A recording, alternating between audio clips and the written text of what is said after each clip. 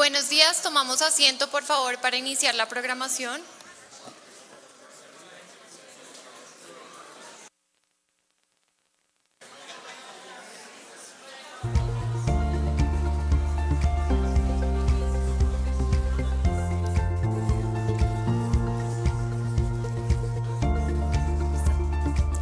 Bueno, buenos días. Gracias a todos por acompañarnos de nuevo hoy. Good morning, everybody. Thank you for being with us again today for this first Congress on Rare Diseases in Latin America and the Caribbean. Thank you for being here with us. If there is, for those of you who are here for the first time, my name is Mariana Rico. We will have great panel discussions today. We will have one on evaluation of technologies in healthcare. Then we will have a panel on innovative financing mechanisms and one on access to innovation. Then we will continue with our agenda with the digital revolution and other presentations. We will open this panel with a differential focus. Most of you will know what is an evaluation of technology in healthcare. For those of you who don't know, we will introduce them. This is an interdisciplinary process that have the object of supporting decision making to incorporate new technologies. They evaluate properties and cost effectiveness and the different impact of healthcare technologies in the health system. And the different agencies will have different ways and methodologies to do so. Yesterday we started to mention the issue of evaluating technology in some panels. Some talked about the idea of a regional center, and we evaluated the idea of not evaluating technologies for RDs. Given the nature of RDs, this bring about challenges regarding the normal way we evaluate technology. So we have with us Adriana Roballo from the Institute to Evaluate Technologies in Colombia, Paula Daza, Executive Director at the University for Development in Chile, Renata Curi from Brazil, Diego Gil, Director of FECOER, Dr. Leonardo Errigocés from the Ministry of Health and consultant for the World Bank, and Dr. Gustavo Mendes Santos from Brazil.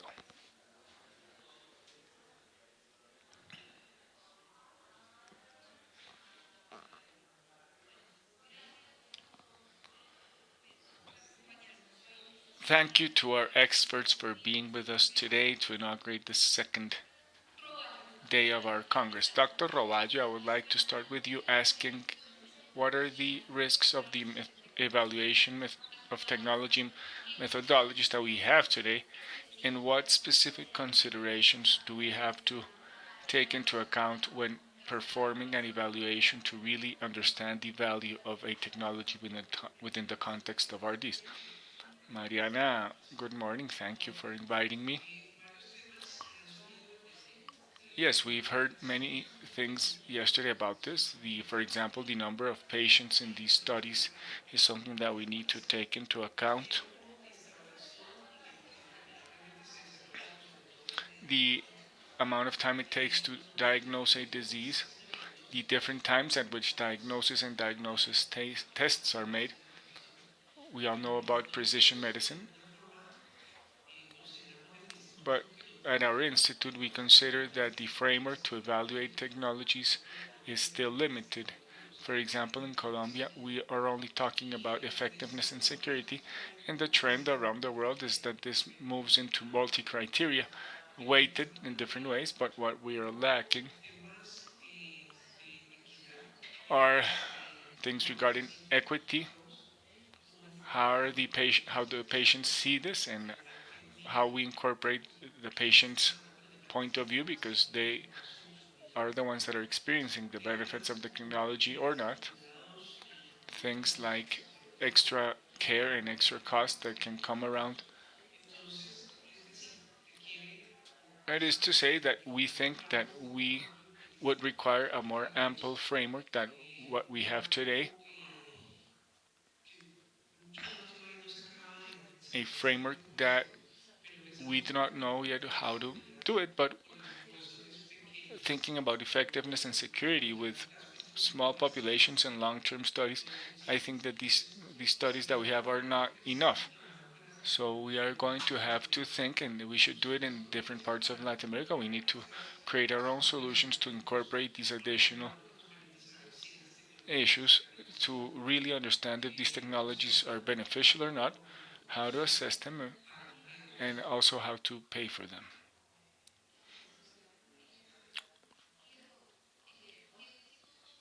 Diego, well, last year we reached a consensus together on social participation for evaluations for technology in healthcare. What are the opportunities and challenges to incorporate this differential approach in these methodologies for rare diseases, and why is it important?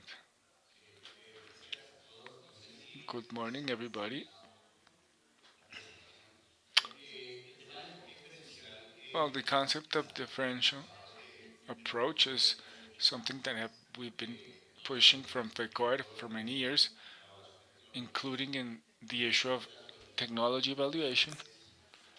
And from patient organizations, we have always tried to promote the involvement of patients and of citizens in these evaluation processes, because there are some criteria that do not apply to the evaluation for these types of evaluations for technology for RDs. RDs are diverse. We need to consider very specific aspects when dealing with them. This is what we have been doing at international agencies. And this is where I would like to call for the more active participation of the patients, because it is patients and caregivers that really know about the value of a technology. They know what are the benefits are, what are the beneficial results of implementing this technology in their day-to-day lives. They really understand the value. We understand the value. At FECOER, we approached together with several federations for RDs in Latin America, and I can share with you that last year in the Congress in Barcelona on orphan diseases, we presented the results of that with Veronica Basset from HTIA, which is a group that deals with these issues, and I can share with you what we found. We This is regarding the Latin America. I would like to call your attention on how patients and patient organizations are involved at the Latin American level. For example, there are countries that have formal processes for their involvement. In the involvement in the process of technology evaluation, for example, Argentina, Brazil, this is very important. It is important that these mechanisms are formal to be able to guarantee this active participation. There are countries that have semi-formal processes. We are in the process of formalization here in Colombia and Peru as well. There are some processes that don't have any type of process, like Chile, Dominican Republic, and Ecuador. And if we specifically talk about considerations or criteria to evaluate new technologies that are focused on RDs, well, we've said that Argentina and Brazil do have them. Colombia has started to involve some considerations for these types of technologies. The same thing for Peru and Mexico. So we see an area of opportunity there. We believe that therefore there to be a differential comparison we need more active participation. Now I'm going to close by talking about the barriers to active participation, wherein the main one is the lack of formalization in these processes. We understand that we need to move forward in this sense, and there is very few knowledge about patients and very few involvement of patient organizations in terms of knowing how these evaluations work, and also the need for patients to be trained. They need training on how these technologies work. We also need to train the agencies that evaluate technologies in terms of how to work with patient organizations to guarantee active participations. There's a limited communication between the agencies that evaluate technologies and the patient community, and there's also a lack of publications that talk about best practices in guaranteeing participation. And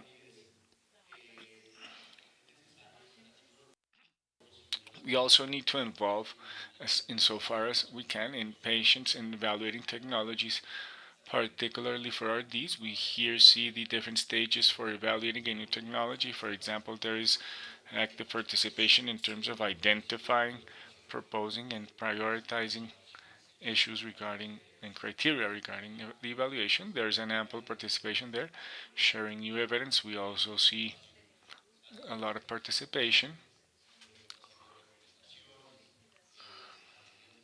Also identifying clinical results, and also refining the scope of the evaluations. Here we see a important, significant participation, but there are some phases of the evaluation where the participation is poor, like data analysis.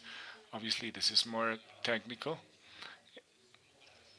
So it's just to give you an idea, an overview of where Latin America is, and highlight that to do a differential approach, this participation needs to be more active. Thank you, Diego, for providing us this regional context.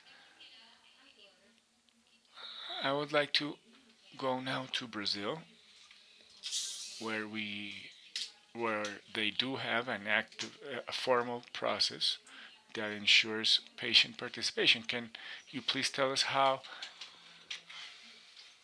technologies are evaluated in Brazil? First of all,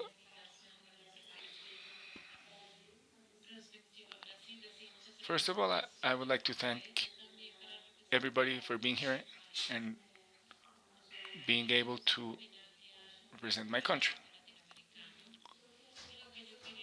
What I want to talk about are several important issues regarding patient participation in the process of technology evaluation. Here we have a summary of how this is done in Brazil. We have an agency that is tied to the Ministry of Health and issues opinions regarding a technology, whether it should be incorporated into the healthcare system or not.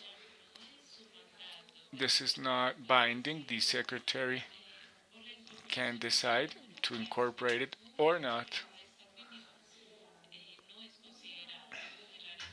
But it is on a rare occasion that the Ministry of Health decides against what the opinion of this agency is.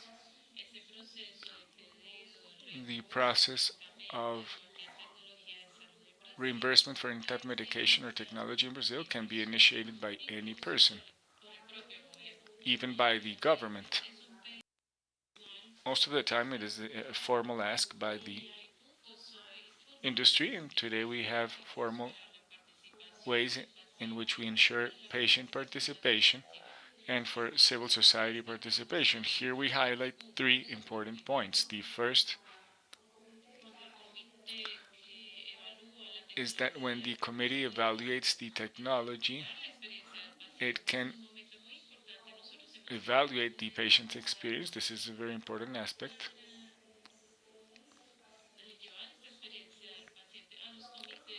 They need to bring the patient's experience to the committees because at the same time this process in Brazil is absolutely transparent. It is very transparent. Conitec makes the final decision, and there's nothing opaque about it. On the other hand, the patient's experience is also disclosed, and their image and their videos are also disclosed. So there is a need to stimulate participation and all the same time preserve and guarantee patients' privacy. This is something that is very important to us. Another important aspect is the possibility of having a public hearing.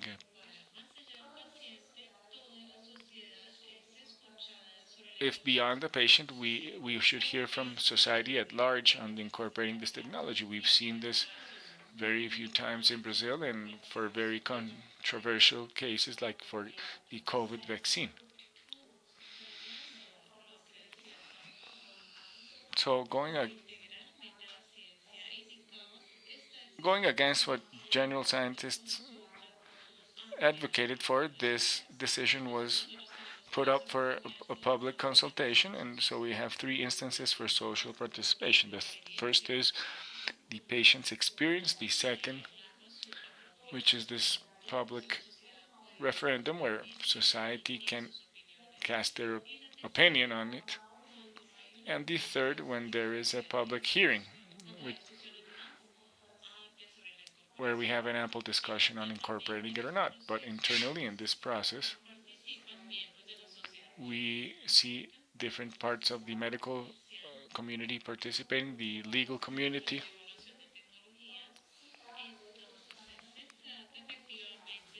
So it's a collegiate body in this process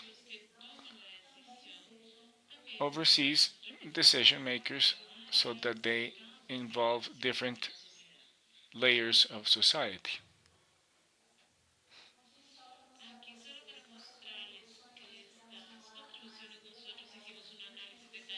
We created a detailed analysis of the latest decisions made on RDs, and we have more participation from society because of the involvement of patient organizations. This is another important data point. We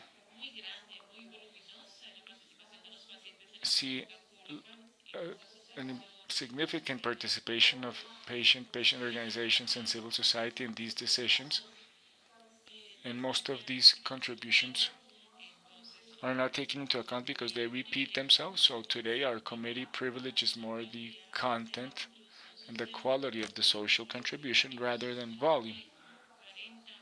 So if I have 40,000 participations for the incorporation of a new document, we won't necessarily have a positive decisions if those contributions don't have a high quality.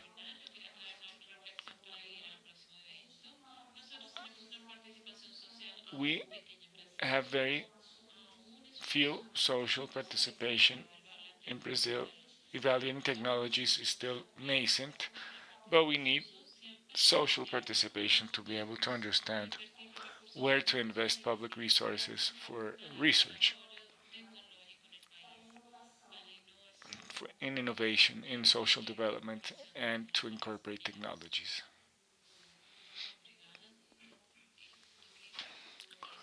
Thank you, Doctor. As Dr. Diego said, that the importance of the quality in these interventions is very important. Dr. Daza, what challenges have you seen in Chile in terms of patient participation or social participation in the evaluations of new technologies? First of all, I would like to thank everybody for being here and for inviting me. I'm very pleased to participate in this first Congress, be able to share with my colleagues from around the social aspects from the private sector, public sector, and I think that everything that has been discussed today will allow us to move forward our public policies, and we can benefit people with RDs.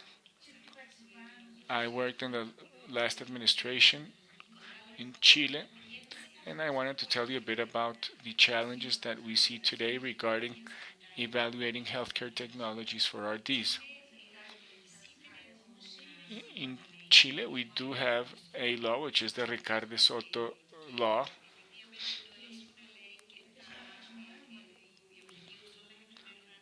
It is not specific to RDs, but the law talks about financing high cost diseases. Obviously, we include RDs there.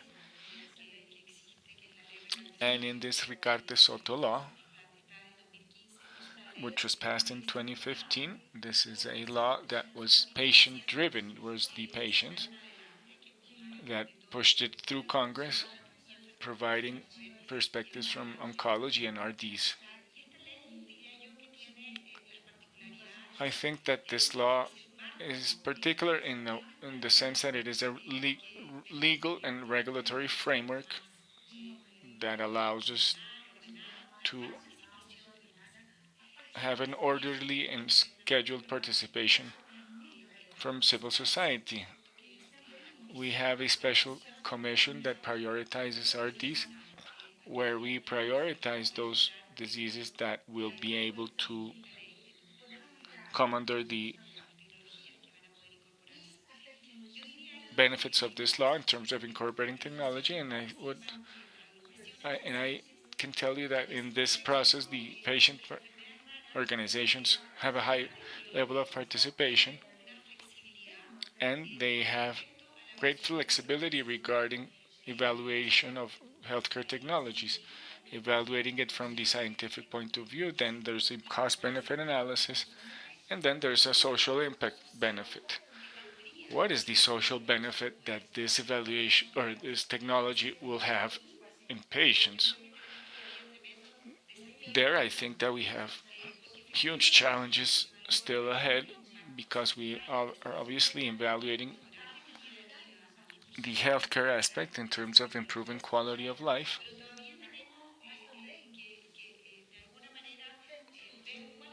But we still need to incorporate other parameters. For example, what is the impact? What is the impact on families?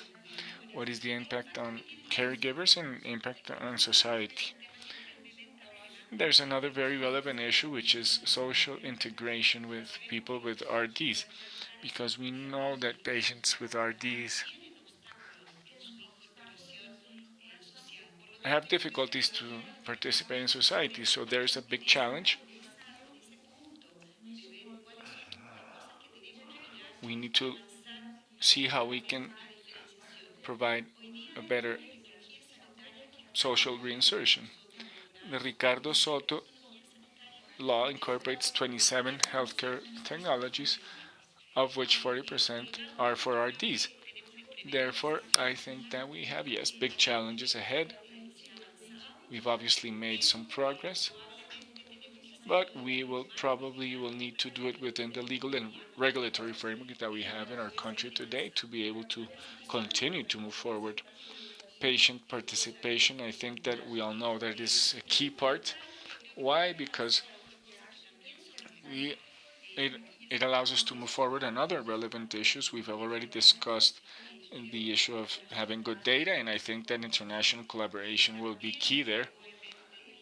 There, we can also talk about the economic impact because these are very high cost treatments, and I also think that collaboration not only from the point of view of data, but also uh, we can collaborate on using technology, and so to provide more equity in access to these technologies. So beyond the challenge that we have before us, I think that the obstacles are mainly regarding evaluation of technologies that we are going to incorporate into this impact, social impact beyond quality of life. Thank you, Dr. Daza. What type of indicators besides quality of life can we measure to be able to capture the social impact of these technologies?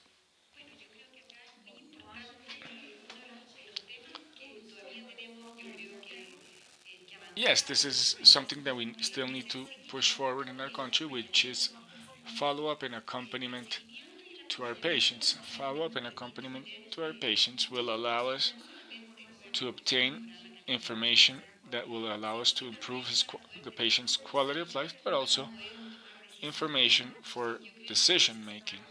I think that we need to move forward on accompaniment and follow up of our patients to be able to gather this information regarding quality of life, but also what are those parameters that we're going to evaluate regarding the impact that it has on the patient's family and caregivers. When evaluating a healthcare technology, we see quality of life as a differential parameter, but we still have a lot of work to do to be able to evaluate the impact that the technology has in the patient's family and on the caregivers. I think that there's a lot of work to do there.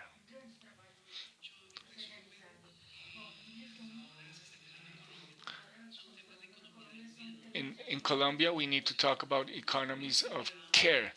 This is the point of view. Normally, we look at women that stay at home to take care of their family, but when they have to take care of somebody with a disability or an RD, this is something that is not being assessed or valued in our country or in any country in this region. It's an issue of who is not working, how long they are out of the workforce, and what other resources they need to bring in to take care of this person that cannot do it on their own, partially or totally. These should need to be incorporated in the evaluation, I think. We need a change in public policy because even if we have studies on social impact and indirect costs and how the technology can help save costs and improve the patient's quality of life, many times this is not considered by the decision maker because it is not an, um, a mandatory aspect that is considered. We need a change in public policy so that these cost benefits analysis should be associated to social impact and they should be mandated and that they need to be taken into account by the decision maker.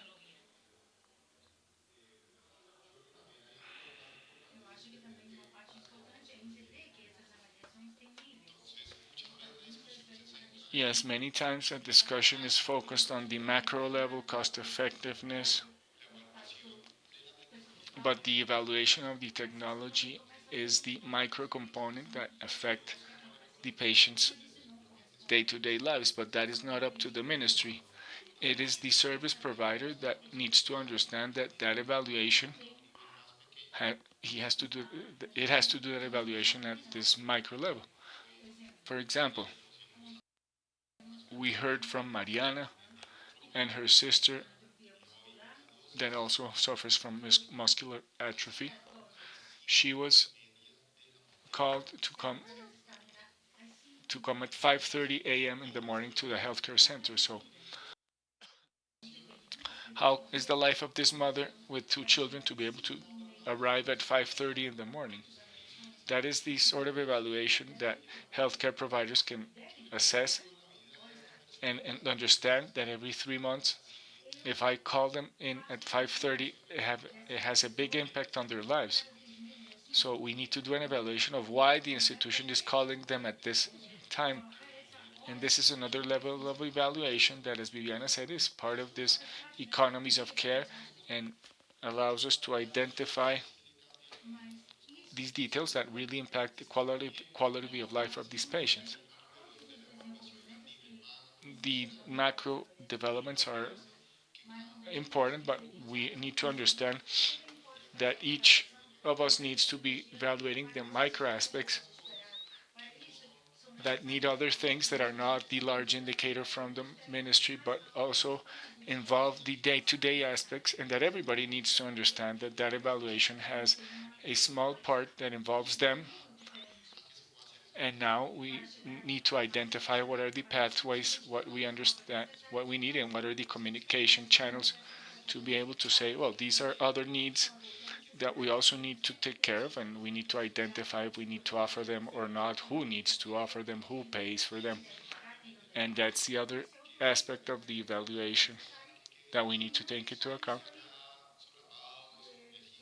and not leave it in obscurity, because everybody has a part to play in the evaluation, and they need to understand that they are part of this evaluation. They are they it's not about the big publications, but impacting the day to day of the patients.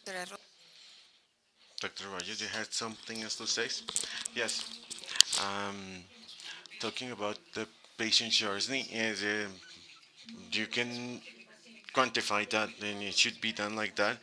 It depends on the perspective of the evaluations, the micro perspective for and the perspective of the patient, and what does it imply, and facilitators, and it is not included, and it should be included in this part.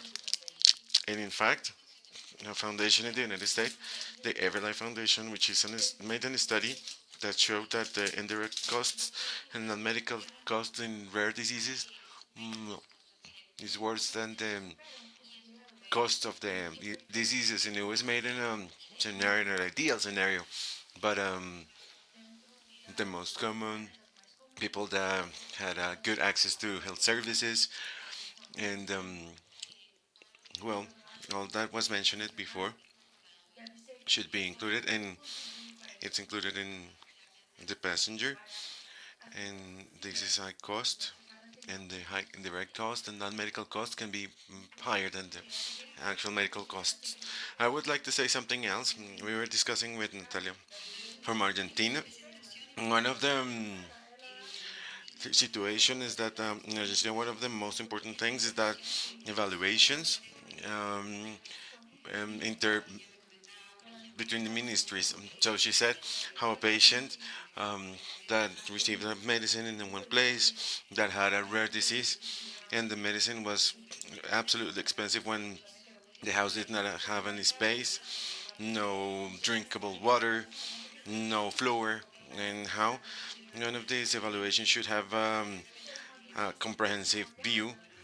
Of course, these are comprehensive situations not related only to health, but as a state policy, what is doing Argentina in this context, I think it is a learning and a way to see this kind of topic. Thank you, Doctor. And Dr. Mendez, you yesterday talked about how the the evaluation should be performed, or how agencies should perform the technology and health since the moment of developing the medication, and what implications it could have and why it should be done. Well, I could say the experience as I've been in the agency of or the evaluation agency for risks and for benefits on therapies that regulation agencies can say, and the CONITEC, which is the agency just um, authorizes and decides on the cost effectivity situation. And Dr. Raballo discussed something that is very interesting, is the situation that we are discussing, that there is a clear benefit of therapy, right? But the importance of data for monitoring, let's say, as Dr. Daza mentioned, it is important to have it because we know that therapies in rare illnesses or rare diseases are approved based on evidence that are very controversial in many cases. There is no consensus from the agencies. So for that reason, at the beginning of the process of developing this, if it should be clarified with agencies, what are the doubts, what are the uncertainties, because sometimes we can discuss this about here. For the consensus on rare diseases, there are a lot of patients that is small. There is an amount of patients that is small to make a statistic evaluation that the benefit is clear, right? And then when from the agency we should make a decision and say, well, we're going to grant the access to the product, and the patients that come here and contribute to that can say, well, any intervention that is more that attracts more hope than everyone, it's important. However, it is important to have the commitment from the industry to continue with the monitoring and follow-up and generate complementary data since, um, well, that's why differential methodologies that we have the possibility to share risks that are related to a long-term monitoring can be that the clinical data shown data that is not confirmed. So there should be um, a decision to change the therapy, saying that it is not effective and we should do that continuously. So the problem we could have in Brazil is that we make a decision to approve, but then to decide that it is not going to be possible in the future and we have to take the product from the market because it's not a benefit for the patient is really difficult. So we need to have a differential technology methodology and generate data to demonstrate continuously that actually we are taking care of the devices. I can say something in there. There is an important information. How can we collect the information after sending the product to the market? That is an important thing. There is an important step that we can see now in Colombia, and it is constantly repeating. If there are improvements in actual life, now the next challenge would be that how the regulation agencies accept this information. There's an effort to collect them, and there are agencies like those that we have in Colombia that won't like to use them. They say, well, I need a random study that is controlled. Yes, I agree on that. That evidence has some issues, biases, but that is the information available. That is the best information available. And now we have a work on how can we take that information and we use it the best way to continue on this. And what we can see is that this decision to use this actual live data is not moving in a right way. So we can see they work from it and then they understand that they appropriate the job and they include it. So regulation agencies go at a different speed, a different pace. So when we're talking about differential analysis, is understanding how can we use that real life evidence to make decisions to continue in the market or coverage or any other things. That is an important challenge for the agencies. Not all the agencies have the capacity to open up, and like in Brazil, that is that the Brazil is the leader in Latin America about that to discuss to talk with the industry accept more. In Colombia we don't have that. We lack of that, and that is one of the important challenges, how to agencies talk to regulators, to agencies, and say, well, this product, we hope that this product has an information in the future, like this style for the studies would be planned with some results that can help um, us to close the gaps and to say if the medication works or doesn't work. And the studies would be closer to actual life and not to those perfect words from the control studies that it is difficult to apply. And that is the communication between the producer, between the regulation agency, evaluator, and in technology. That is the one that works. But this discussion only works if, as Diego said at the beginning, is those outcomes that are going to measure the study and the design consider what it should be done with their condition, right? So that is what is going to happen. That is what the patient expects. Those are the outcomes we would like to see. And then in the study, the design and the study design, because the patient say the things when we can see the study design in which the producer says that it's safer to have a positive outcome, and then they don't won't lose the investment. Those are expensive things. Very controlled study goes out. Let's say the big study, and it says $10,000 per patient. With a rare disease, it can cost about $25,000, $30,000 per patient. Is a big investment, and the developer will don't want to lose that money. They make a design with an outcome that generates the doubts. And what about if we are able to continue with agencies to talk about that from the very beginning, that studies are planned with something that is going to work for the future, that we have agencies that are able to take that evidence in the real life and use it for to make decisions with all the discussions, with all the uncertainty. But that is the challenge in there. And some go further, some are behind, and the discussions, it is important to have them. As we said yesterday, one regional evaluation can have an advantage, difficult to be implemented. There are some commercial aspects behind, but that is a challenge in there. Complementar isso, o que considero fundamental Just to consider something fundamental is that regulation agencies should be embedded in all the aspects of these discussions, and the experience in Brazil is that participation from patients associations, health professionals, and the industry to move the agent to for the agency to move. So we have to, well, agencies should be here taking part of the discussions, and I cannot see INVIMA here, for example, and other agencies.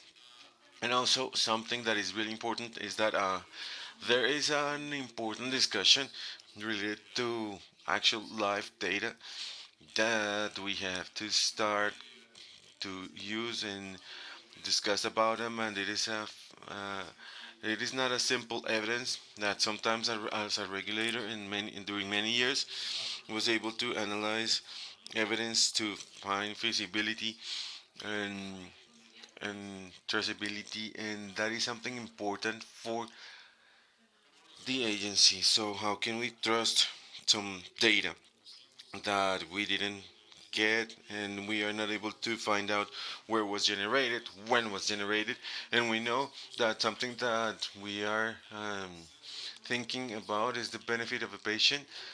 The regulator should have the capacity to make a difference between there is a scientific evidence or something that was started from financial interests or ideals, and those are excuses. So the agencies should discuss this. Dr. Roballo, I don't know if you would like to say something.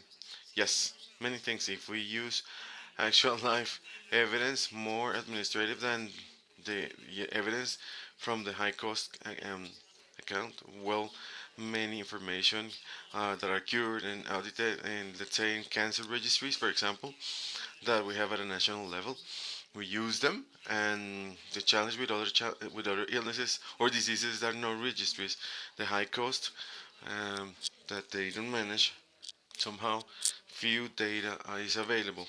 We check many things, and data is not available. The data is not able to show where and how what it was collected, and these are observational studies about what happened. There is data.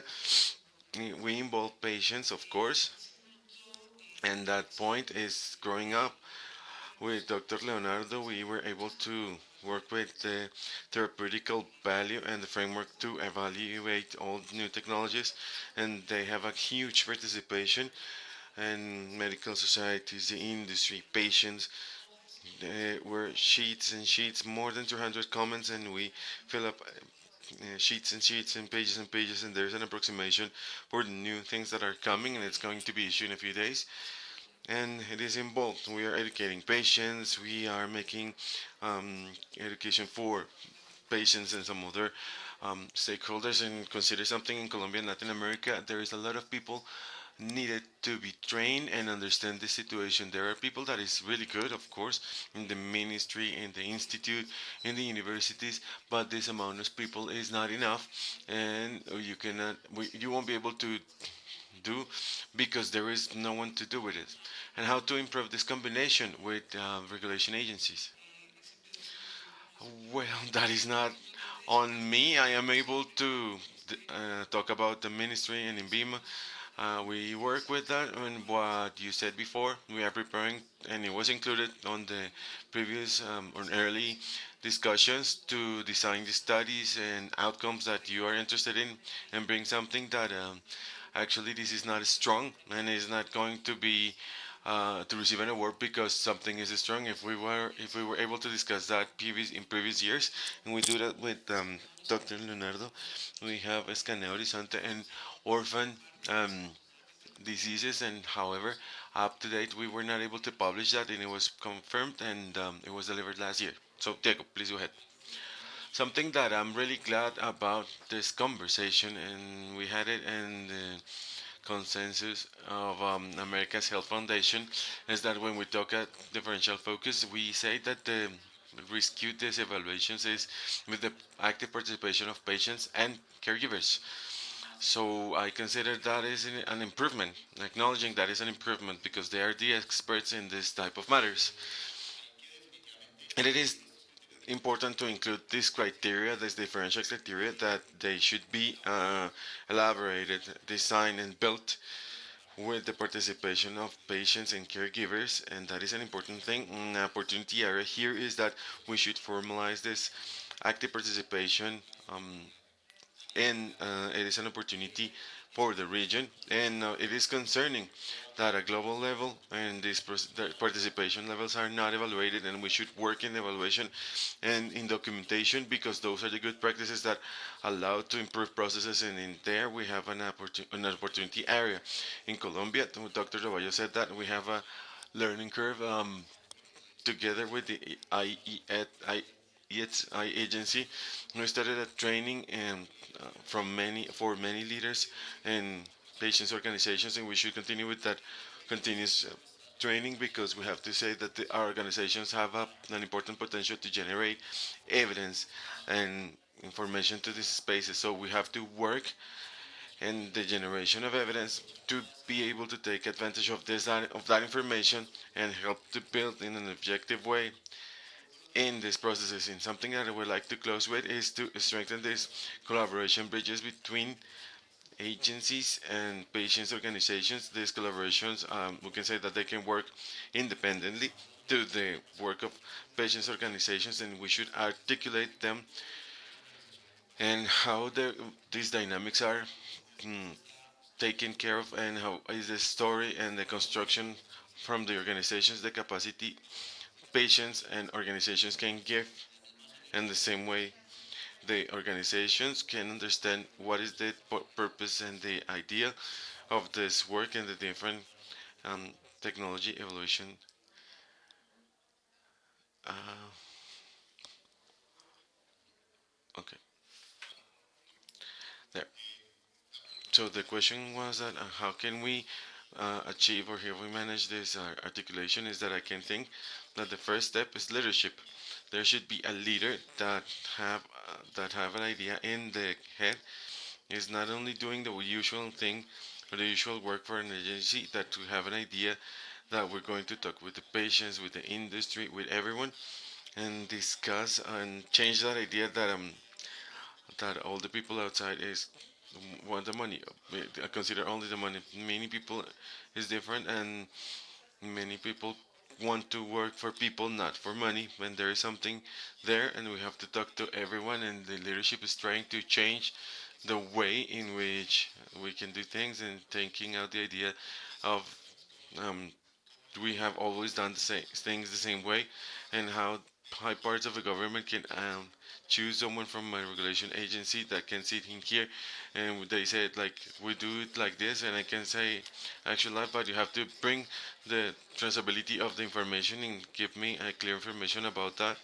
But there are some other agencies like the dialogue is not present, and until the moment I don't bring the leader that bring the people from the institution and talk with the people, it doesn't mean that I'm not accepting anything that is there.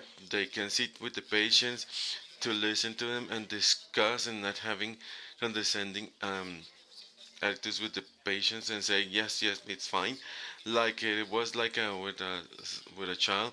And you need someone to be a leader, and when they do this, it's not losing anything, it's not the governance is making a different leadership, and this is the step we have to take. So thank you very much to everyone. I think that was enriching, and we have a lot of work to do. So thank you very much to everyone, and we will continue right now with the next panel. So please, panelists, come up here.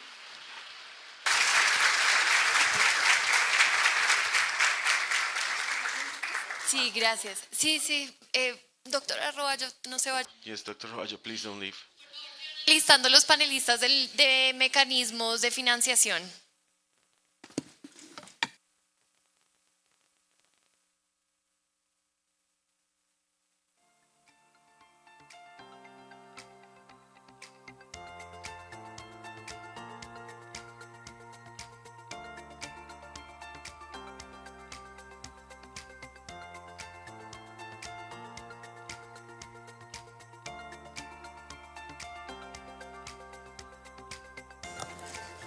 Aló, aló. El doctor Manuel Espinosa, por favor. Durgen Wong Rieger, doctor Enrique Terán, doctor Germán Escobar y Ángela Chávez.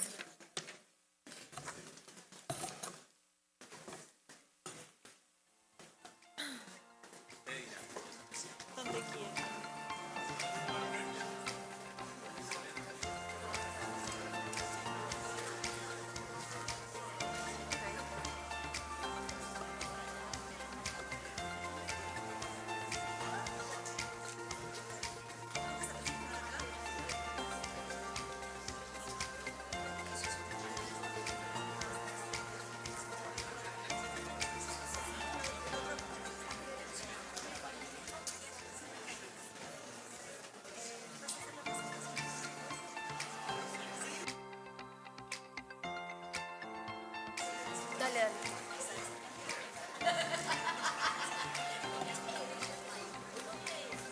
Ya, ya, ya.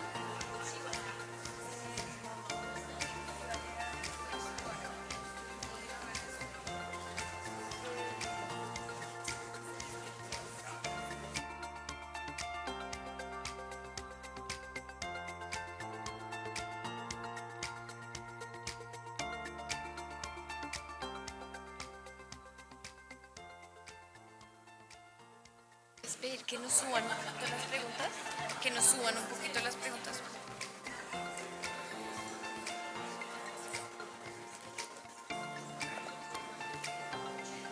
Bueno, vamos a continuar. Okay, let's continue with the programming. This panel will show the mechanisms, innovation mechanisms for financiation and sustainability for care of rare diseases. As we were able to see during this conference, rare diseases imply an important challenge for their financiation and sustainability through in time. And there were many strategies proposed to try to find these mechanisms to achieve sustainability. So with you, we are with Dr. Manuel Espinosa, Chief of the Evaluation and Technology, Health Technologies from the Investigation Center from Universidad de Chile. Terhan Wang Rieger, the President of the and CEO of Canadian Organization of Rare Diseases, Dr. Enrique Terán, and pharmacologist and Dr. President of the Academy of Sciences and from Ecuador, and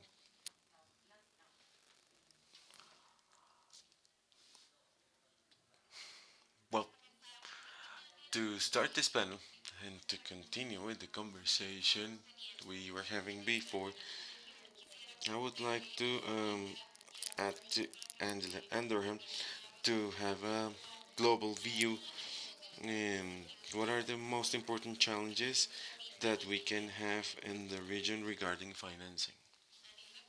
Please, Angela. Thank you very much for the invitation. And I think this is a continuation of the previous discussion, and I would like to talk about Leonardo's words. But before talking about the technical part and the financiation and hiring technologies for rare diseases and or treatment, we have to talk about the genesis. And one of the genesis to achieve a good procurement financiation in health technologies should be that is related with political will and knowledge and capacity from countries to be able to negotiate and finance this type of technology. So the first thing we see as a challenge is leadership. Leadership that should be taken ahead by the government in terms of connecting stakeholders. Second, to have a coherence in the regulations and the policy of medicines and orphan diseases, and reach an agreement between the agencies that talk about these technologies. And lastly, to include all the stakeholders that are directly affected by receiving these technologies. It means patients. And not only that, that there should be a government leadership to generate trust among the stakeholders to have these negotiation processes, because since there is no political um, base or public policy or stakeholders said it there to talk about trust, it is going to be difficult to have that negotiation, the financiation of those technologies in the end. So one thing in the challenge is that patient that is a more than reactive perspective, and medication, orphan medications and rare diseases have some characteristics that are specific, that impact in a different way the mathematic models, the economic and clinic models from technology development to access the systems. So, after a government that is not able to face this in an equitable way with public policies available and people to work with that is something really difficult. And lastly, I would like to mention three challenges as a country, as a region. We would have that in each country. We can talk about the specific challenges that financiation and tuition challenges that would be there. The first one would be how to manage those technologies that are coming or are rising to help in a way that should be prospective. And I state some scenarios and I have a future to finance. How can I analyze the horizon to find out what is coming? How can I finance that? What is my what about my budget? And then second, if I'm going to negotiate with those technologies, what are my attention models to, of course, measure that is working on the market, that is working for the patients? And third, how would I be able to manage those information systems, allowing me to have data that is relevant and updated data to make those decisions? So I consider that basically that is a challenge for countries. We want to become developers for innovation. For rare diseases, 6,000, 7,000, that would be difficult for Latin American countries to compete with that. But we can invest more in capacities, technologies, and information systems to solve many of the problems in financiation and procurement. Thank you, Angela. So, Dorhan, I would like that we can compare these challenges that we have right now in Latin America that Angela just exposed with the challenges at a global level. What is the current situation related to financiation and challenges at a global level?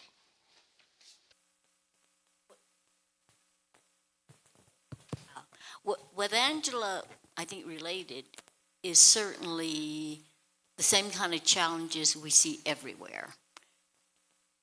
Obviously, a real difference in terms of the investment in terms of the research and development. I think we talked a bit yesterday about the fact that all of the orphan drug legislation was really designed to support research and development of new medicines. So I don't think there's any quarrel or any question that these new medicines are essential in terms of improving the lives of patients. And for the most part, I think we would say with rare diseases, the best way to actually treat a rare disease is with medicines. And this is what we're all looking for. So I think trying to convince payers, clinicians, any part of the system that these medicines have value, I think is not the question. I think the question that comes back then is to say, well, how much should we be paying for these? And do we trust that what we're paying really does deliver value back to not just the patient, but to the healthcare system, to the society? And I know we're going to talk about this a little bit more in this panel, but I think that's the big challenge everywhere. One might think that, okay, if you're a very rich country, you actually are going to be quite willing to pay a lot for medicines. I think globally, and even across Latin America, as we would say, yes, there's a certain level of financial investment you have to make into healthcare to say, okay, we will also invest in medicines for rare diseases, invest in new medicines that are individually very high cost for patients. But I think the challenge really is the way in which we've actually allocated our finances. I mean, you use COVID as the very easy example. What if I came to you 3 years before COVID happens and says, I'm going to predict we're going to have this horrible virus that's going to come through and it's going to decimate people. But if you were to set some monies aside right now and start to develop vaccines, and you started to vaccinate people, and you actually started to invest in treatments for people who absolutely are not going to escape it, and you started putting that money aside right now, would you be willing to do that? I mean, hopefully now that we've got that as hindsight, we would be willing to do it. So it isn't a matter of can we afford it, because we all had to do it, every country, no matter how poor it was. Every country had to allocate resources to be able to invest in the vaccines and to help people. I think in rare diseases, we're lucky. I think as Angela says, look down the road. Here are the diseases. Here are the treatments that are coming. What I want you to do is to set aside the monies and to be able to invest in it up front. I had an interesting argument with one of our health ministers, and he said to me, Durhan, we believe in the medicines, but the problem is they're very expensive. We don't have the monies in our budget for them. I said, I can solve your problem for you. Sit down with me. I will tell you the drugs that are coming for the next 2 or 3 years. I can calculate for you how much it's going to cost you to actually do it. And we can talk about the impact. Now you go back and ask for the budget. And when the medicines come, we're all set. Because we know they're going to be beneficial. It's how do we put the monies up front? Sí, esto vuelve un poco a lo que hemos discutido. Yes, this leads back to the issue of political will. I think that what Durham just said is very interesting because according to the WHO, the budget during the pandemic moved from 3 trillion to 9 trillion. So the resources came from somewhere. And as Durham said, we could have planned and not use emergency resources. But what would then be the financial models that we could use? Dr. Espinosa, we talked about yesterday about these different models and where these resources come from. I don't know if you can tell us a bit about your experience in Latin America in implementing these different solutions and financing mechanisms, but also from where these resources can come.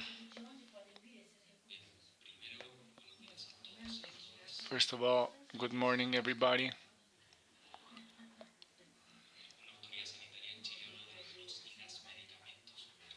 We're talking about non-generic terms.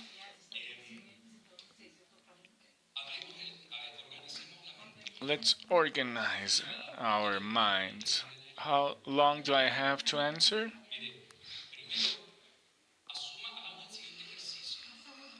Let's do the following exercise. You think as a homeowner, as a budget assigner. You need to see from where you're going to take the money. How do you bring the monies together? And how you're going to buy. And when you're going to buy, the first thing that you have to have in mind is to know what you're going to buy. If you're going to buy coffee, you have a list of attributes of coffee. So I'm going to buy the best coffee according to this. In Chile, we think about wine. When you're going to buy a health service or a medication, you need to understand what you're buying. The question there is, what is the value added by this new service or drug to the health system, to the patient, family, and society? And that is not an easy question to answer, and we need a list of attributes, a value framework, to be able to characterize and understand how much value it adds. And the first big challenge in the framework of RD is that if the value framework that characterizes an RD is equivalent to the one we used to evaluate ordinary diseases. Some would say the framework is the same, some would say it's different. Perhaps the answer to this depends on what backdrop you used or what fund you used to cover those resources. If it's a common fund, it's of a specific fund, you have a specific fund or RD. If you have a common fund, you need a value framework that allows you to evaluate different technologies, not only for RDs, but beyond.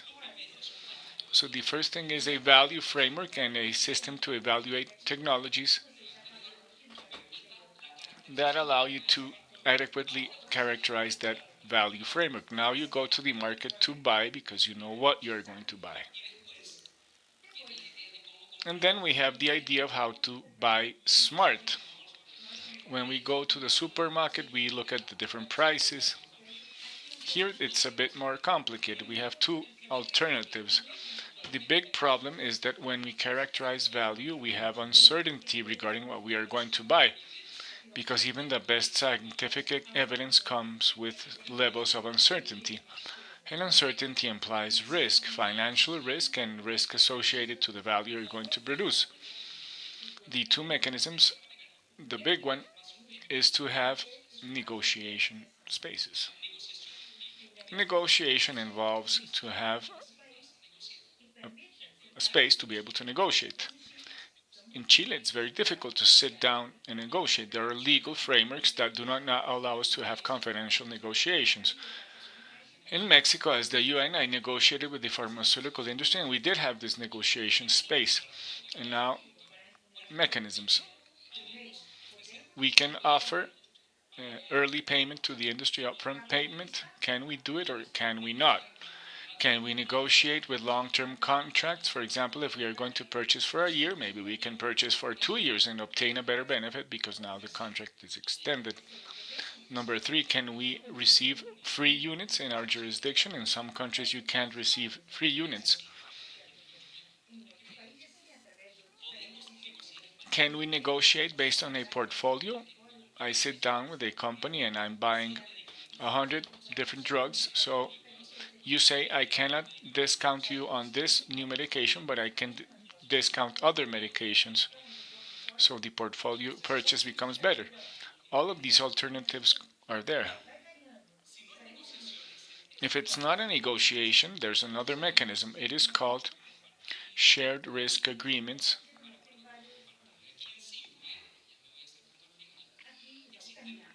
And there we have two types of agreements. The financial risk and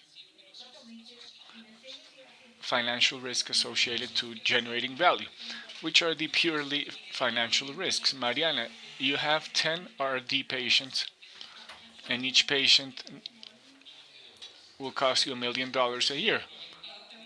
So you need $10 million. What happens if next year I have 12, 15 patients? Well, I need $5 more million, and I just projected $10 million. That's a financial risk. Well, we could implement a mechanism where we tell the company, I buy for 10 mechanisms, but if for 10 patients, but if I get 11 patients, you cover it. Another alternative, we see it in Uruguay, Netflix type of agreements. You pay for a subscription and you have access to all the movies. You pay a subscription to a company and the company provides all of their medications in a portfolio.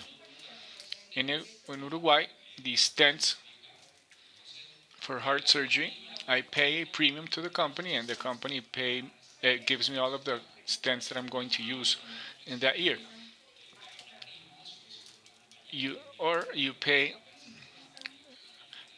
a subscription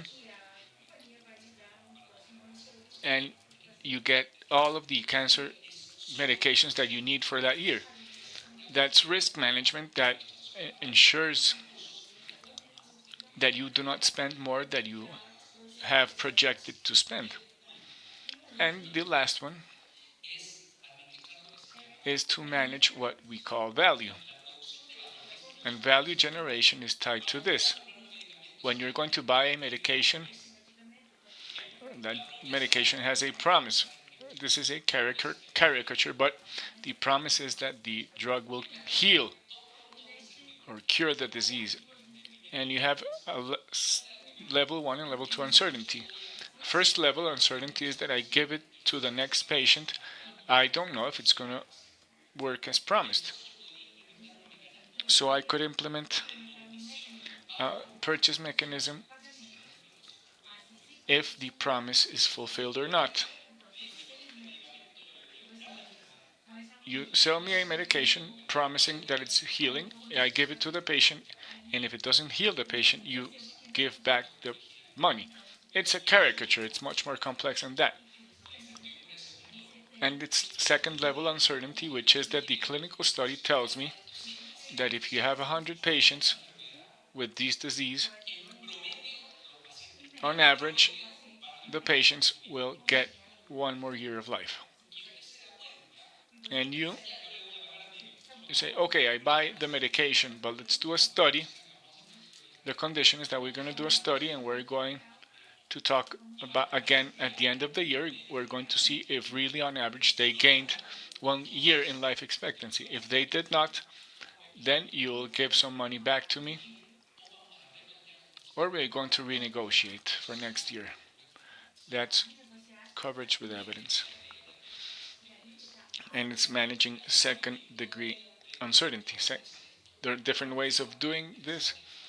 There's an interesting way to do it through contracts, but in general terms, that's the scope of actions that we can implement. Thank you, doctor, for such a complete and thorough explanation. Within the context of our Ds, which of these negotiations have been done in Latin America?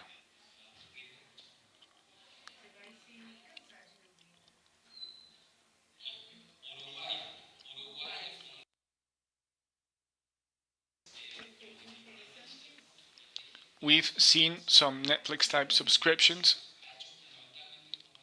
but in Chile we have done just financial level agreements tied to value. I don't want to claim to be a star because when I came,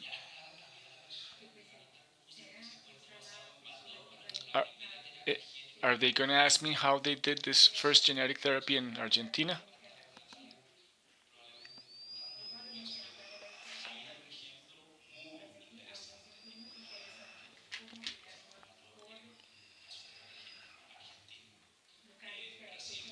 Brazil probably will have the same thing based on value. And this is not very well published, is that we have several types of agreements, dozens of shared risk management between companies and healthcare providers, but they're fundamentally financial, but also based on value. I have to say two things. They exist, but they are isolated incidents that we don't know if they are sustainable. And we come back to the political structures and political will, and beyond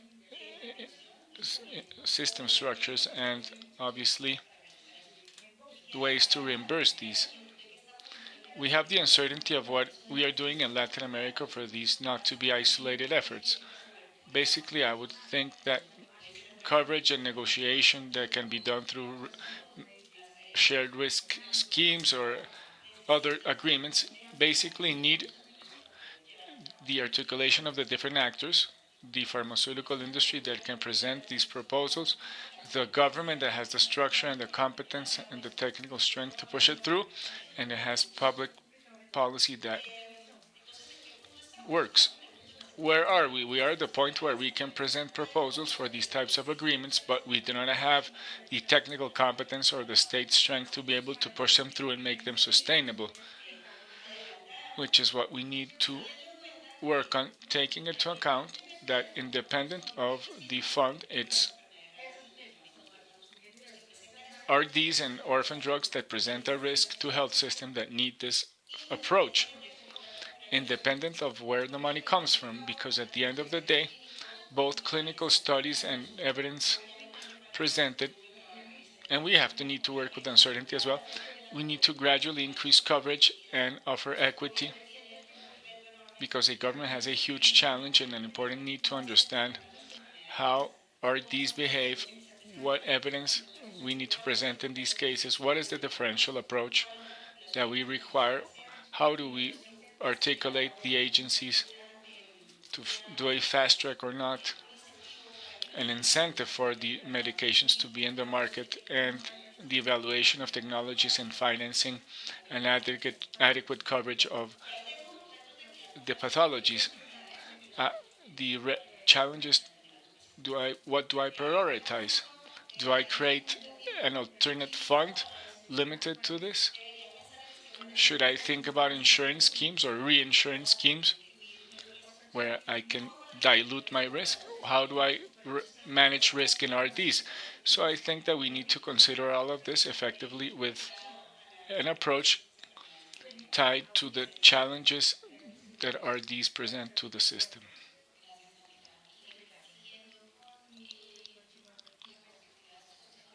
If we continue along the track of sustainability, Dr. Aidan, what strategies do you think we could have to be able to move towards a more sustainable scenario to treat RDs?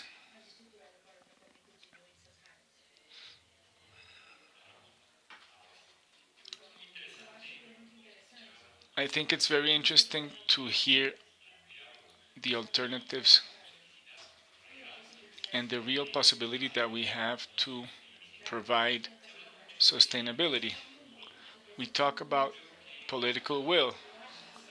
I think that in our region that's not necessarily our problem, because most governments place an emphasis on the fact that they do have the political will. There are even regulation that tend to provide coverage and to provide sustainability.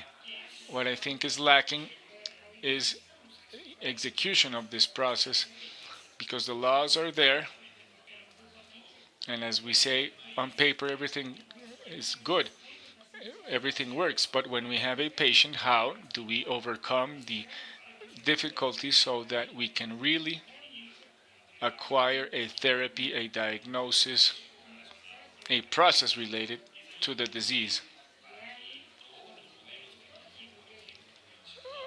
Of all the models that Manuel mentioned, that's where they could really have the possibility of being applied. I think that perhaps one of the fundamental aspects is to understand that you need to segregate resource allocation. We have suggested in multiple ways that to have a health budget is to partially answer the problem, because we start to cover a big pool of diseases where RDs are a high cost, but they are a minority of users. And if a hospital director or a minister of health, they tell him or her that they have to use an established fund and try to provide as much coverage as possible, they will have a tough decision between using a lot of resources for few patients, or if they use most of the resources for the majority of patients.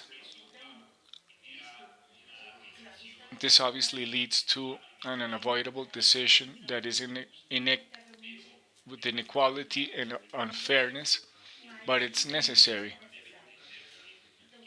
And this is why we need to understand that in time, patients do not disappear. That's perhaps one of the main aspects that we do not take into account. If I have 10 patients next year, I won't have 5. No, perhaps I will have 11, 12, or 13. Therefore, my budget cannot count on a lesser number that I have this year. Also, if I have specific funds, I have the ability to refinance. I can reinsure as well. I can do resource management. I can have independent negotiations that are not tied to the general health budget. And lastly, we need to take into account that access needs to go tied to opportunity. And as we will discuss in the next panel, for example, early access through clinical research is one of the advantages. Late access means less response, less expense, but less health as well. So all of these concepts need to be taken into account when we think about sustainability.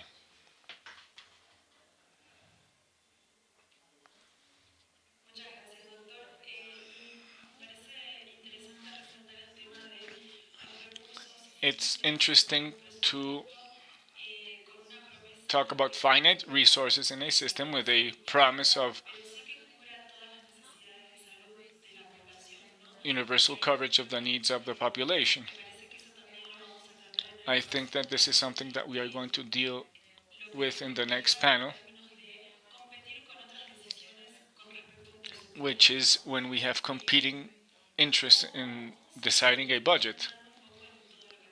So now, talking about financing, how can we solve these problems?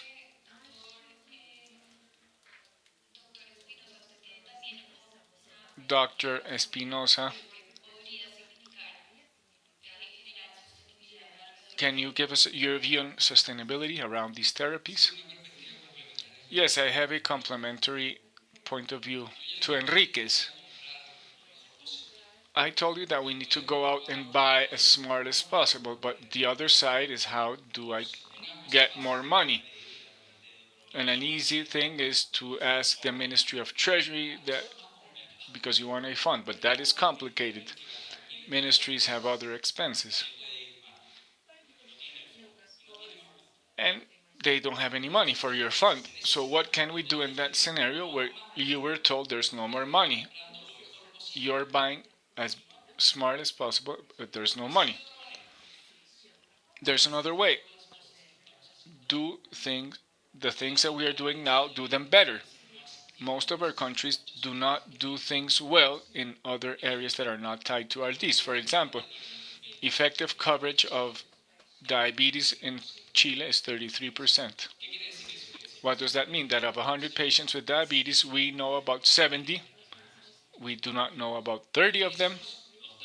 And of these, we treat them, but we only treat well 35 of them. In 10 years, those patients will need dialysis, heart failure, and most of the money is going to be spent there. Obesity in our countries ensures that in 10 years we're going to have more diabetic patients, more heart failure, more dialysis. 20% of our benefits plan in Chile is spent on dialysis. The way to make it sustainable is to think about covering hypertension, diabetes, so that in 10 years we can free up some resources that are going to allow us to pay for these innovations in RD.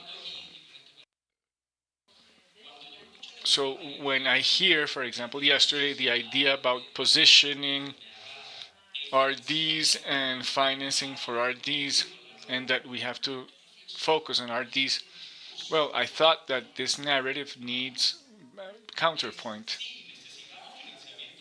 We do need financing for RDs, but we cannot take our eye off the ball elsewhere. Because if we forget about diabetes, high blood pressure, chronic diseases, in 10 years we won't have any money for innovations. So it's RDs, but also traditional diseases.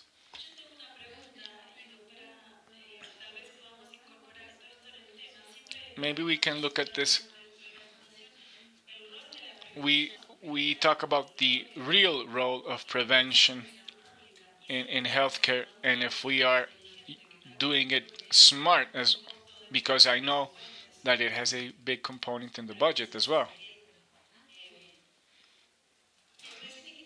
I think that we need to talk about RDs when we still have inefficiencies in other diseases. The fact that we have inefficiencies in other diseases don't mean that RDs do not have in themselves a behavior that needs a differential approach. I think that I agree with Manuel in the sense that we have big inefficiencies in the system that could be invested in. And I'm talking about the mission of Latin American countries because I've heard it. We want to develop innovation for RD, and in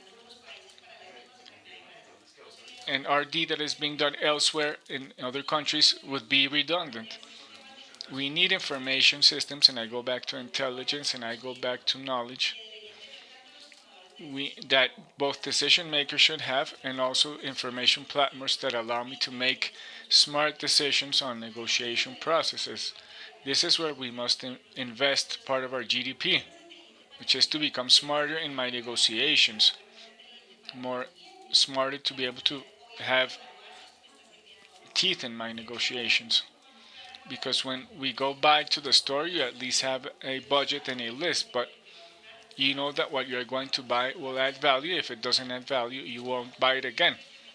But you need to be smart for this, and you need some information. But what I see in Latin American countries is that we are focused on not going over budget, and this leads to fear, obviously, because I do not know about RDs, and I do not know how to develop orphan drugs, and I just react to contain cost, which does not generate a solution, and at the end of the day brings in more cost because I'm going to spend through the legal way and pay full price at the end of the day for a therapy that I could finance in a much smarter way. I don't think anybody would disagree that what we want to do, certainly with public dollars, is to get the best value for the public dollar. But I think, as Angela said, you cannot say, okay, it's so much cheaper for us to treat a patient with diabetes, and if we invest that $1 in diabetes, we will have many more patients who are going to achieve a certain level of health, and so therefore we should put the money differential there. I mean, it goes back to a bit of what we said yesterday, and that is, why do we have a UN resolution on rare disorders? Why are we talking about the importance of leaving no one behind? We know it's going to cost more to treat an individual that has a high level of disability. It's like a school system. If I say in the school, everybody gets the same resources, every child gets the same level of assistance, every child gets the same level of attention, then of course we will always leave behind children that are struggling. So we have to say, yes, based on what knowledge we have and what capacities we have, if we truly mean everybody deserves the same chance. I mean, what are we talking about in terms of equity? It's not equality, and I don't think you were trying to say that, Dr. Espinoza, but what we are talking about then is we have to make those differential allocations. But I will go back and say one of the challenges we have in terms of drug treatment is that we want to use a value framework. Now, question may be, what do we believe is value? That's a different question. But we don't apply, I think, as you said, Dr. Espinoza, that same lens to every other type of intervention. I don't say use a value-based proposition to see who gets what surgery. I don't say we use a value-based proposition in order to say who gets access to transportation. We do not have a society that uses a value-based proposition. Even in healthcare, we don't. And I think you're right. We have a lot of monies that we're spending in healthcare that's absolutely wasted because we don't use a value proposition. On the other hand, if we were trying to introduce a value proposition to all of the existing health services, we probably have riots, and not so much among the patients, you have riots among the healthcare providers. They're the ones basically say, wait, don't touch my budgets, don't touch my resources, even though we know they're not delivering optimally. So I think we have to go back to saying, what can we do to reduce the uncertainty in terms of drugs? What can we do, as you say, with risk sharing to make sure that we're bringing them in? And yes, over time, we can demonstrate the value of it, but I think as we all agree, we can't full stop in order to do it. In each and every case, it's the same thing that's happening globally. This is not unique to Latin America. It's not unique to countries that with a certain economic level. No matter how much money a country has, no matter how much money they're investing in terms of healthcare, the same questions come up. How do we demonstrate that if we're putting the money out there, we're going to get a value return to it, and that's our job also as patients. And I guess I put that call out to patients as well.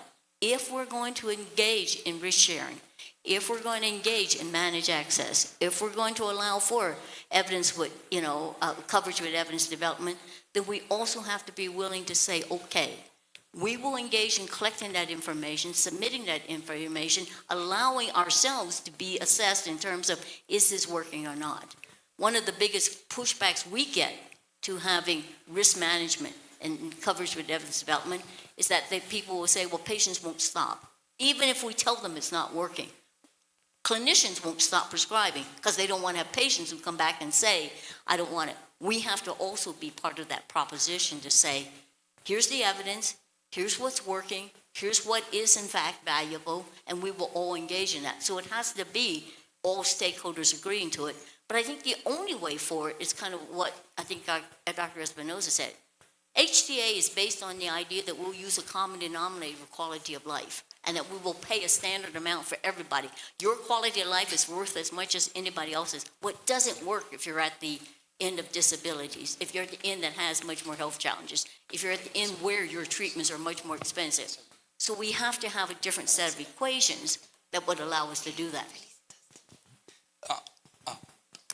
Es muy interesante la perspectiva que creo que no se debe perder, porque bajo ningún concepto se debe caer en la pugna. Under no concept, we should include everything, because we break the equity and balance situation. It is redundant always, but that is the constant in all the countries in the region. But it is going to affect the financiation from the economy, and the financiation is going to be not financed in the end, but the financiation could happen once, and if it happens every time, is the way that you don't know how to plan. And in a situation that is realistic, a country has to assume their own participation in the accessibility process, right? How can I approve products that I won't be able to pay in the future? That is one of the questions that are important here. How can I pay more for a product that in another place is cheaper?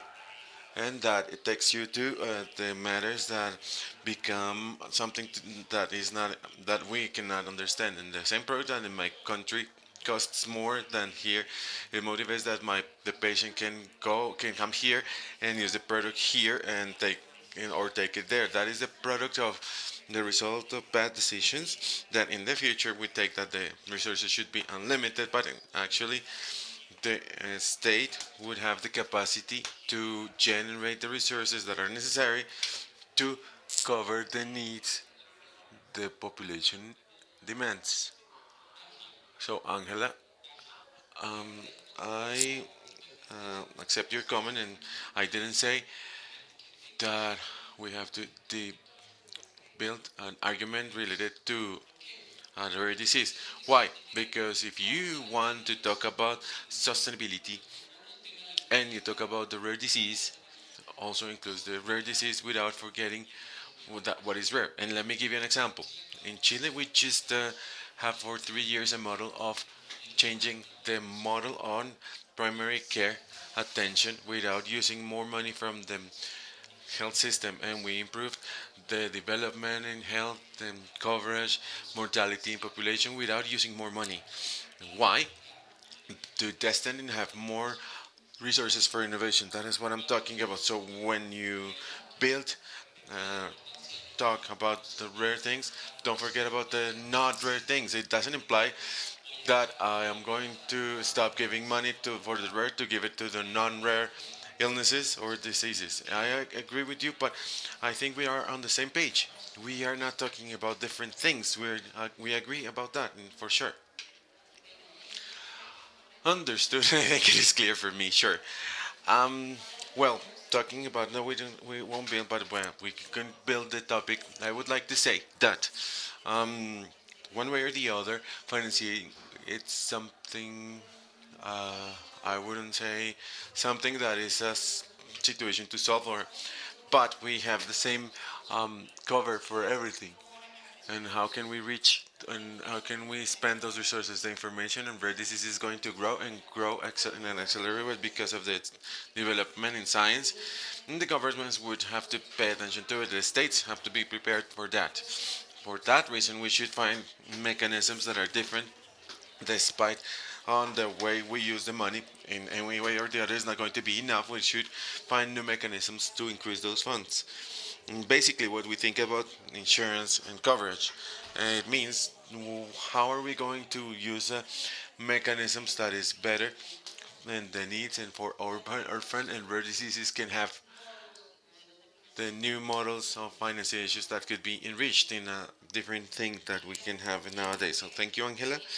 And in the next panel, we can deepen a little bit more in these topics that you just discussed.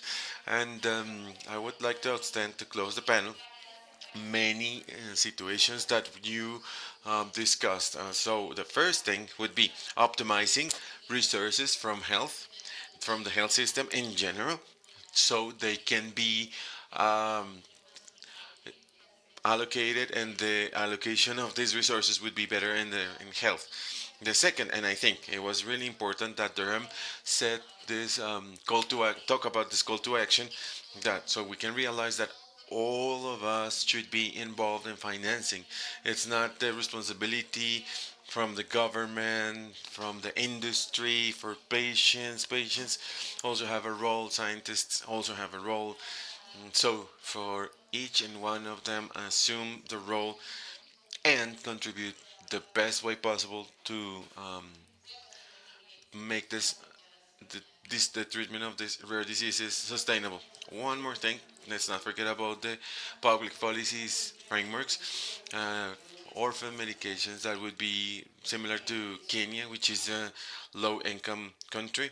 Well, it says something about what we should develop in terms of orphan medications and the articulation with the public policies and rare diseases that had passed or through different ways. Well, thank you, and thank you to every one of you. It was a pleasure to have you here. ¿Sí?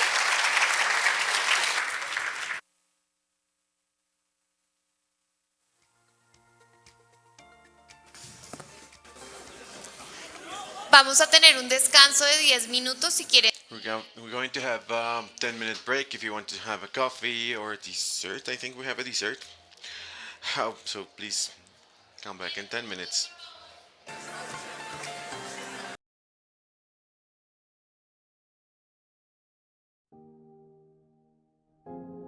The courage to strive for what seems out of reach. The resilience to learn from failure and keep moving forward. The hope that inspires us every step along the way. These are the qualities we seek to preserve. They are also the qualities that drive us to preserve them. Biogen, where science meets humanity.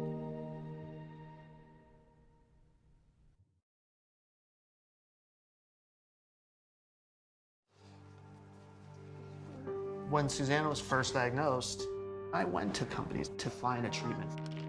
Their answer was too rare. Look at my beautiful daughter and tell her that she's too rare for you to find a treatment for her. A rare disease is anything with less than 200,000 patients. I had patient 1 and 2 in the world living in my house. I wanted a treatment.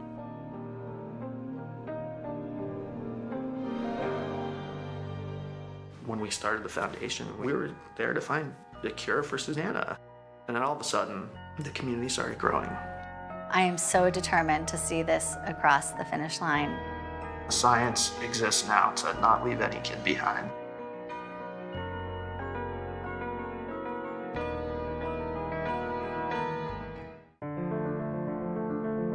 There's a lot of really good companies out there that focus on how they can be successful. For us, it's rooted in a lot more than that.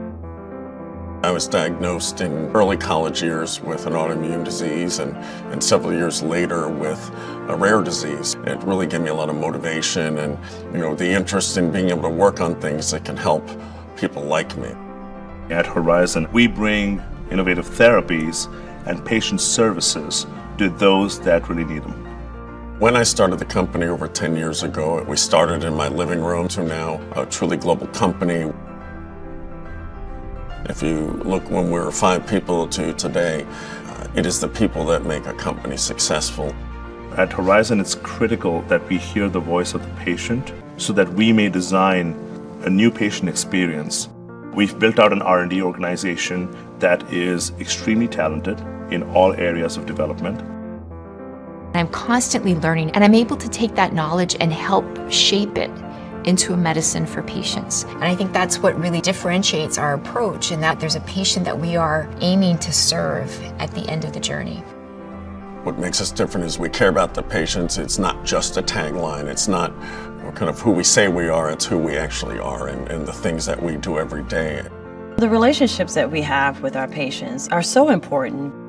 Sometimes we're the only person that a patient may have to talk to. At the end of the day, we want people to feel that they're not alone. There's something magical about the environment here, and what makes it magical is that employees love to work at Horizon. We've been fortunate enough to win a number of awards, both locally, nationally, and globally, that recognize our workplace. We have to continue to grow and develop medicines that will help our patients, and we have to continue to grow our employees and develop their careers. We are way beyond the medicine. We bring a service, we bring care, we bring community involvement, we bring corporate social responsibility. The employees that we have at Horizon are the heart and soul of our corporate social responsibility work. We're engaged in a number of activities across the community, from the United Nations Foundation and hosting Girl Up boot camps to Miracle Flights, which is a nonprofit organization that provides flights for children with rare diseases. Our employees, we offer each of them an extra day off each year, and we call it a Make It Personal Day, where each employee can actually go out, take a day off, and go into their community and do what's important to them. We're all here for a very important reason and a very impactful reason. Our patients come first, and everything else needs to support that goal. It's very empowering to feel like you're a part of something. I'm part of this organization, this wonderful organization that brings so much to patients suffering from debilitating rare diseases. Watching a child get better, watching a smile on a parent's face when they realize they finally, after years, found that one thing that could make their child lead a normal life. That's what keeps me going every single day. It's often the case that rare disease patients are suffering from lack of understanding by the surroundings and society, and also lack of treatment options as well. And raising the voice of the patients is so powerful. We here at Horizon continue to learn. And as we learn more, we're able to come up with new ways of taking innovation and impacting patients' lives. Every employee in this company, from the newest and youngest to the most senior person in the team, has a part and purpose in who we are. And this is way more than a job, it's way more than a salary, it's driving something that it's personal to all of us. We're in the business of treating patients, and it's rooted in passion and caring and doing the right thing. We think we can truly make a difference.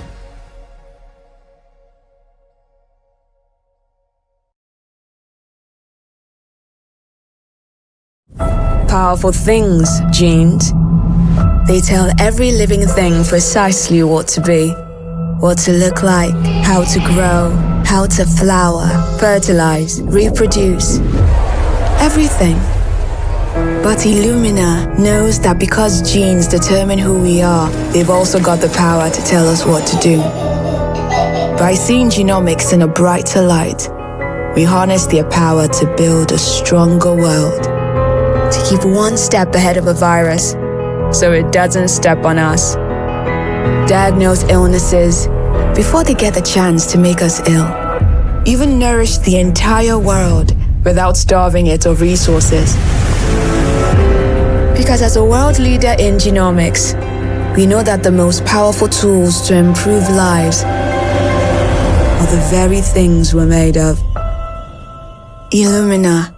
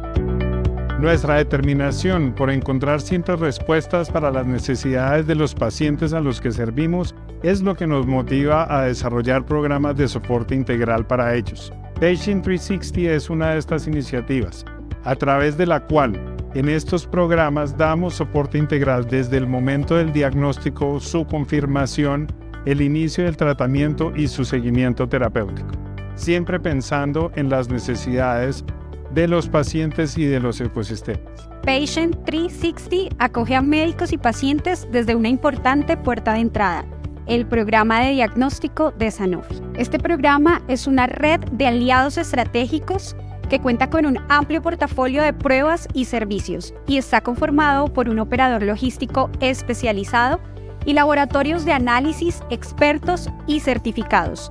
Juntos contribuyen al diagnóstico temprano de las enfermedades raras a través de procesos de alta calidad y resultados oportunos y confiables. Nos enfocamos en garantizar un diagnóstico temprano que contribuya a mejorar los resultados en salud y la calidad de vida de los pacientes y de sus familias.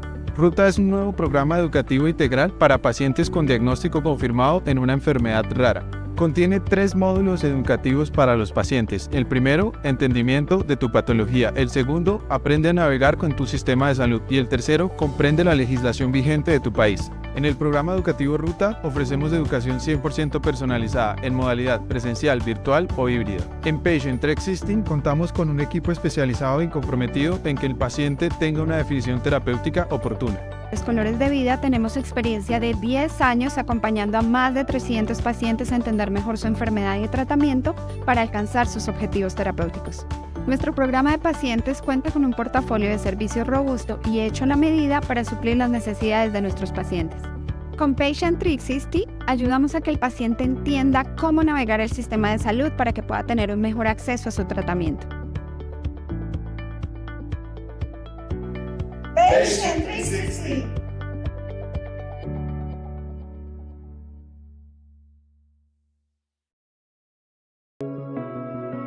Have an idea?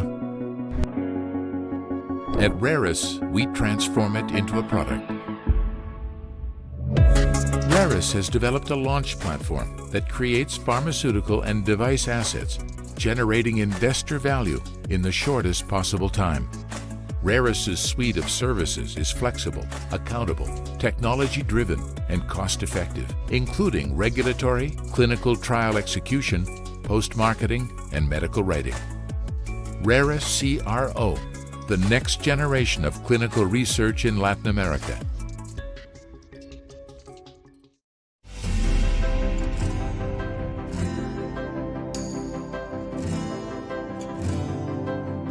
It is scary having yourself or your child diagnosed with a rare disease and you don't know how it's going to impact their life.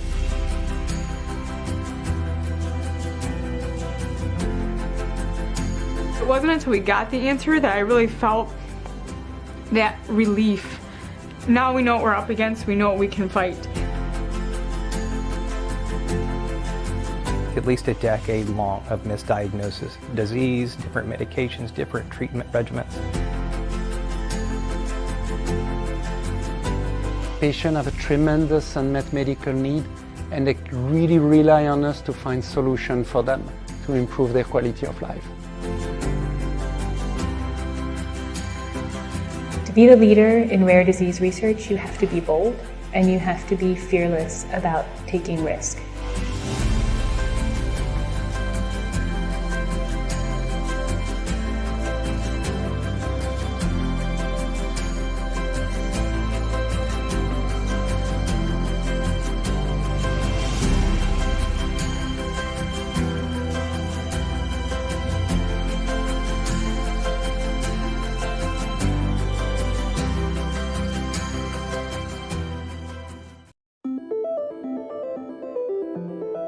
Para los pacientes con fibrosis pulmonar, respirar es un trabajo duro.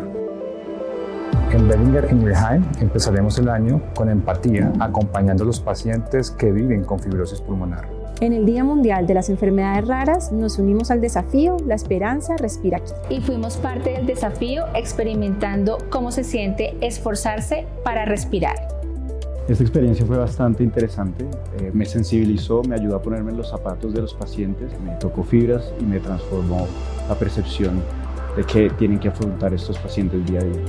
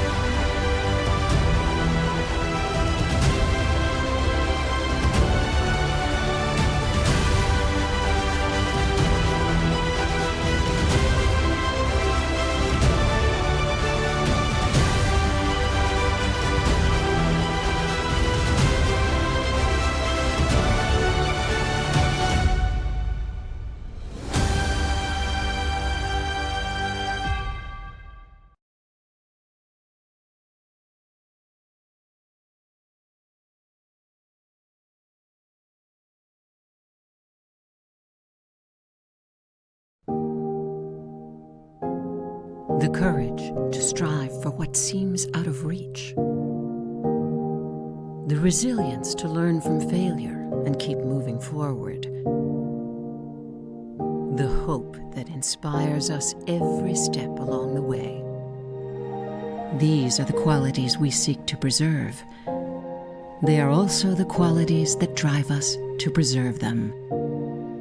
Biogen, where science meets humanity.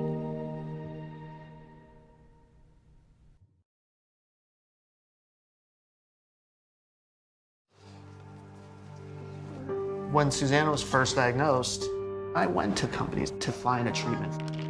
Their answer was too rare. Look at my beautiful daughter and tell her that she's too rare for you to find a treatment for. A rare disease is anything with less than 200,000 patients. I had patient 1 and 2 in the world living in my house. I wanted a treatment.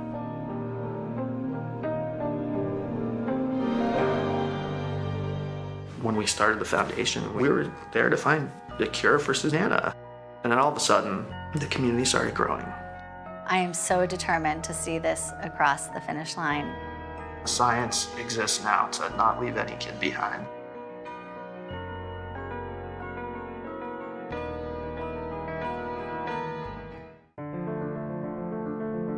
There's a lot of really good companies out there that focus on how they can be successful. For us, it's rooted in a lot more than that.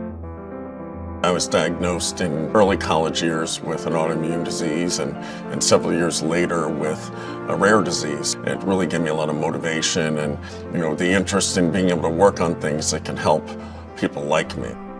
At Horizon, we bring innovative therapies and patient services to those that really need them. When I started the company over 10 years ago, we started in my living room to now a truly global company. If you look when we were 5 people to today, it is the people that make a company successful.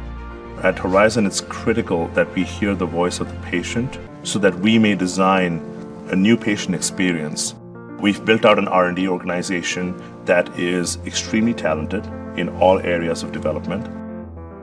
I'm constantly learning, and I'm able to take that knowledge and help shape it into a medicine for patients. And I think that's what really differentiates our approach, in that there's a patient that we are aiming to serve at the end of the journey. What makes us different is we care about the patients. It's not just a tagline. It's not kind of who we say we are, it's who we actually are and the things that we do every day. The relationships that we have with our patients are so important. Sometimes we're the only person that a patient may have to talk to. At the end of the day, we want people to feel that they're not alone. There's something magical about the environment here, and what makes it magical is that employees love to work at Horizon. We've been fortunate enough to win a number of awards, both locally, nationally, and globally, that recognize our workplace. We have to continue to grow and develop medicines that will help our patients, and we have to continue to grow our employees and develop their careers. We are way beyond the medicine. We bring a service, we bring care, we bring community involvement, we bring corporate social responsibility. The employees that we have at Horizon are the heart and soul of our corporate social responsibility work. We're engaged in a number of activities across the community, from the United Nations Foundation and hosting Girl Up boot camps to Miracle Flights, which is a nonprofit organization that provides flights for children with rare diseases. Our employees, we offer each of them an extra day off each year, and we call it a Make It Personal Day, where each employee can actually go out, take a day off, and go into their community and do what's important to them. We're all here for a very important reason and a very impactful reason. Our patients come first, and everything else needs to support that goal. It's very empowering to feel like you're a part of something. I'm part of this organization, this wonderful organization that brings so much to patients suffering from debilitating rare diseases. Watching a child get better, watching a smile on a parent's face when they realize they finally, after years, found that one thing that could make their child lead a normal life. That's what keeps me going every single day. It's often the case that rare disease patients are suffering from lack of understanding by the surroundings and society, and also lack of treatment options as well. And raising the voice of the patients is so powerful. We here at Horizon continue to learn. And as we learn more, we're able to come up with new ways of taking innovation and impacting patients' lives. Every employee in this company, from the newest and youngest to the most senior person in the team, has a part and purpose in who we are. And this is way more than a job, it's way more than a salary, it's driving something that it's personal to all of us. We're in the business of treating patients, and it's rooted in passion and caring and doing the right thing. We think we can truly make a difference.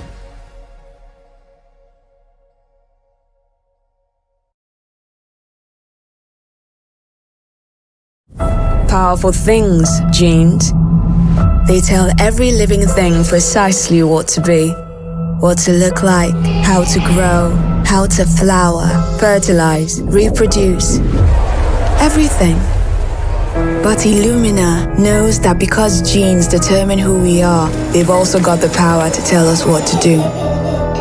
By seeing genomics in a brighter light, we harness their power to build a stronger world, to keep one step ahead of a virus so it doesn't step on us.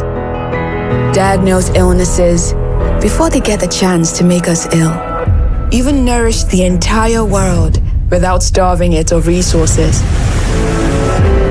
Because as a world leader in genomics, we know that the most powerful tools to improve lives are the very things we're made of. Illumina.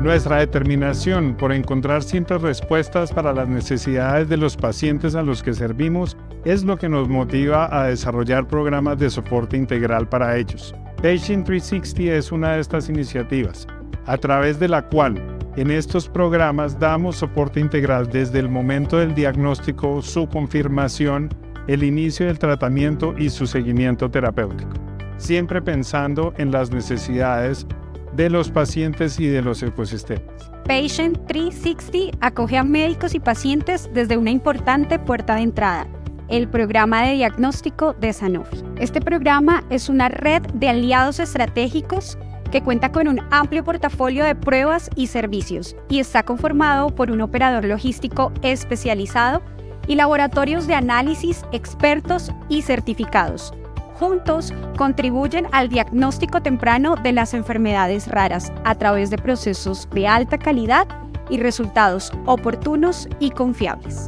Nos enfocamos en garantizar un diagnóstico temprano que contribuya a mejorar los resultados en salud y la calidad de vida de los pacientes y de sus familias. Ruta es un nuevo programa educativo integral para pacientes con diagnóstico confirmado en una enfermedad rara. Contiene 3 módulos educativos para los pacientes. El primero, entendimiento de tu patología. El segundo, aprende a navegar con tu sistema de salud. Y el tercero, comprende la legislación vigente de tu país. En el programa educativo Ruta ofrecemos educación 100% personalizada en modalidad presencial, virtual o híbrida. En Patient 360 contamos con un equipo especializado y comprometido en que el paciente tenga una definición terapéutica oportuna.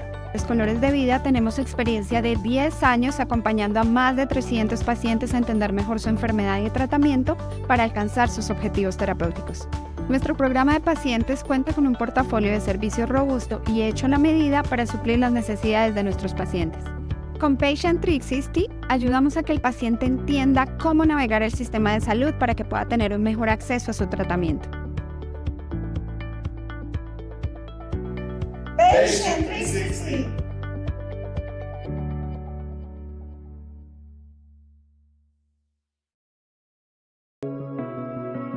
Have an idea? At Raras, we transform it into a product. Raras has developed a launch platform that creates pharmaceutical and device assets, generating investor value in the shortest possible time. Raras' suite of services is flexible, accountable, technology-driven, and cost-effective, including regulatory, clinical trial execution, post-marketing, and medical writing. Raras CRO, the next generation of clinical research in Latin America.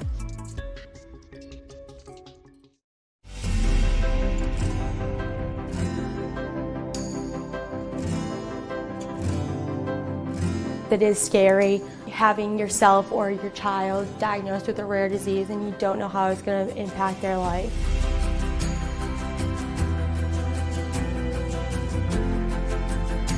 It wasn't until we got the answer that I really felt that relief. Now we know what we're up against, we know what we can fight. At least a decade long of misdiagnosis, disease, different medications, different treatment regimens. Patients have a tremendous unmet medical need and they really rely on us to find solutions for them to improve their quality of life. To be the leader in rare disease research, you have to be bold and you have to be fearless about taking risk.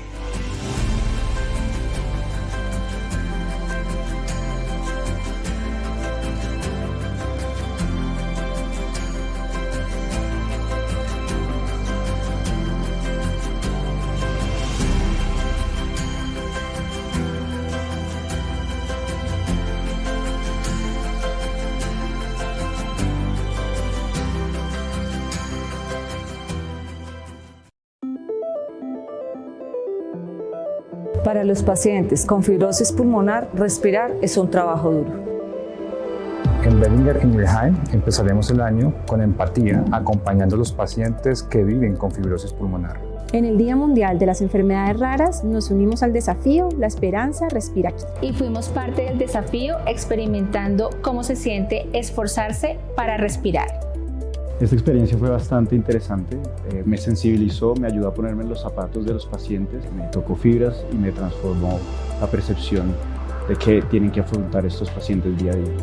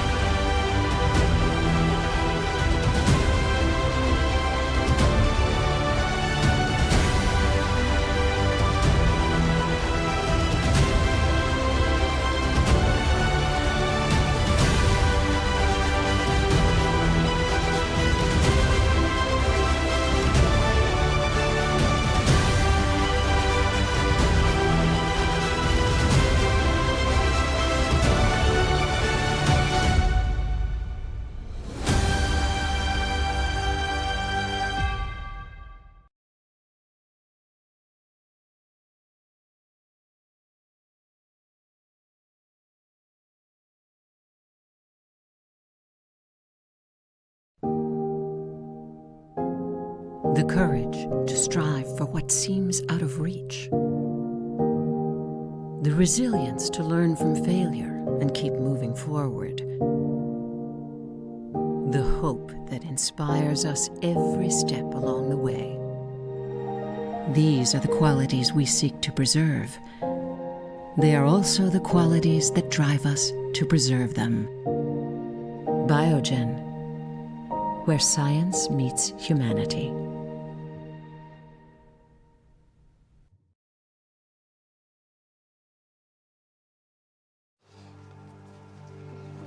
When Susanna was first diagnosed, I went to companies to find a treatment. Their answer was too rare. Look at my beautiful daughter and tell her that she's too rare for you to find a treatment for. A rare disease is anything with less than 200,000 patients. I had patient 1 and 2 in the world living in my house. I wanted a treatment.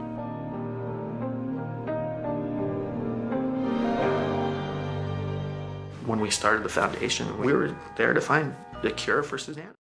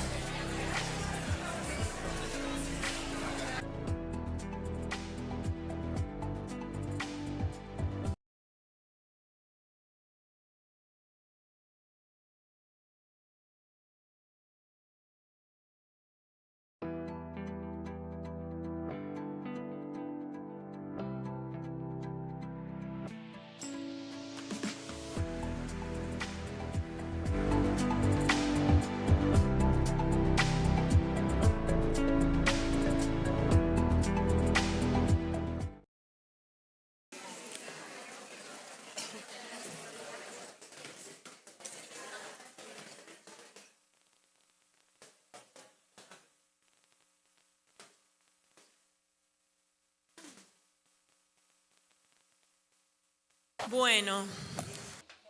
Okay.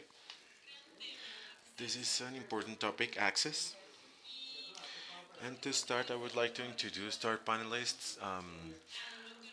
Dr. Ignacio Sarante, that you already know, the president of the Colombian Association of Genetists.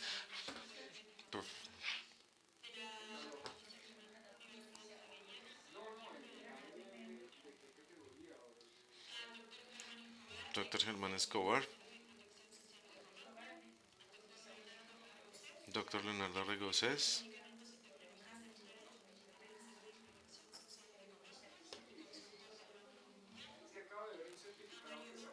Mario Gómez,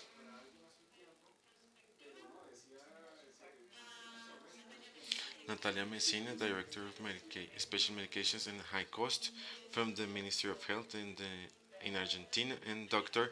Ana Cristina Ochona, Medical Director from Takeda. Welcome to all of you.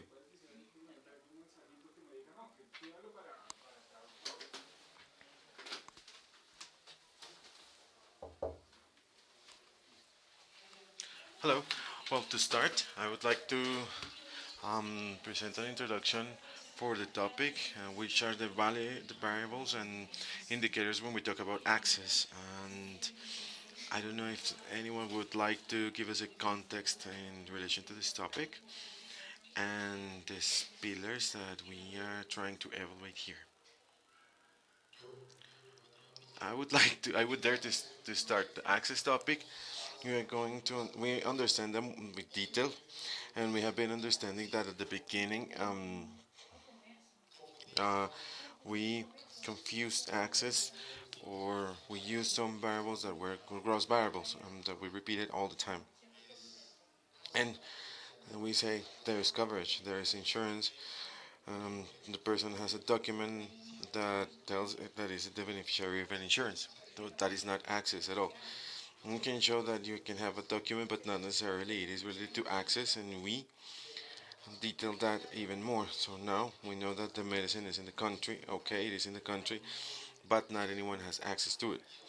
And we were able to understand in a better way that chain, demand, and use.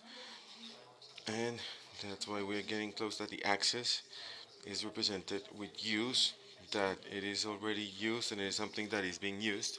There was a need that effectively became a demand because there was someone that said, I need that and I can use it, and now this person is using it. So what we said this morning is every time we have to go to the detail that this use that is being held in the best conditions possible to be offered according to the country, according to the situation. And it is not simply that the medication is in the country, but that someone is using it, but it's telling that they can use it in the same conditions, in the best conditions. It's not that that the patient could have the medicine, but the therapy around, the rehabilitation, accompaniment from the family, the emotional part from the family, having a patient with a very delicate condition. That is where we are analyzing that, and the access. What we want to measure is actually people do have a need, and we are identifying this need. It is part of the demand. It is being used, and it is being treated in the indicators. Those indicators are not necessarily to the country, but the level of use could be, the access level could be at the level that is being delivered in services.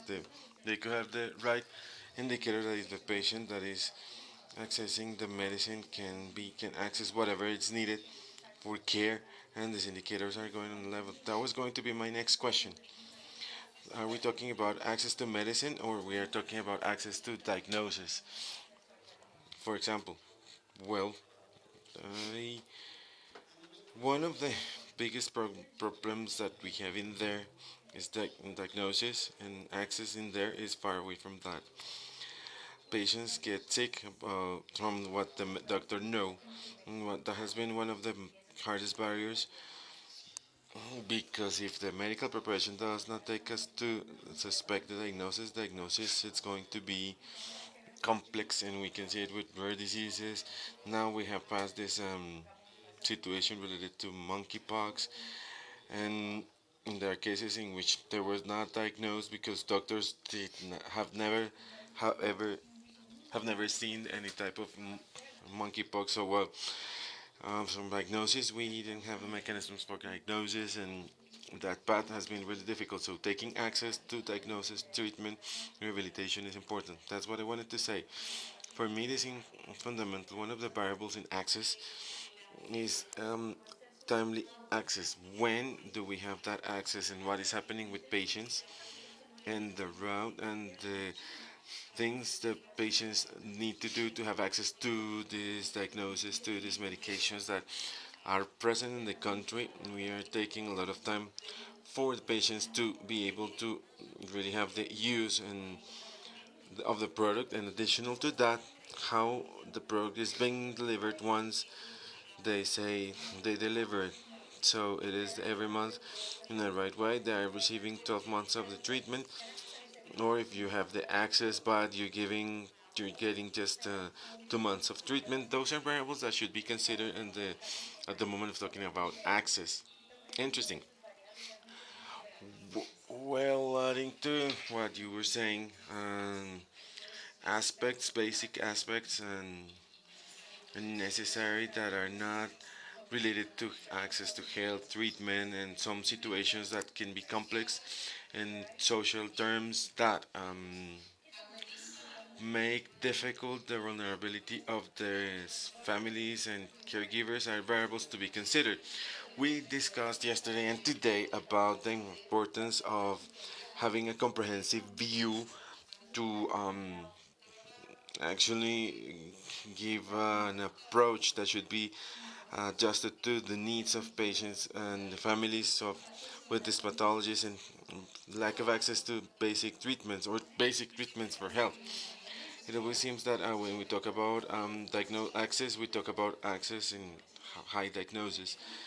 And what we need to do is to analyze basic services health systems should provide and are not taking place. And as the previous panel said, they're not related to big expense to financiers, but they are part of situations they already have in their coverage. And I think that is one of the variables that shouldn't be well, the access to basic needs and health and services drinkable water.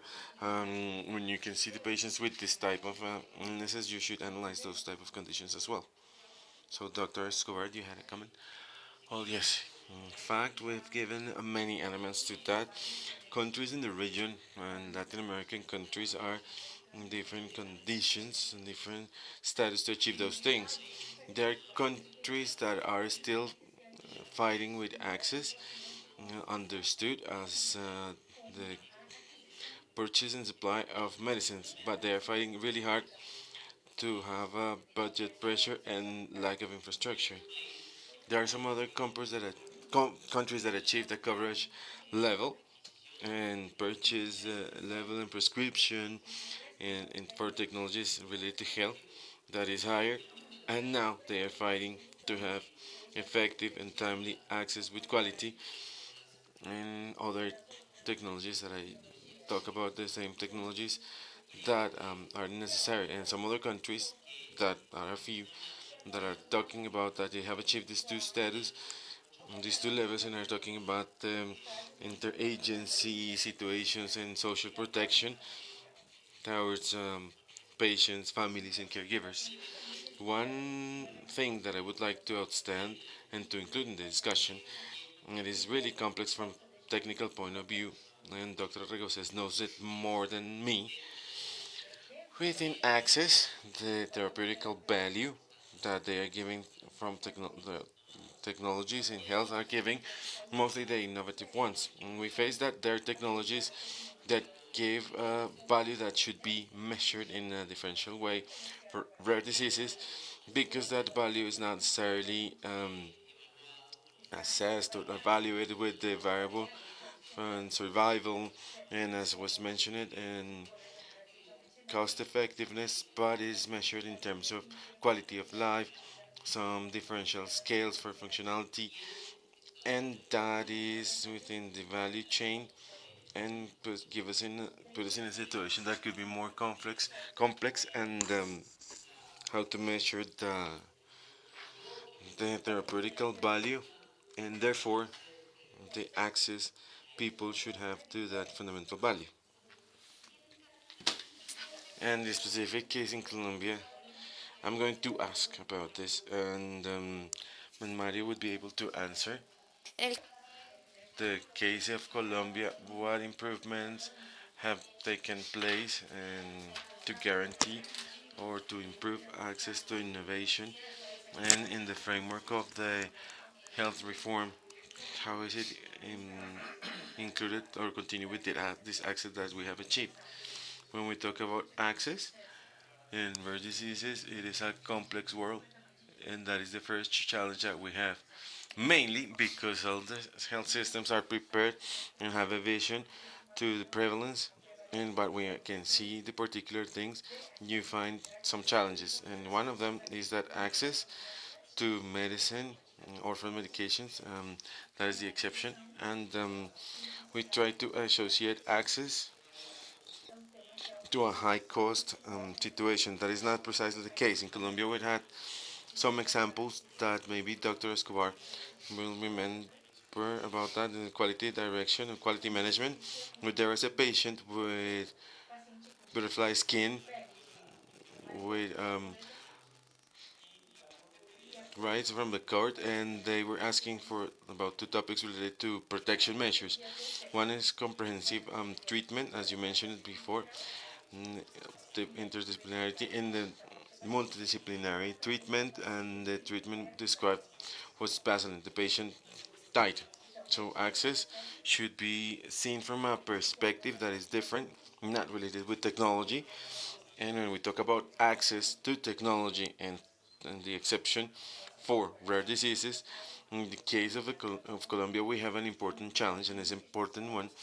It is that we don't know what is the position in actual terms of the country related to technology. And let me explain about it.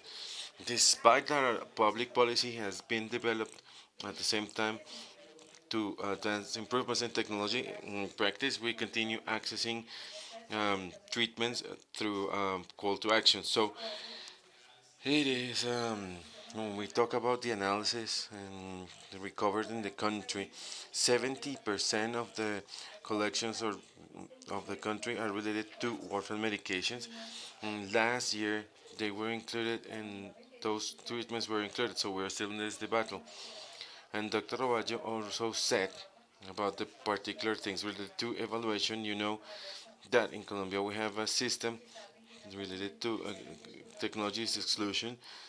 This model that excludes technologies for rare diseases, and apart from that, we started with the evaluation process with these technologies. So it is difficult to establish what is the vision as a country. It was a timely comment, and the question is for Dr. Messina if utilization of treatment or access to treatment is effective. Well, let's see. Sometimes it's the only reason or the only way to do it. And of course, it's not effective because when someone has to go to the justice and ask for a medication, or a therapy, or whatever the cost is, we know that they have passed through some other places, or so the social insurance. Every country is different, but there was a previous path in which they have denied due to the right reasons. Maybe the patient is not well educated, and some others is wrong educations or budget situations. But when you get to the justice, have the first process, I don't want to give it a name in the process. Maybe they won't achieve to get the proper speed for a proper and timely treatment. So this is what implies for this health system and the patient. The patient should close doors to access to justice, and when they get there, it is late. There are treatments that can wait, but there are some others that can't. And for the state, it implies to pay in a more expensive way because they pay a medication for an individual patient at the price of the market or more because of the payment conditions of all the costs included in there. So it is not the solution. So in the concrete case, and success cases, maybe not, but well, the results, the positive results, I don't see them in from my humble opinion, and from the report that we make every year. You can check it on the ministry website, the national ministry, the health national ministry. Do have a support, and we report that every month, every 6 months. It is not the coverage in system. It is what those that get to the health system um, as a lawsuit, and we have a registry, and this registry you can see what is the technology, where the patient lives, where it is, where are the procedures held, a lot of sanitary and health and social information that allows us to make that report that you can see. If you can check, if you want to check it, that does not express the total amount of information we have because we cannot express them. But what I can say is that it has a great result for us. And then there we can see, well, and this is what I can say. The payment is higher, the health system pays a lot, and the patient does not receive any solution to their life to receive a situation or attention in a health center, in a reference health center, different from the place the medical situation gives you through a response from the justice. It is putting the health and health decisions in a power that is not for that and law, and it is the health system which should resolve this, and we should have to visualize and all these topics together with the different views, because the answer is not in the person that was able to pay for an attorney or was able to access to an attorney through what is offered, and is not the solution at all, because many people cannot get to the justice, cannot access to justice, or even stop working or leave their families to take this path. So the legal part is not the the response for anyone, not in Colombia, not in any country in Latin America, because it generates huge damages to public health systems and equity. I would like to extend two important elements that I consider are the first is them access to primary attention. Health systems that would like to be changed starts in primary attention from the Genetists Association and the Institute of Genetics. Focused on training should be in there in the general physician, the pediatrician, and the gynecologist. Not teaching them about the 8,000 orphan diseases. That is an important thing, but we more reduce costs when we start with primary prevention. That is that people would be able to know what is the risk with that disease, and we need that this teams that should go everywhere, and this team should be trained to tell the people, be careful if you're going to have a child, have these precautions, have all the information to make the best decision possible. And if we think about primary attention, it diminishes, reduces the costs and takes out the problem or how can a medication cost. We will have a higher impact. So the access to new technologies that are related to legalization. So there are different levels in the countries, and we have an access to diagnosis. We can make tests in most of the cases, but not timely tests. We take a lot of time to take the tests, and now that we have the possibility to do it, then we have the same problem. And a late diagnosed patient, we paid a medication that is $200,000 a month, but we already provide the medication late, so the patient is not going to have the same effect. In that case, we have to make a difference between the access to primary care and then full attention or full care. Thank you very much, doctor. And talking about or considering what was mentioned at the end of the previous panel, who is going to pay? Where are the resources coming? Talking about insurance, funds. What are the perspectives in these panels related to this topic? Well, it varies in each country depending on how the health system is organized, and about that we mentioned it, the UN resolution. The resolution is clear about a mandate for the member states related to a universal coverage on their health system, not leaving anyone aside, and progressively, of course, recognizing the expense associated to rare diseases. It is something that is sent to social protection, health systems, and it's a clear idea. And we started the discussion on how they are discussed in our country.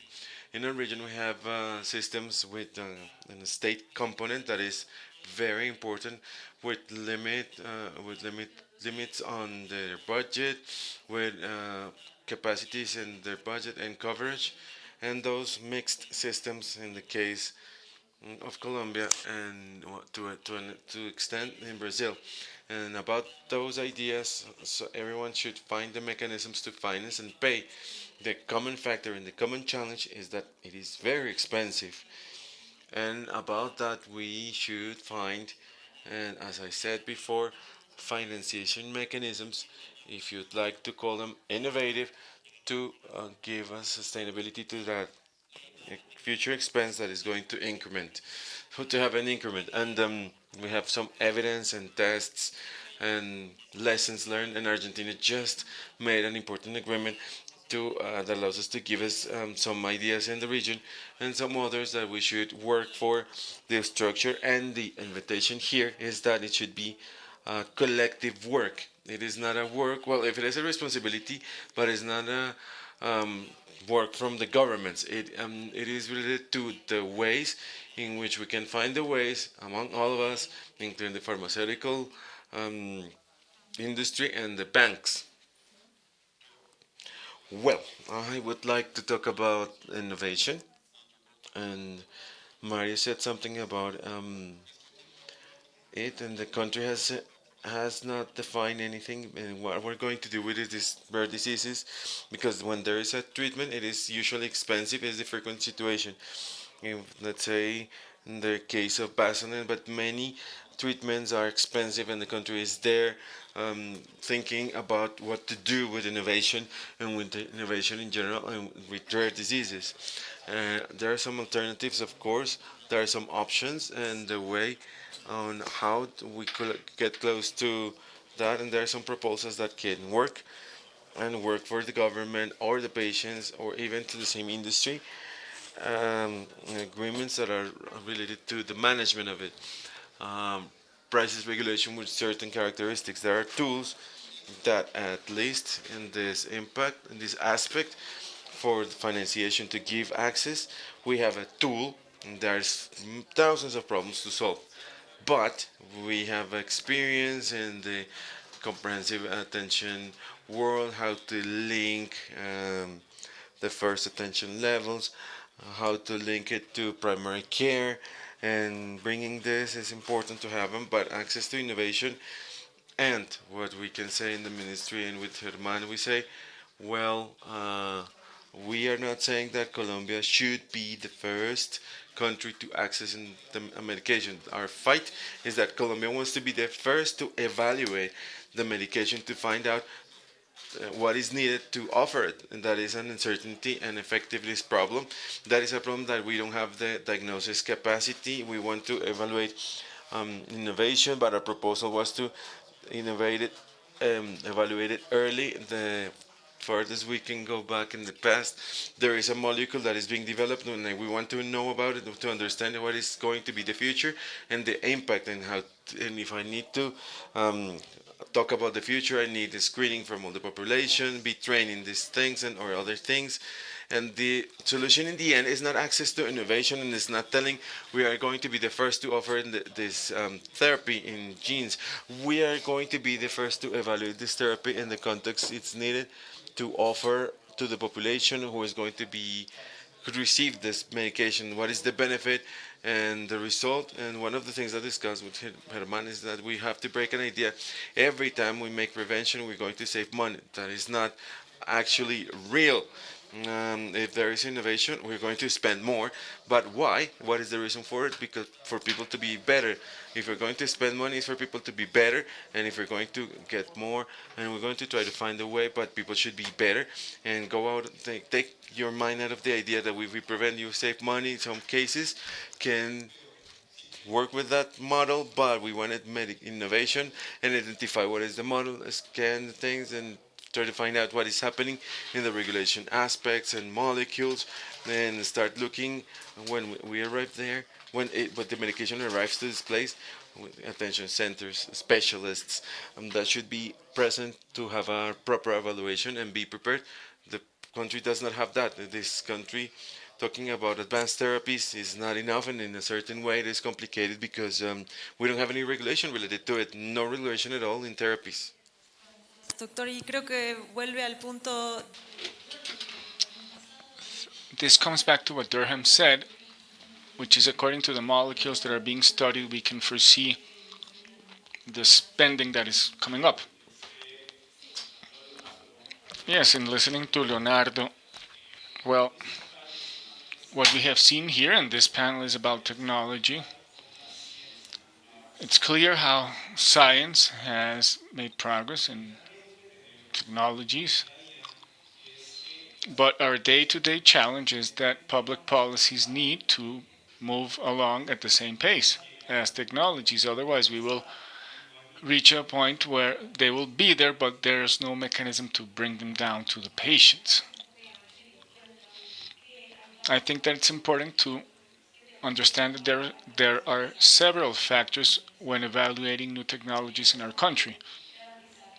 The first is that the people that are evaluating technologies know about these technologies, because, as we said, there's a new technology and we don't know how to assess it, and we want all drugs to be done in phase 1, phase 2, phase 3 clinical trials, but we realized that new technologies are being evaluated differently, and we have to train our regulatory bodies to be able to evaluate them conscientiously and thoroughly. Second point is that from the pharmaceutical industry, we need to understand that the innovative technology that we are going to offer has to have a real differential value for society. And I join what Dr. Escobar said, which is how are we really evaluating the value that a therapy offers to a patient, and if bringing in a new drug will really affect and impact the value, and it has a real differential aspect to the patient's life. Then obviously costs are high. So how? I agree that it's everybody's responsibility. I think that talking about risk, a payment through risk shared agreements have to be done, but also risk according to value. And we have to understand that price regulations are very important. We agree with price regulation policies if there is a clear methodology on how this price is regulated. However, the way to standardize it or systematize it might not be adequate.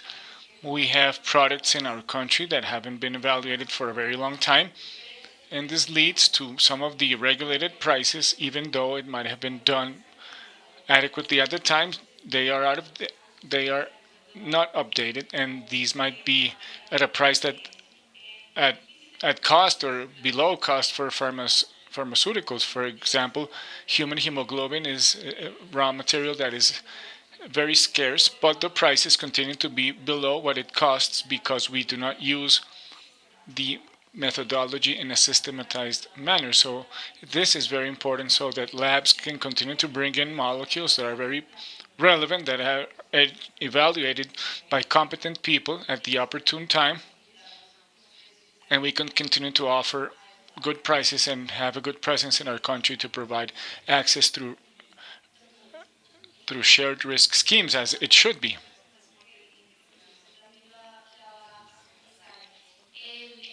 My question is, right now, throughout Latin American governments, we see long-term planning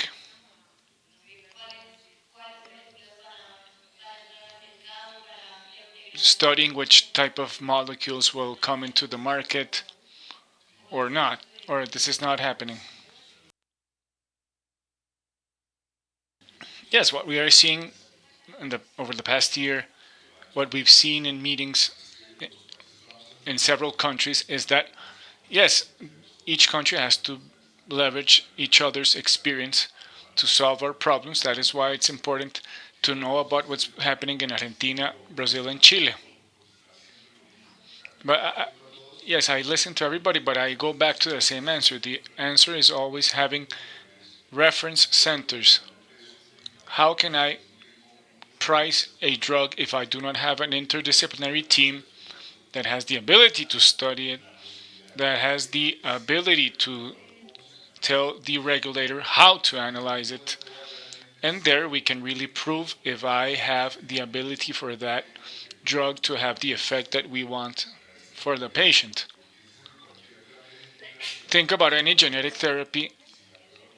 If it's approved through the legal way, through legal recourse, and we have to take it to a provincial area, it's difficult for it to work there. We have reference centers for each diseases, then these become real-life experiments. We can do research. If I have all of my patients in one place, it's not a geographical space, it's a place where we manage them and serve them. We can know what is my sample size, which is one of the big criticisms. But if we have 14 patients only, but follow them throughout many years, then we can tell the regulator if this works or not. And the labs could also have more ability to learn as well. And this might be a naive idea, but when I hear who needs to pay for this, I always think that, well, they always say it's healthcare that needs to pay, it's the ministry. But what happens when a patient dies? Because I've seen patients for 30 years, and I trained my doctors in how to tell patients they are going to die. And I see them here today among us as doctors. Who benefited from that? Schools, universities, restaurants, tourism, all of society benefited because one person that did not die and is now out there in society, that it's a win-win. So why is not everybody focused on that? No, because that costs money. But who benefits when that person does not die but is a productive member of society? So we need to be creative for financing. I have a comment on what you just said, which is that sounds hopeful, but the big challenge that I think that we have today is that our health system was designed for a context where we did not have alternatives for therapies. This is why the healthcare system needs to adapt to those needs. From FECOER, I've seen how you even think that might be a specific system for RDs, and this is to manage risk among diseases because we know them, we have lists, we can work on that. And it's not about financing, it's about risk management. And on the other hand, we also need to know that we need to place more resources in the healthcare system. Obviously, we can be more efficient, we can have more quality, but that progress in technology, and I'm not talking only about RDs, this means that we need more resources to provide better quality.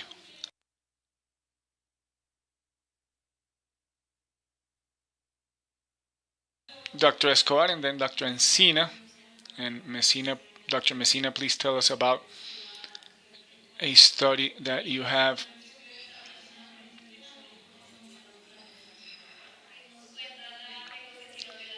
Yes, you can tell us about that genetic therapy negotiation.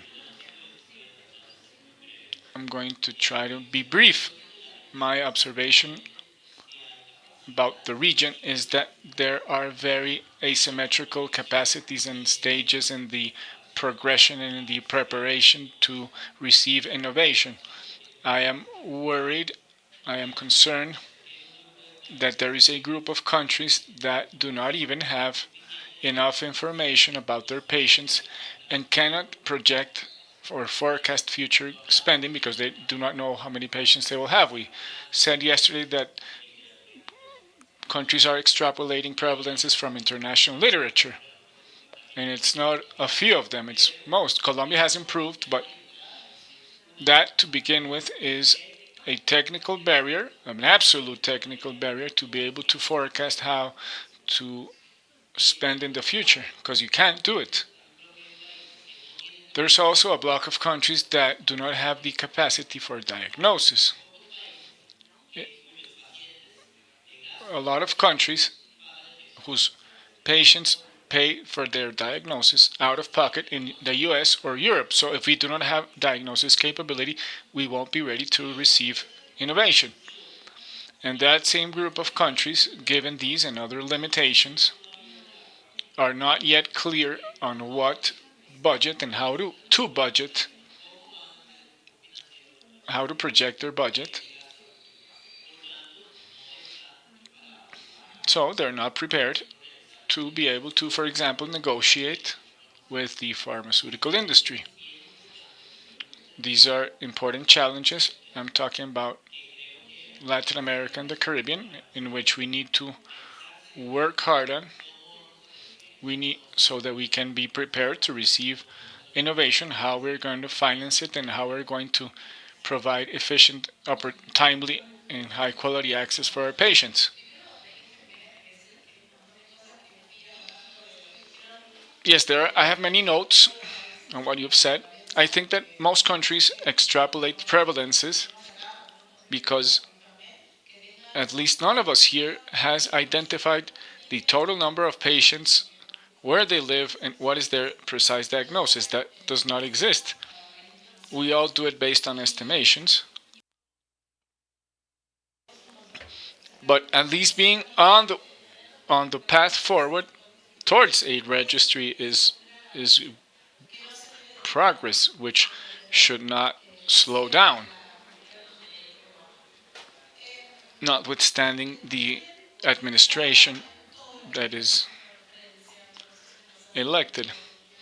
We've talked about schemes, negotiations, horizon scanning, which obviously is the tool that we have to be able to gain ground. But the truth is that there's no magic recipe. Each country has its own reality, but we have common ground where we can mostly coincide. First of all, we cannot drive forward a strategy regarding genetic therapy, but at least in Argentina, which was just the first one being approved. And we have one more, but it's the first one with high impact. If we're not clear on it, there's not just one factor we need to take into account. We need to be clear on that. In terms of genetic therapies, we started the negotiations with the lab before it was approved, because the lab came to us and told us that there was a genetic therapy that was about to be approved that was very promising for this sort of pathology, which was called AMR. And there was no effective therapy for this disease before, just hospice care. And this took 2 years, 3 years. The negotiation took us a year and a half, but at least to evaluate this product took 3 years and have enough elements to be able to negotiate. It led, yes, it was hard work, but once the therapy was approved, we were the first country in Latin America and the second around the world that we did an evaluation of a technology for this type of therapy, and we later updated it, because for our decision makers, for our decisions, we need the information to be updated, and it's published and it's in our website at Conetec in Argentina. Another important matter is that we have already negotiated on another therapy. And how did we do this? We did it by centralizing at the Ministry of Health, independent of what type of coverage, independent of the fact who pays for the therapy. The state regulated it and submitted for approval to start treatment and to maintain treatment to a national AME commission made up of different specialists with different specialized doctors, different officials from the Ministry of Health. All of the actors that need to be there when evaluating were there. And this registry, which incorporated the technology, all of those patients that needed approval for that drug are uploaded to a registry. This registry, it's called RUT AME, and in this registry they have their whole medical history with all of the necessary elements to understand if they have the proper diagnosis or not. This national commission meets once a month ad honorem, and we debate case by case, both for starting treatment but for treatment maintenance with Spinraza. If the commission says that the patient is eligible for treatment, we issue a decree, and if the patient is covered by the private sector, we inform the private sector that they need to cover it, and if it's covered by the public sector, automatically the ministry provides the drug. And 15 days later,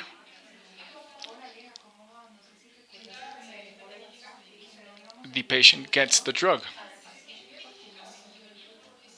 These cases that came through legal action before, and as you all know, that a patient that with this pathology, in a month, their conditions can deteriorate. That patient needs a quick response. And this is what we achieved with this commission. Now, doctors evaluate the technology, but they are subject to it being fulfilling criteria for inclusion and exclusion.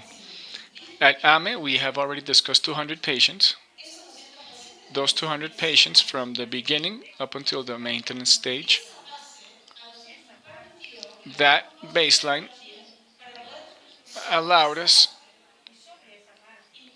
to implement what could become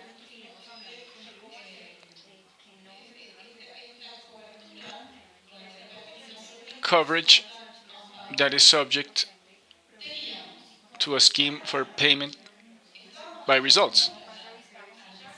So for AME 1 and 2, we were already providing an answer. This was no longer an orphan drug because there was an alternative. However, after this long process, what we did was to establish how we could cover it, because we knew that we already knew a registry, and we could therefore evaluate how many patients we could receive up to every year based on the profile of the patients that would most benefit. And we were able to determine more or less, I say more or less because it can be one less, two less, or two more, but we were able to determine based on this registry and our own information how patients we could cover every year for this genetic therapy. That allowed us to budget it with appropriate amount of time and present it to our authorities and design a plan that is not only based on a payment, let's call it a payment spread out through time, but it's based on paying based on results of that medication. So, in summary, we defined who we are going to approve this therapy for, what patient profile are eligible. And this we did it together with the laboratory, working together based on evidence, and what patients with what profiles are going to benefit from this therapy. That was also evidence-based discussions. We defined characteristics based on age, type of disease, and clinical conditions to be able to be covered. And then what we did was to define payment methods. We said 20% after every evaluation, and that patient has crossed the thresholds that we established that were also discussed by the experts. So the patient was going to be evaluated, or is going to be evaluated. What we did was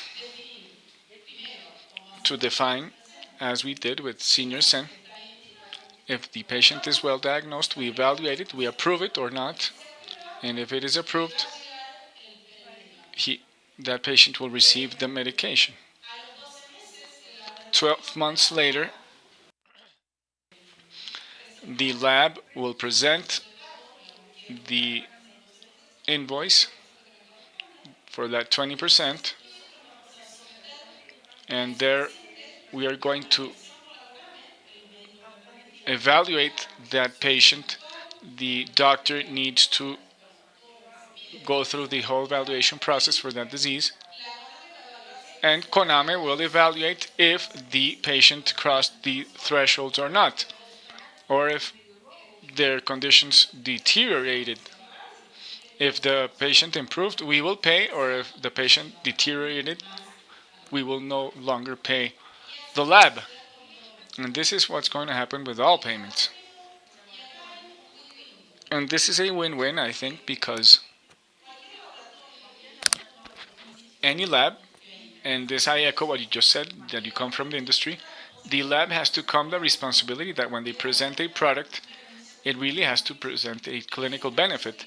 And that clinical benefits is a differential benefit for patients, especially when we're talking about these values. So I think that the most important thing is that the lab has to trust its genetic therapy, and it considers the lab itself submits to a shared risk scheme.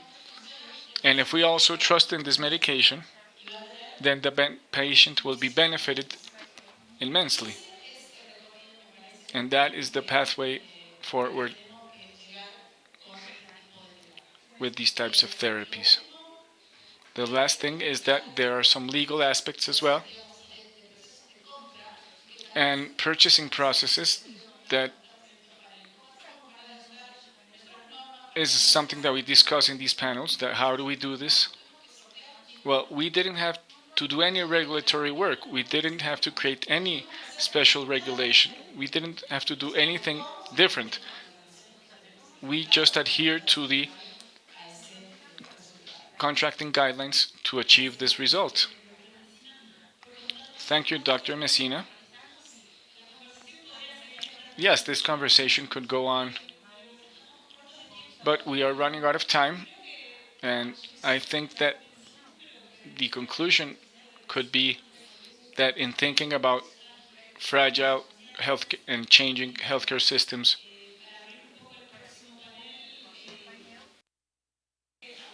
to open up the next panel, we think that we need to bring to the table innovative proposals.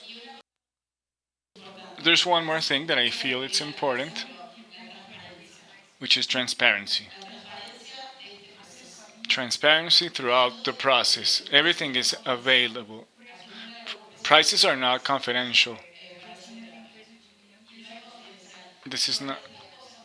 Yes, these things help us as a region. Another solution that we thought about, which is something that is presented to other countries, but that solution was something that Argentina could not accept, so we made a counter proposal tailored to the needs of Argentina, and I think that this is a challenge for the region.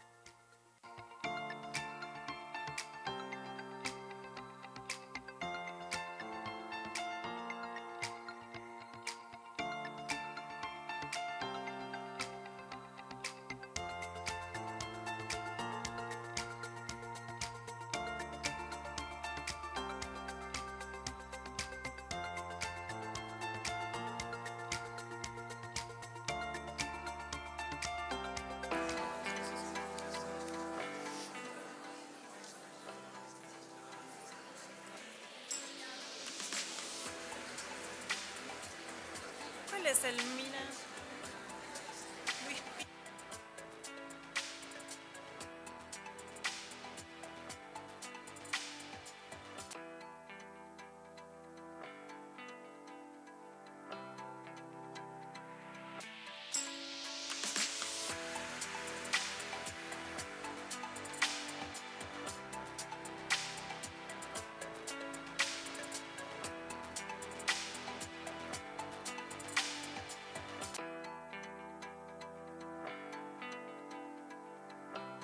Vamos a continuar con la programación. Por favor, el doctor Luis. Please, Dr. Luis Pino, Dr. Zafaroa, please come up to the stage. Siento, vamos a continuar con la programación.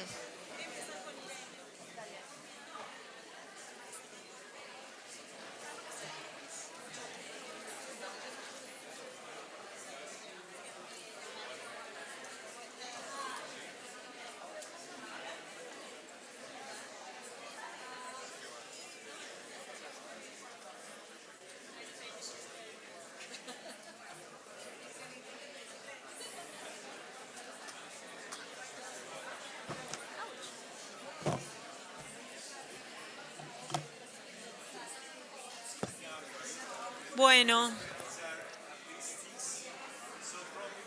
el tiempo es un tirano. Vamos a comenzar.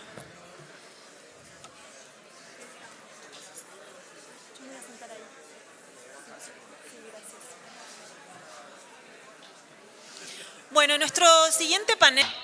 Our next panel will talk about the digital revolution, the impact of technology, the impact of technology, artificial intelligence, and digital health on RDs.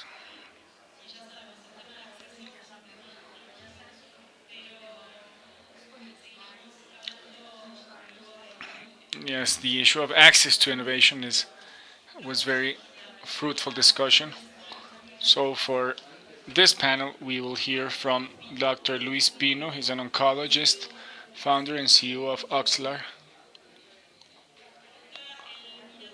Dr. Elmira Zafaroa, CEO of Zafarus SPA, Chile.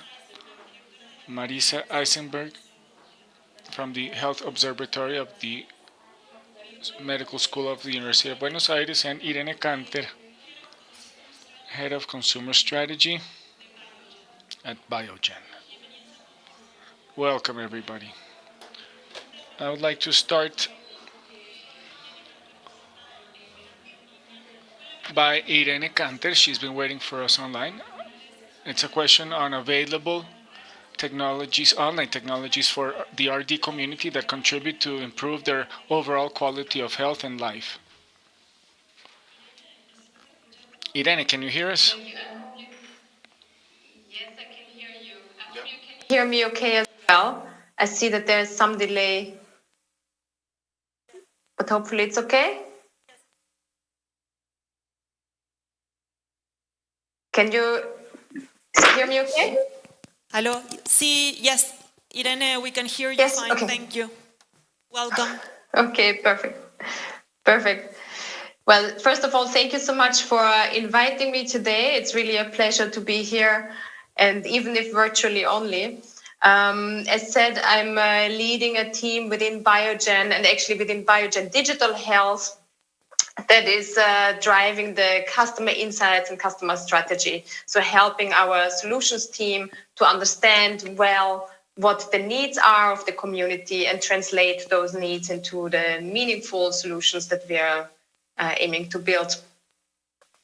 And definitely the rare disease community is a very special one, where definitely data, for example, is an important topic that are rare, and the accessibility is another issue that may be more important in rare disease than in other more generic diseases.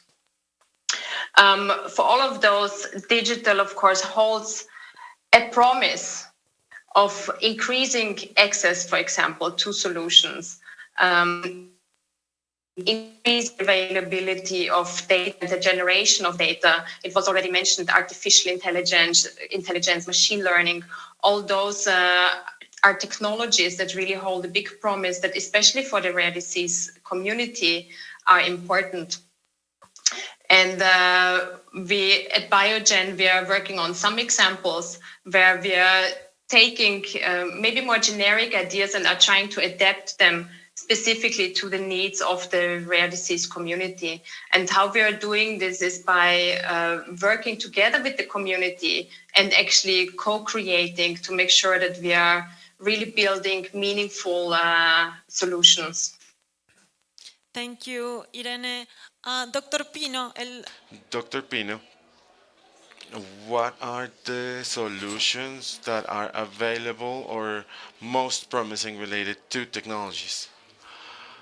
Well, first of all, thank you very much for the attention. I have found many relatives and patients in Medellin when I was over there with rare and orphan diseases, and thank you so much for greeting us and meet us. Well, there should be an important difference in here since there is an intersection related to terms that should be confusing.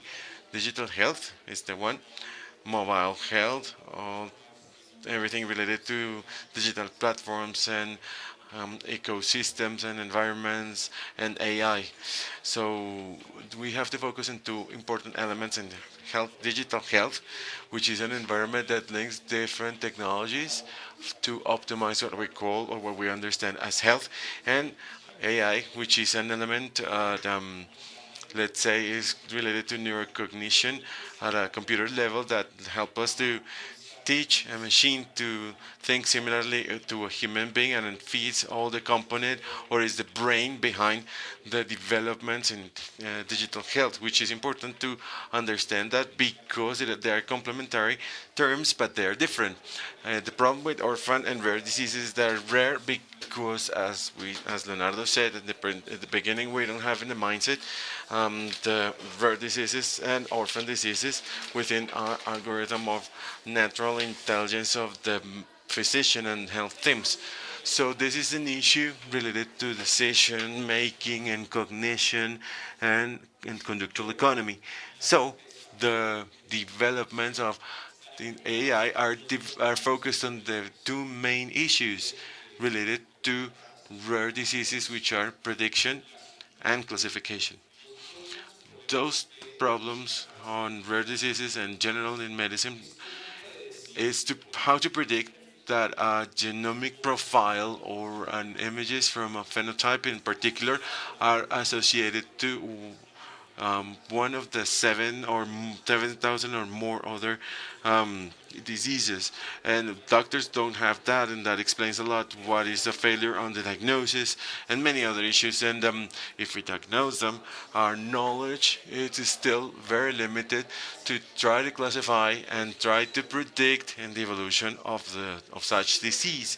That is another context in which the development of AI and deep learning, machine learning can help us to do that, and can create a huge explosion of different developments using different methodologies on machine and deep learning to help diagnose based on the genome, phenotype, genotype, and other situations and data to help to classify and make an evolution prediction. And another important element in there is an intersection between AI and digital health.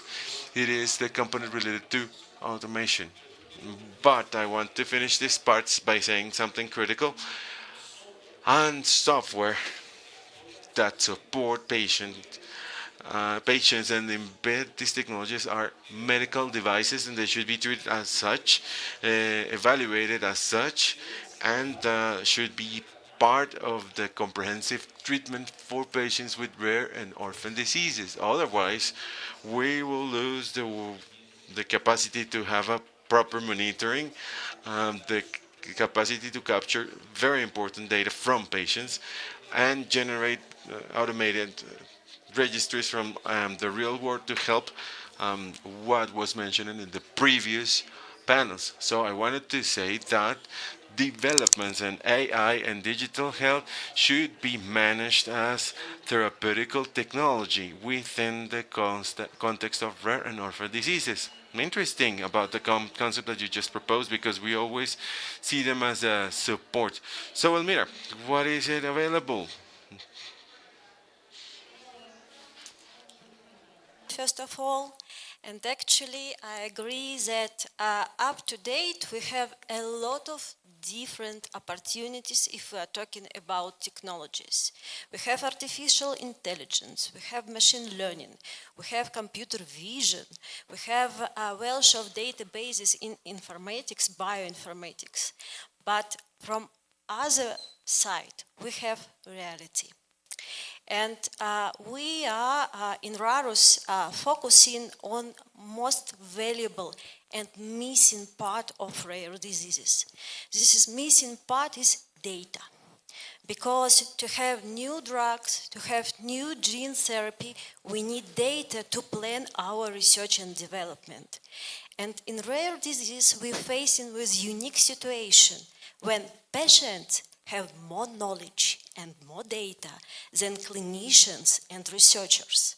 This is why we try to develop digital instruments to empower patients to contribute to patient-focused drug development. But we have a lot of struggles on our way. Why? Because of reality. Because we try to put technology on top of the very old-fashioned healthcare system with clinicians who are taught to use very traditional instruments. And it's not their fault, because it's really a very sensitive area of health. We should keep all risks in mind when we treat our patients.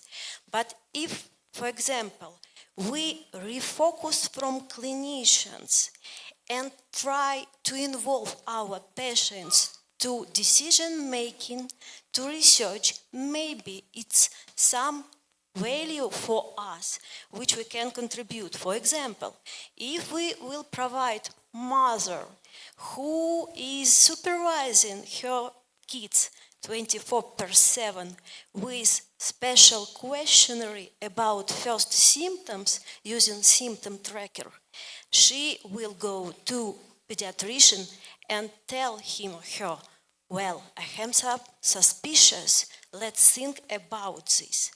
But if we're talking about also real clinical practice, I should focus on two pain points. First one, electronic health records. Actually, EHRs is the main source for us of real clinical practice, real world evidence, and if we're talking about, let's say, oncology, it's a great source of insights for us, how symptoms is developing, etc., etc. But unfortunately, in rare diseases, we have limited number of patients, but also we have absolutely lack of unified standards how to keep these electronic health records. Every clinic has its own standard of dealing with patients' information, with medical information. And if in rare diseases I have a lot of different parts from habilitation, from speech therapy, from pediatrician, neurologist, etc., etc., I just can collect all this data and have this in one place, because it's not information, it's not data, it's a mess. Muchísimas gracias. Y bueno, thank you very much. And a challenge within the region that we use pen and paper. And takes me to the next question, which is related to the digitalization of data and registry and the legal part of information privacy and what takes to make digital all this information. Well, thank you very much and good morning for the invitation. I arrived at 3, but I didn't want to lose this, and basically because it's a topic that I want to make you passionate the same way I am. And I think and I believe that it is important to understand that digital health could help solving problems that were there, that I was listening from in the virtual way about the panels from yesterday, what happened today. It is a window of opportunities to access. It is a window to improve public policies. And can you imagine the services of telemedicine scheduled through the country? We have a very bad situation, not in Latin America, the world as such, having specialists around big cities, right? So how long does it take not only for a study but to to access a diagnosis?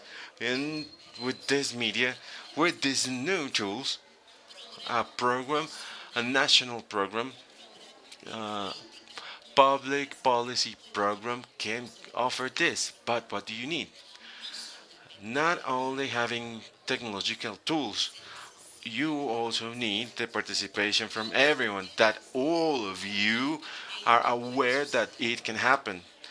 But because the digital tools are focusing, and I'm sorry, in an hegemony, in a medical hegemony.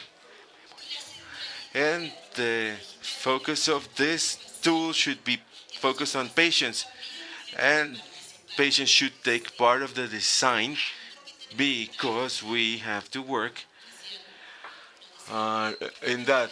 When we talk about ethical problems, legal problems, we should have a regulation that does not exist for digital health, to think about these matters that are related to the clinical digital history. And talking about that in a computer, we we put the data, we have a digital system. No, it is not that. A digital system needs to interoperate.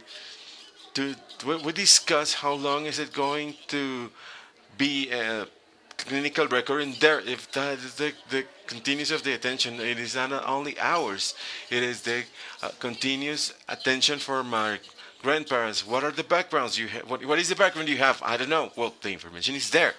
That is the data that we need to start saving and collecting.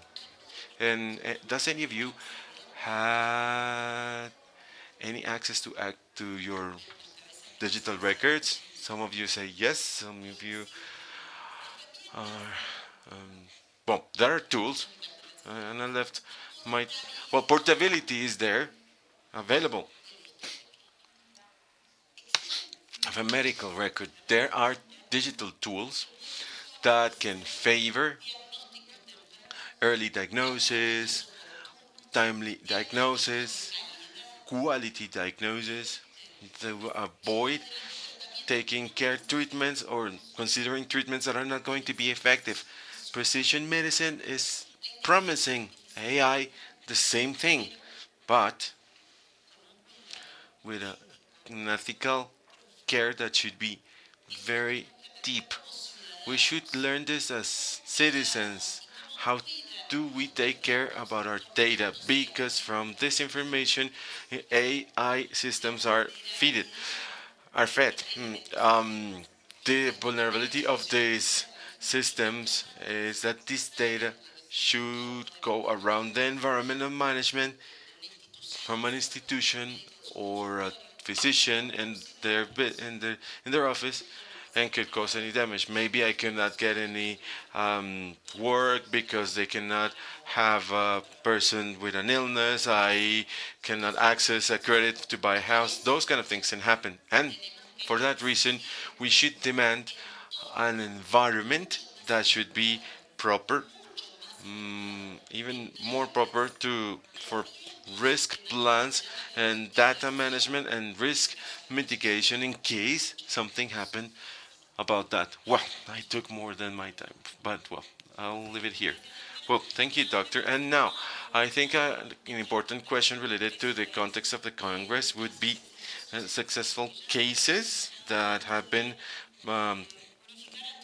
shown to join all the stakeholders within a platform to promote these technologies integrated in health and specifically within the context of rare diseases. And if we have an example, if not, I am pretty sure that Dr. Alexandra is working in something, but I would like to listen examples related to success tests, success proof, or those that are in the future. So, Irene, would you like to discuss if you have any project that is including all the stakeholders?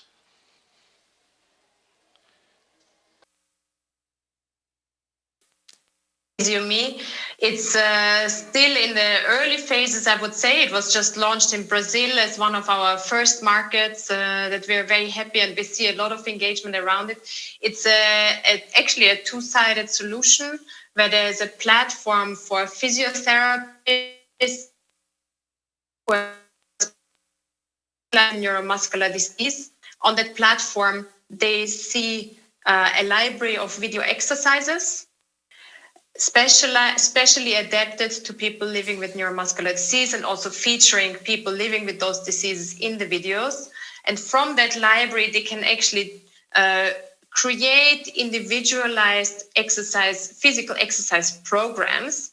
And then on the other side, for people living with neuromuscular diseases, we have an app that we developed where people then can view their individualized program and follow that exercise program with data about their compliance and other data that are captured, being fed back to the physiotherapist so that the physiotherapist can actually adjust that exercise program. And so this is a nice example, I think, of where we worked with the different stakeholders. So this was really co-created with specialized physiotherapists, specialized in neuromuscular disease, and with the patient community to develop something that is adapted to the rare disease community. Muchas gracias, Irene. Dr. Pino. Thank you, Irene. Dr. Pini, yes, there are some examples, or many examples in clusters for rare diseases in general. There are two important groups for development. Some technological projects that I call them coalition, that are basically digital ecosystems in which there is a director, an environment in which you can put some situations related to the Lego. You can include support decisions to the clinical decision support and machine view, a series of development that together can give something in the different parts of the patient journey. So they end linking this patient to coach or connection platforms for the patients and caregivers that collect data and allow the management of this information to measure adherence, prompts, and prems, among other things. So there is no other system that is an intelligent system in second generation that is completely implemented, and not even it should be like oncology or cardiometabolic disease. So what is happening, and I'm concerned about this, and it is part of not understanding the need in a right way. There is an explosion of apps, little apps and big apps that are sold by the pharmaceutical industry as a solution for a need that is absolutely that is not linked to the patient's journey, but only captures one element that should be included within this director and should be, in the end, something that you said. It is not co-designed with the final user, so the final user is not going to use it. And the adherence with patients and caregivers and the medical team to apps is minimum. And for that reason, it makes two elements to be there. Digital ecosystem that should be collaborative, that should be the way it should be done, through a coalition allowing to develop the different parts of the system, but what is the problem in there is little development in different ways that are not connected and end up to be um, useless for clinical teams and patients. We are afraid of the technology, and how much of this is education, right? First of all, I would add a couple of examples because actually now we have great progress in computer vision. And if we're talking about this area of science and technology, Phenomizer is one of the great examples when computer vision helps geneticists to define diagnosis based on face of patients with very specific signs of diseases. I think it's amazing progress of computer vision technology. Other part, based on our experience, when we try using electronic health records and knowing about red flags of specific disease, find patients who has these symptoms but doesn't have diagnosis. And actually, it's really interesting experience to collaborate with mathematicians and with clinicians to elaborate specific algorithms. With regard to education, well, I think that it's two sides of the same process. If we're talking about healthcare specialists, for example, clinical decision support systems who can suggest, let's say, neurologists that these patients may have some symptoms of rare diseases, at the same time is a great source of education for this specialist, because next time he will keep in mind that these symptoms may be will be diagnosed as these specific diseases. If we are talking about patients, of course, a lot of education, but this is learning by doing. If we start to involve patients more deeply in research and believe they would like to participate and contribute, but we just need to give them tools and a little bit more knowledge, for example, on clinical trials. Because, frankly speaking, not all specialists, even specialists, understand what clinical trials are. So it's just two sides of progress. Gracias, doctora. Vengo del ámbito Well, I come from the environment and the academy environment. We talk about education. I'm really glad to talk about that. And education is in two ways. I can tell about my experiences that are really close. After the pandemic, we started in the Faculty of Law, a postgraduate of digital health, that we didn't have any tools to connect three worlds: sanitary, technological, and regulation and ethics. Then we started to build the basis for the implementation of health development. What were the requirements? The doctor brought how many apps are there available that are for welfare, not health. We don't need to confuse what is the gold standard with which these apps should the state start to be concerned about, to give a category and authorize them to access on one side, because it is related to the training of those that gave us those tools. But what happened about us?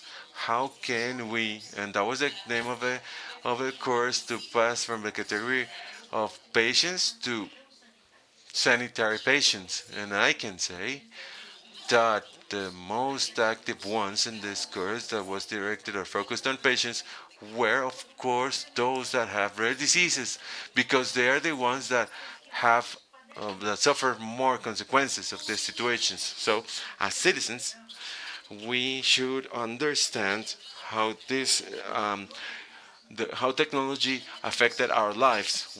We don't use the fingerprint anymore. Our fingerprint is digital. Social networks know more than me than I know about myself. And I can ask about the social networks about what I did this year, and they answer. So, in this regard, we should have the capacity to see what is there and what is coming and be prepared.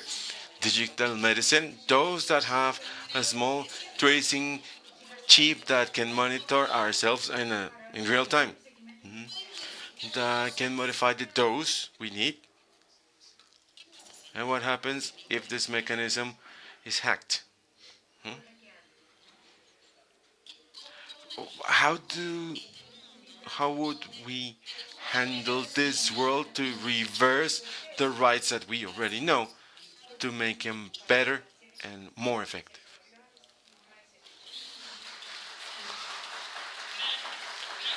That is a great conversation for sure, and actually a full revolution that we put them on the title of this panel.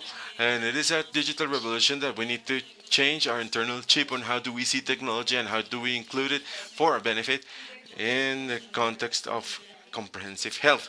Yes, doctor. I have very good friends in Argentina, and they have moved Cecilia Denez, and it's in a tour of the algorithm empire, and that have they have integrated this that you're talking about. Here we have Leonardo, and we discussed that before. If there is a topic related to political will, it is impossible that we haven't had any software regulation as a medical device in Colombia. It's something that you cannot believe. We are not only health citizens, we are digital beings, as you mentioned it, and that discussion if the AI is going to replace physicians. Well, we have a gap in there. It's going to replace us in many things that we need to be replaced.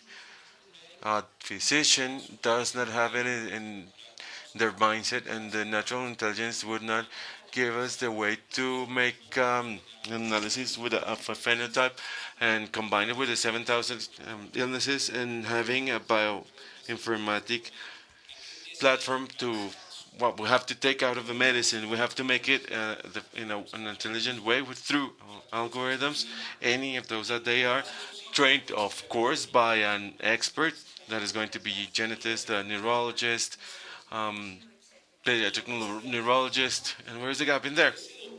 And that the doctor that does not have the skills that you mentioned and is not going to have them because when we have these discussions with the medicine faculties, and I just arrived from the MIT, and I had a conference over there.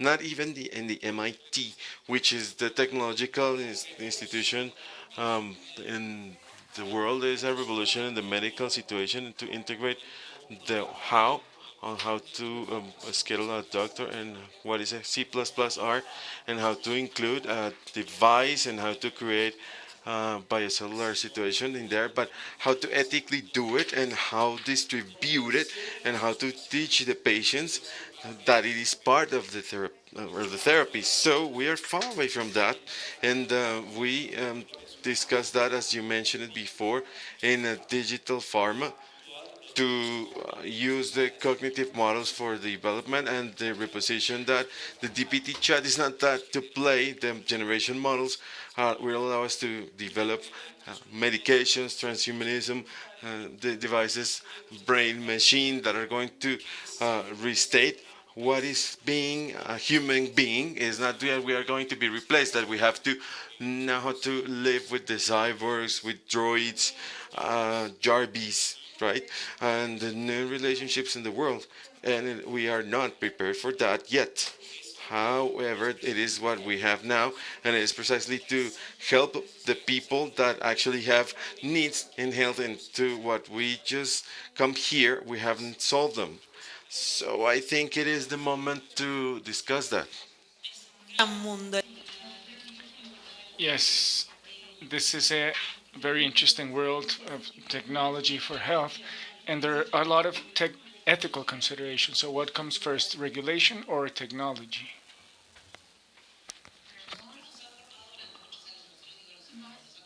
Lawyers have been trained for many years to be spectators of the world and to solve the conflicts that we see in the world to avoid social conflict. But this has changed. The perspective today is different. If we do not have the ability to see that the conflict is already there, conflict is already there in our society, so how can laws prevent these conflicts that have to do with privacy, that have to do with confidentiality, that have to do with this double life that we are going to have, because we need to provide informed consent for a medical treatment.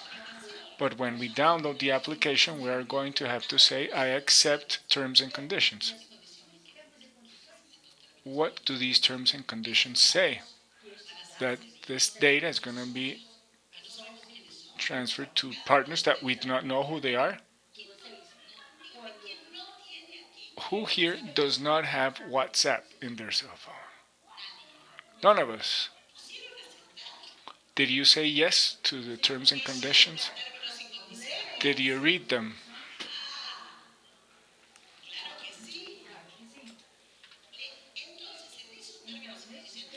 In these terms and conditions, you sold your soul to the devil. This is what we need to try and avoid in the healthcare system, because we are talking about an asset that is absolutely personal, that has to do with our values, with our beliefs, and with the rights that we have to take care of. And for this, we need the world of technology, the healthcare world, and the lawyers. Thank you to our panelists. This is another panel that could go on forever. Thank you, everybody. And let's invite our next panelists.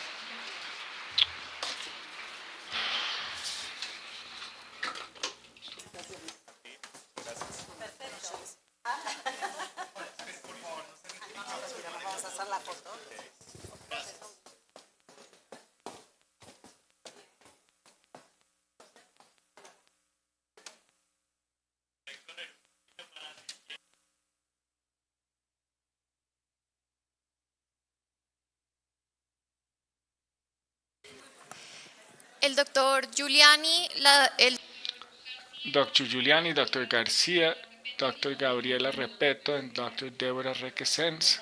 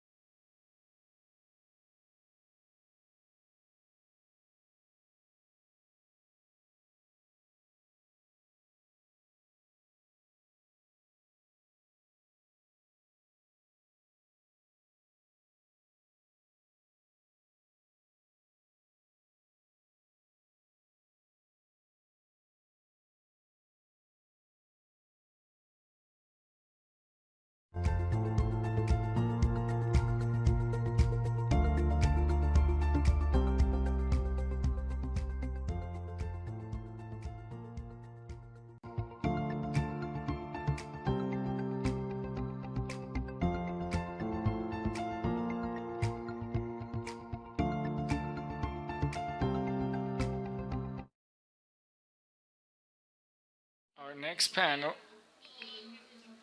will bring together everything that we've learned in this Congress about collaboration between different actors of the healthcare system, integrating innovation, the challenges of technology evaluations. We're going to talk about how to drive clinical trials and research on RDs in Latin America.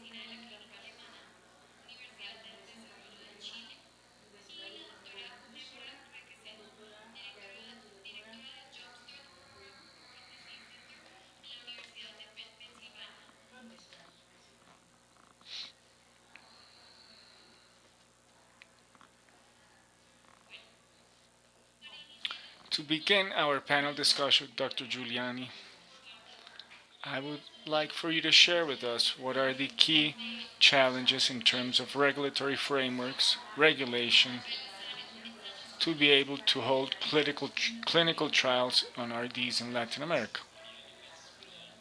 Thank you, Mariana, and thank you for the invitation. Well, there are many challenges to clinical trials on RDs in Latin America, but there are many opportunities as well. I think that we should try to hold clinical trials because it provides access to patients to new technologies and treatments that might take years to come to them. The other good aspect is that clinical trials have very high standards, and once the center holds the clinical trial, they start to work under a higher level of service than they were before. This is what happened with us. But there are many challenges. Challenges, for example, of having the necessary infrastructure for clinical trials, which is sometimes available in private hospitals, but the researchers are mostly in public hospitals, but sometimes you have the ideal combination of researchers and infrastructure in a public or private center. But infrastructure is a challenge. A big challenge that we have in terms of regulation is that we have deadlines for approval. I speak from the perspective of Brazil. These terms are very long.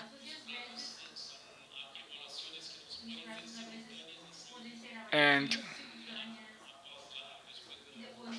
sometimes these are held simultaneously. In Brazil right now, we have the possibility for the ethical evaluation is being done at the same time as the evaluation from the drug agency. And this came after a long debate. And I think that where we moved forward as well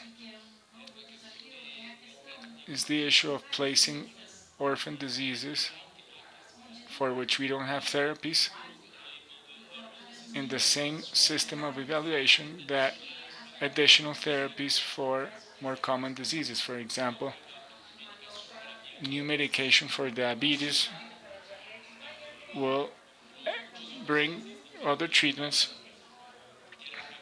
but a new therapy for GM1 will be the first. So we need to evaluate this with more priority. Orphan diseases that do not have a therapy. And this we managed to have it in Brazil. We managed, the drug agency has a fast track now for orphan diseases, and this improved the situation. We also have the issue of the terms of the duration of the evaluation, and sometimes we lose the opportunity to include patients because when the inclusion of patients is competitive, mostly developed countries, US, Japan, Europe, place the patients before us, and there's no room for our patients. So we need to improve the regulatory aspect in terms of deadlines for evaluation, the concomitant evaluation, the fast track for orphan diseases. And another thing that we see in Brazil is the issue of a regulation in Brazil that says once the patient enters a clinical trial, that medication needs to be furnished to that patient for the rest of his life without cost. We managed an exception for orphan diseases. Now it's not for the whole life, it's for 5 years after the product has been approved and has been registered in the Ministry of Health. This allowed us to bring in more clinical trials. I think that bringing in clinical trials is very advantageous. There are infrastructure deadline challenges and regulation challenges, but we are moving forward. And I know that in several countries there are new regulation for this process to become more simple and we can attract more trials. Thank you, Dr. Garcia and Repeto. Could you add to Dr. Giuliani's intervention in terms of the situation in Chile and Colombia and what strategies are like the fast track have been implemented in our countries?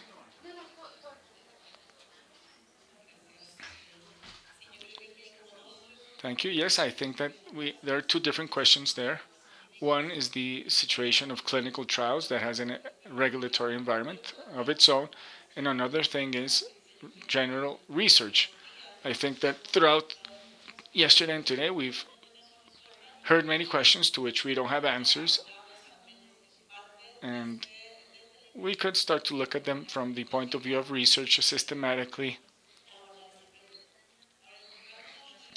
Now, if we focus on clinical trials, I think that most of our countries have the first barrier, which is the small samples of patients.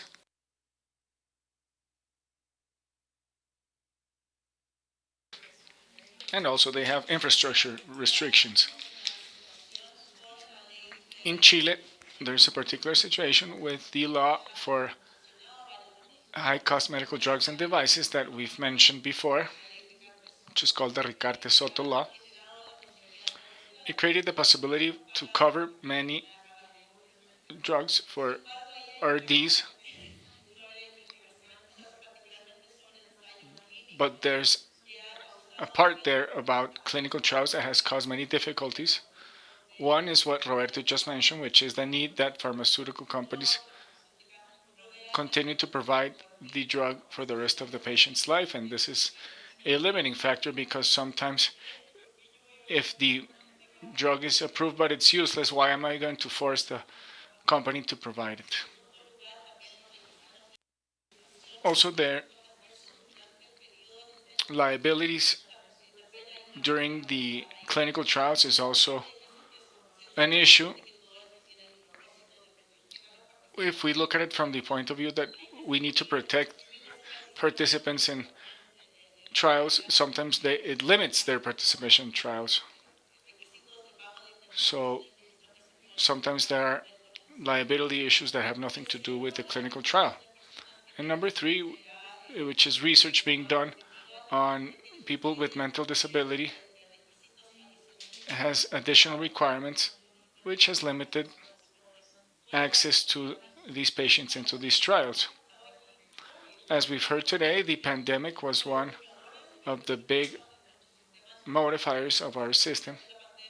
So during our pandemic and the beginning of the pandemic especially, everything that had to do with vaccines, some of these thresholds were lowered for these requirements.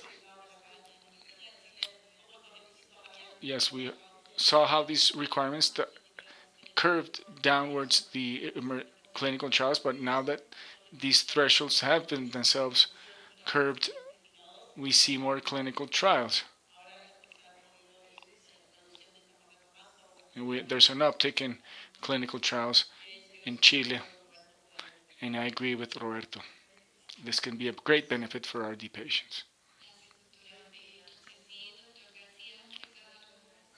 Dr. Garcia.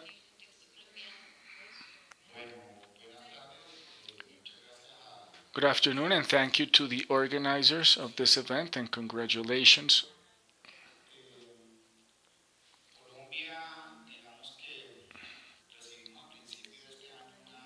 Well, at the beginning of this year, Colombia saw some very good news, which was that we're going to hold the first clinical trial with genetic therapy. And that step took us a long while to make it, but it was a very important step forward. I think that from now on, the doors are open to be able to continue to develop these types of studies in our country. I am showing you this document, the regulation on advanced therapies with therapeutical ends. And when I look at this, who did it? They tell me that it's the Department for Technical Devices, who worked on it. Regulatory agencies from Brazil, Canada, US, Colombia, Chile, Ecuador, Mexico, Cuba. Well, we are talking about this, at least it's a reality.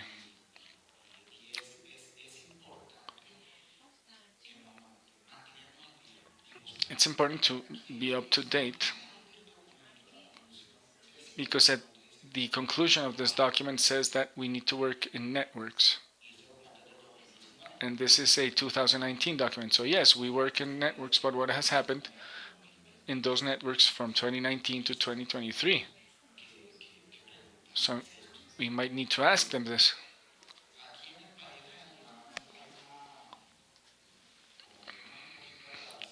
And since our country is lagging, there's another difficulty, which is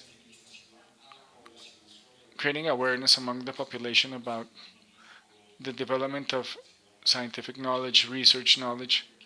A lot of the time people think that we're going to do something strange with their blood sample.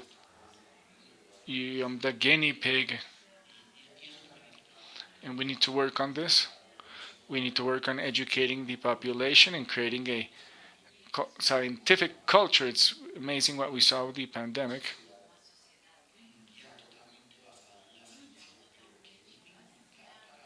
But it was very difficult to incorporate scientific knowledge. There was a lot of resistance towards scientific knowledge, and we need to work on this.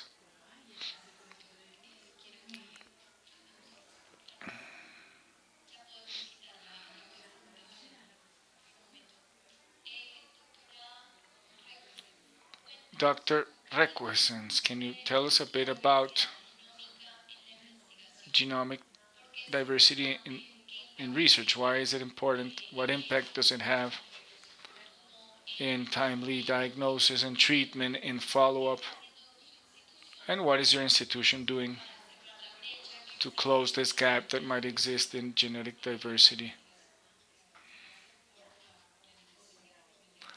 Thank you for your invitation and allowing me to speak from the perspective of our patients in the US. In the US, even though we are only 19% of the US population, we are not well represented in clinical trials and in research in general. The last numbers talk about a 4 to 6% of participants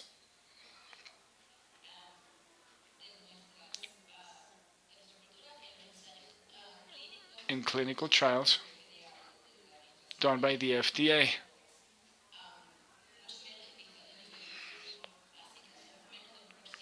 And less in basic research, it's less than 1% of us that have been involved in research paid for by the NIH. And we see at the most basic level, I work with the Cell and DNA Bank at the NIH, they have like at least 1,000 diseases represented in these samples, and only 2% of the samples that we provide to the world of this bank come from patients or people of Latin ascent. So this has a big influence in terms of the potential impacts of these clinical trials and these scientific research projects that can lead us to understand the disease better, up to benefits in developing drugs and medical care. They are going to not target this population that at one point will need it. So if you ask me why this happens, one of the big reasons is that we have very few diagnoses among our communities, and there are many reasons. The language barrier is the first, but I think that that's not all. Also, cultural issues are there. We come from a socioeconomic strata that is lower than the rest of the Americans, so we don't have access to genetic tests that are very expensive everywhere. There's also migratory issues.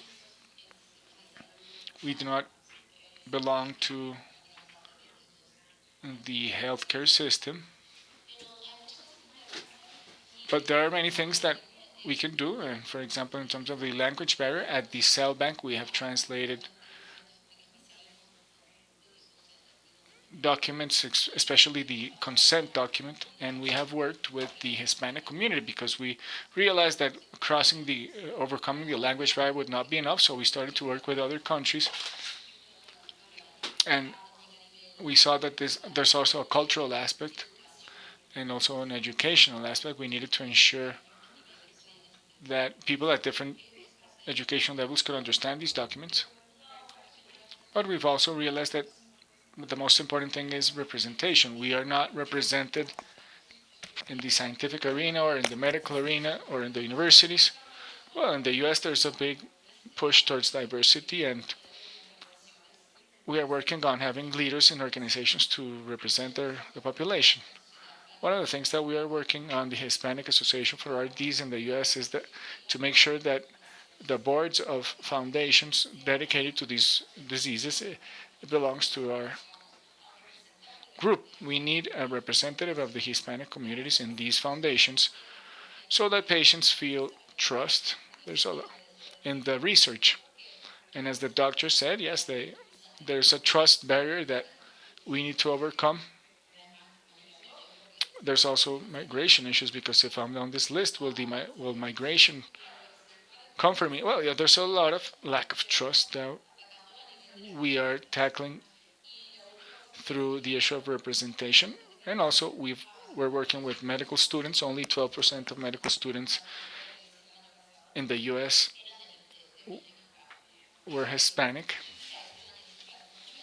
And also, as we heard yesterday, we do not have a registry of RDs for Hispanic, and neither do we teach RDs in Spanish. So we are working with the medical students at the University of Pennsylvania, working with medical students that speak Spanish, and we are creating a series of webinars given by scientists in Spanish to be able to attract medical students, but also biology students, bioengineering, to teach them about RDs in Spanish and ensure that this representation will be there in the future for these patients to have somebody that will represent them in the community.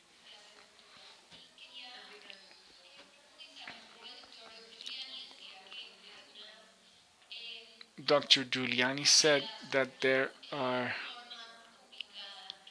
regulatory barriers that sometimes do not foster clinical trials.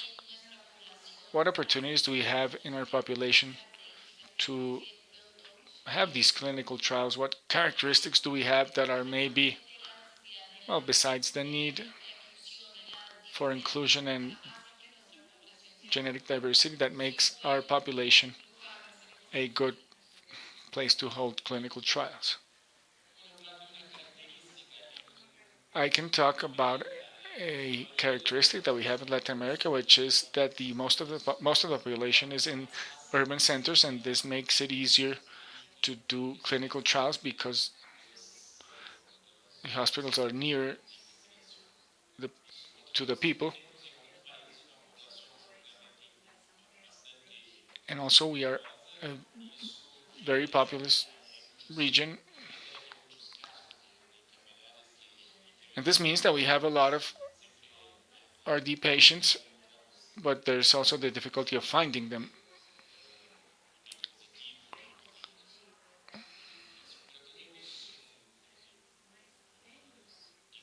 We have another difficulty in terms of making agreements between countries. We are far from establishing the agreements that we need.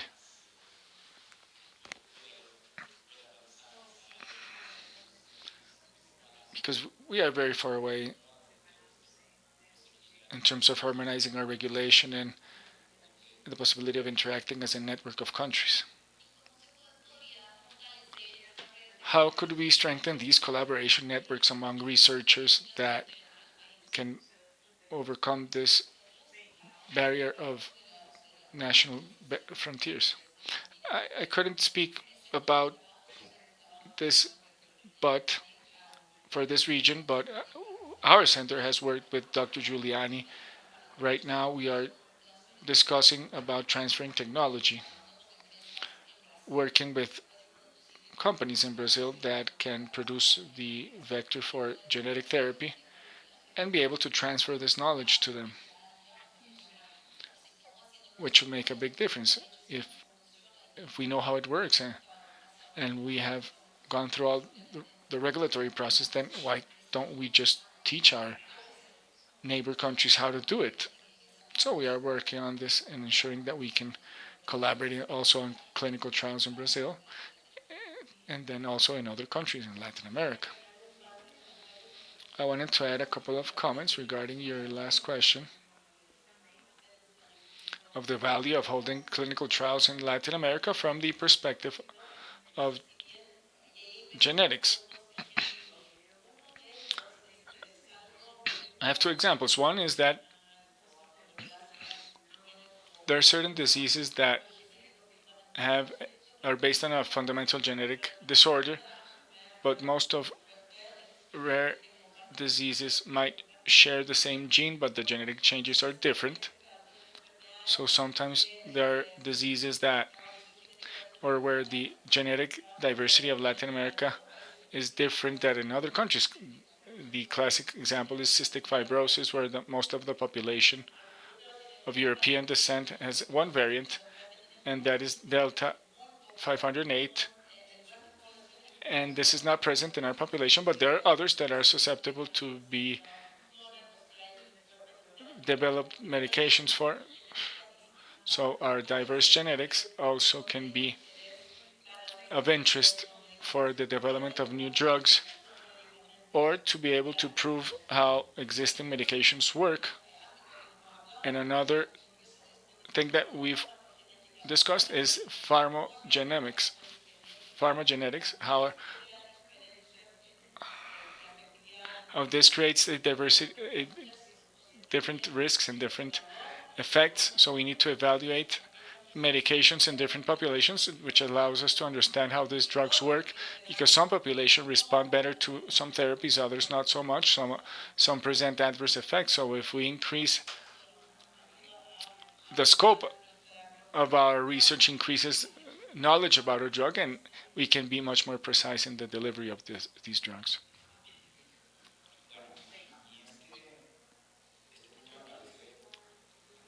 This is a very exciting topic for me because to be able to understand the genetic background of our population directly impacts diagnosis and treatment.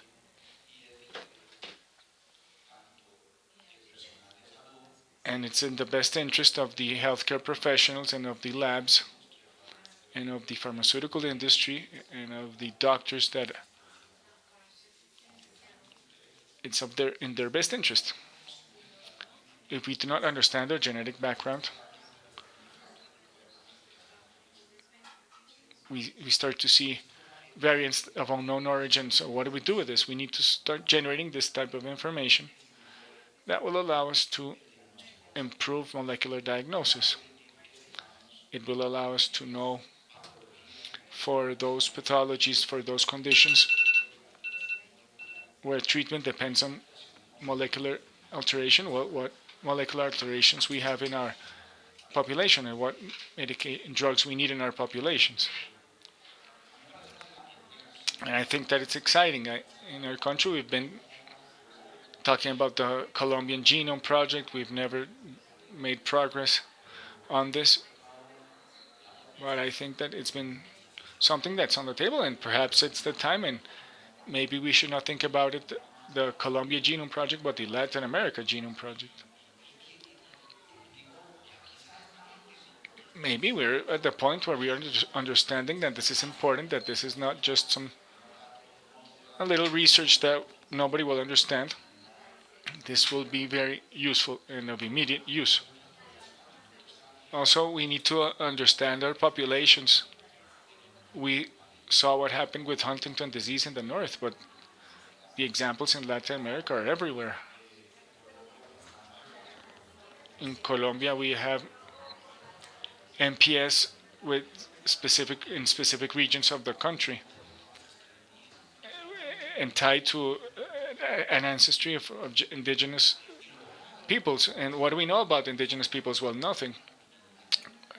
Will we see this indigenous DNA in Finland? No, we have to study it in our own populations, and that happens with other pathologies.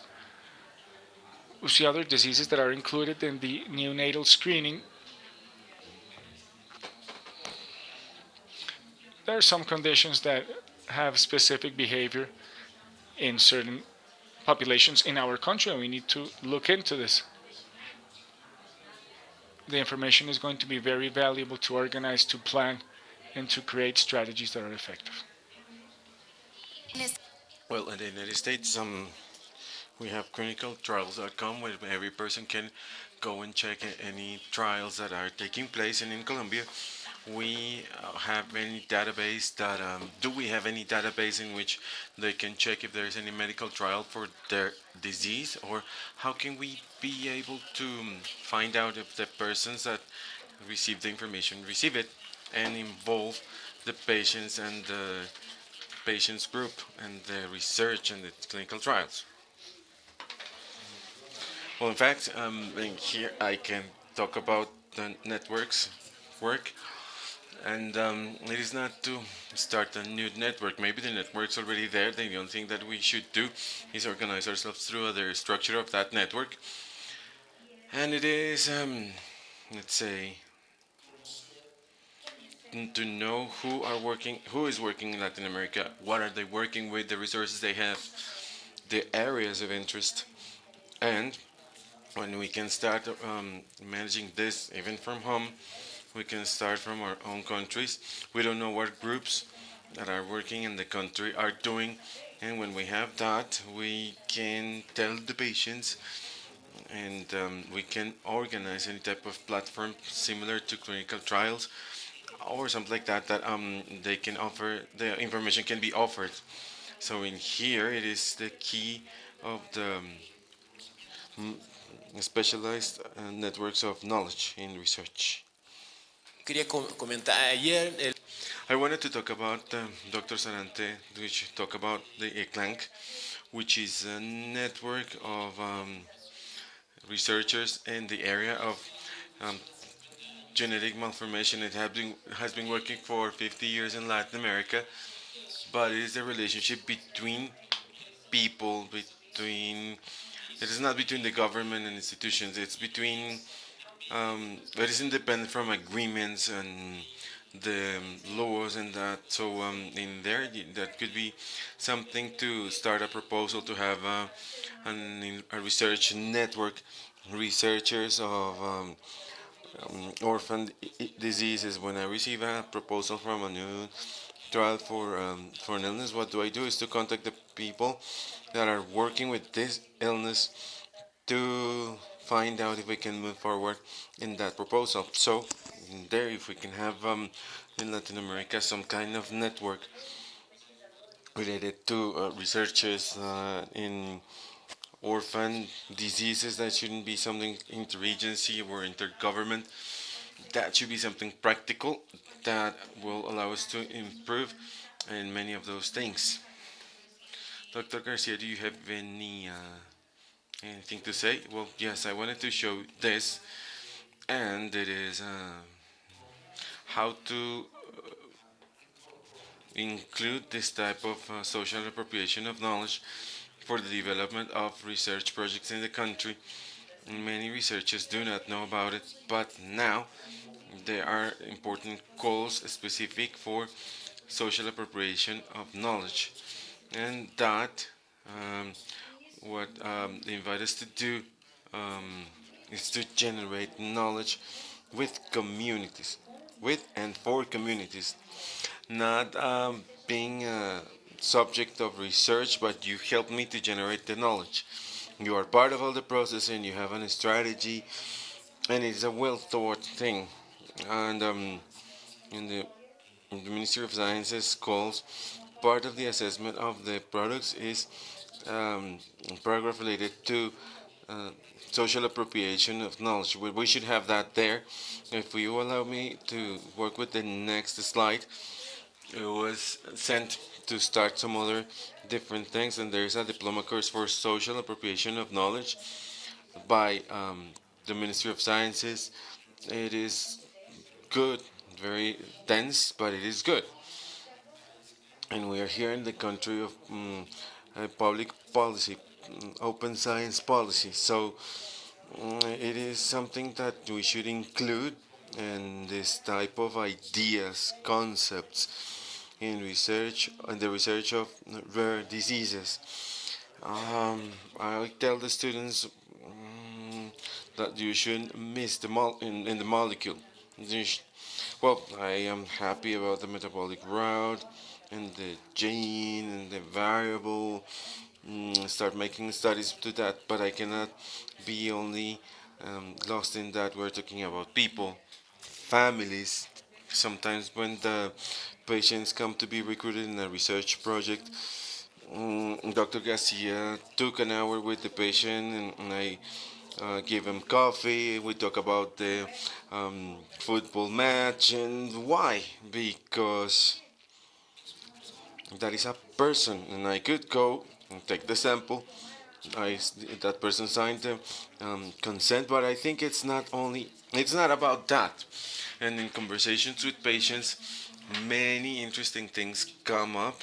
And say muscle dystrophy, working with molecular alterations, and we were able to see the mother, the caregiver, and they all had some pain in the lumbar pain, and I see a caregiver and she make a course. And what is that? So, and I said, can you have a seat for a moment? Stand up. And they are showing manifestations of the disease, and when I check the manifestations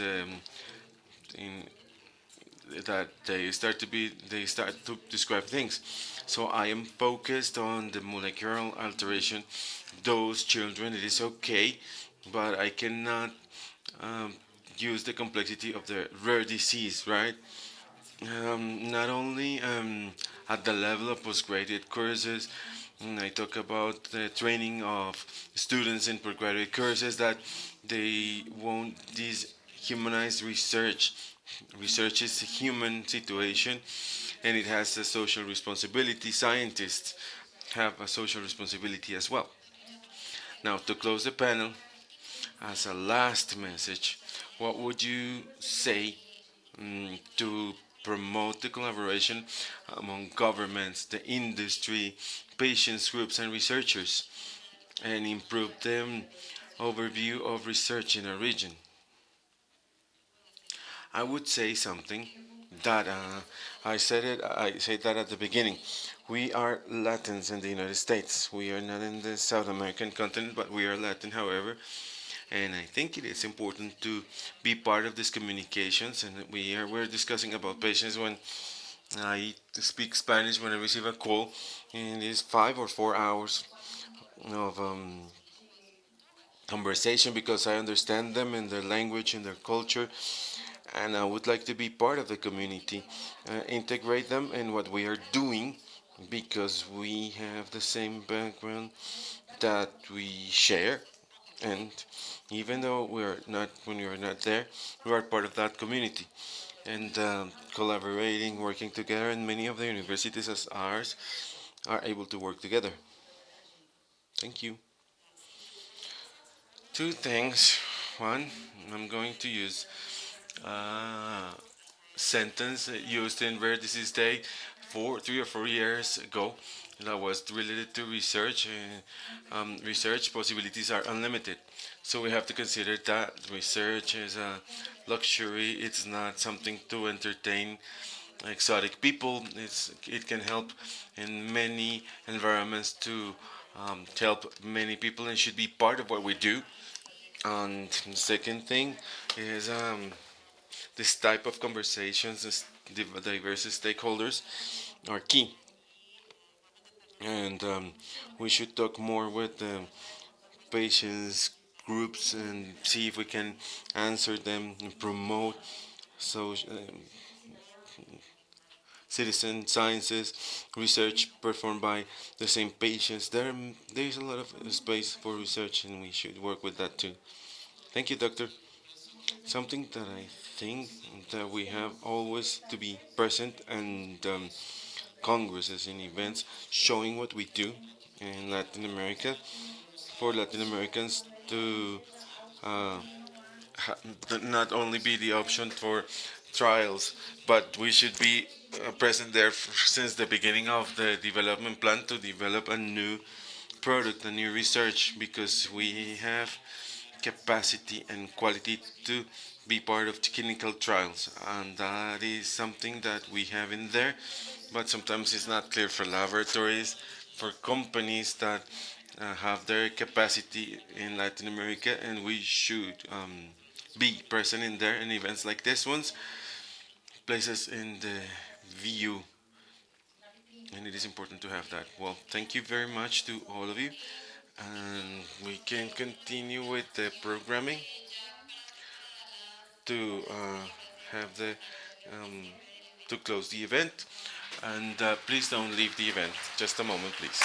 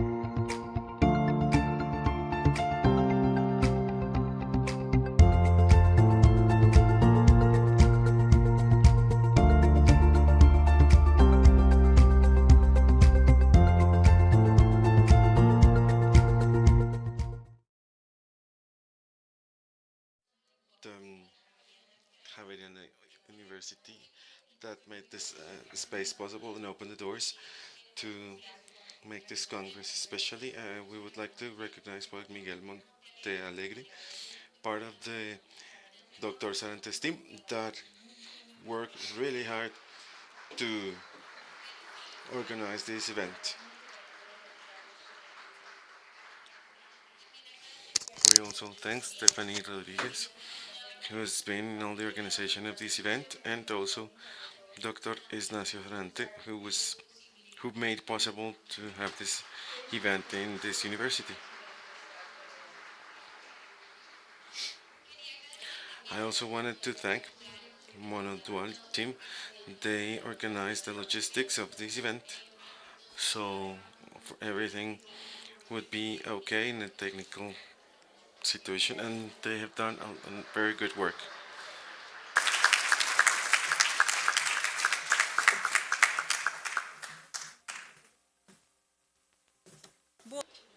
Okay.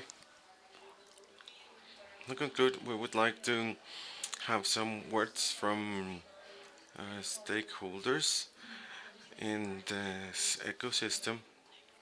And I would like to ask Heidi to tell us about the international organizations work together with these Latin American ecosystems, as we did with CCI, to improve the overview of rare diseases in the region and replicate the model we are using with CCI and some other stakeholders. Yes.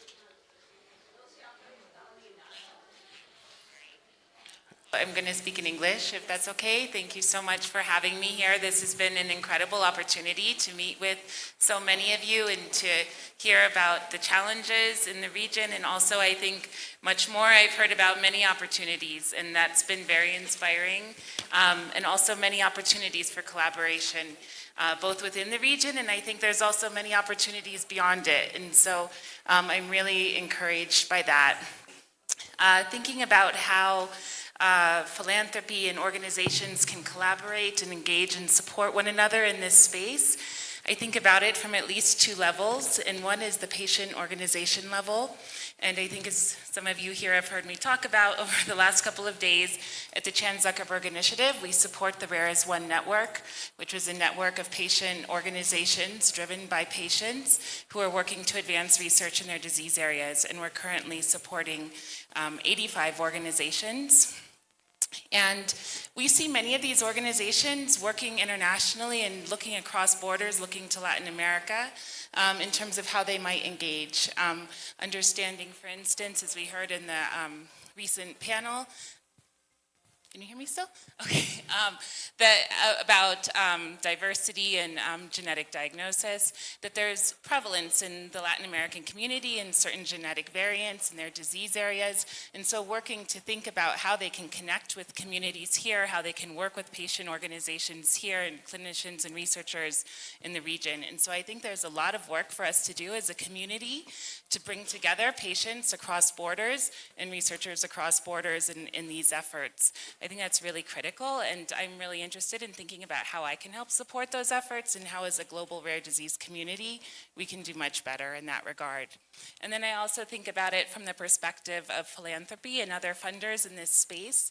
As we all know, the need is tremendous in the rare disease space, both in terms of supporting research, but also in terms of supporting patient organizations. It's really, I think I've been really happy to hear throughout this conference the focus on patients and patients' priorities and the role that patients have played in actually bringing this event together. And I think that it's really critical that we continue to center the patient voice in all of this work. And so I think there's a real opportunity for philanthropy and other funders to really lift up these efforts of patients and the organizations working in this space. And there's limitations in what some funders can do. There's limitations in terms of pharma support and money that can be taken in that regard. And so I really encourage others to come to the table. We need everyone at the table to do this work. There's too much that needs to be done. And I think we need to think about this from an international perspective. Rare disease obviously crosses borders and patient numbers are limited, and we really need to think as a community. So thank you for having me here. It's been really encouraging to see what's happening.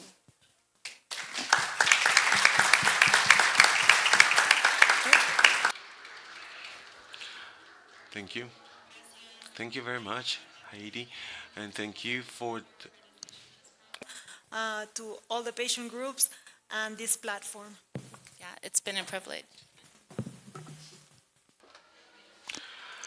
For Dr. Gustavo Mendez, which are the main priorities for future initiatives in public policies and rare diseases, related to rare diseases in a region, and how can interest groups can work together to talk about these priorities?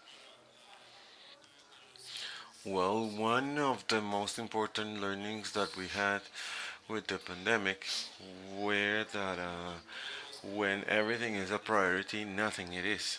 Nothing is. Well, we all had to focus our efforts to change the perspective, to focus on an important problem for the humanity. That's why we had vaccines developed in record times with huge investment. So we have to have this in mind and consider this. During those days, we were able to see a big amount of challenges in for different stakeholders, governments, and realities.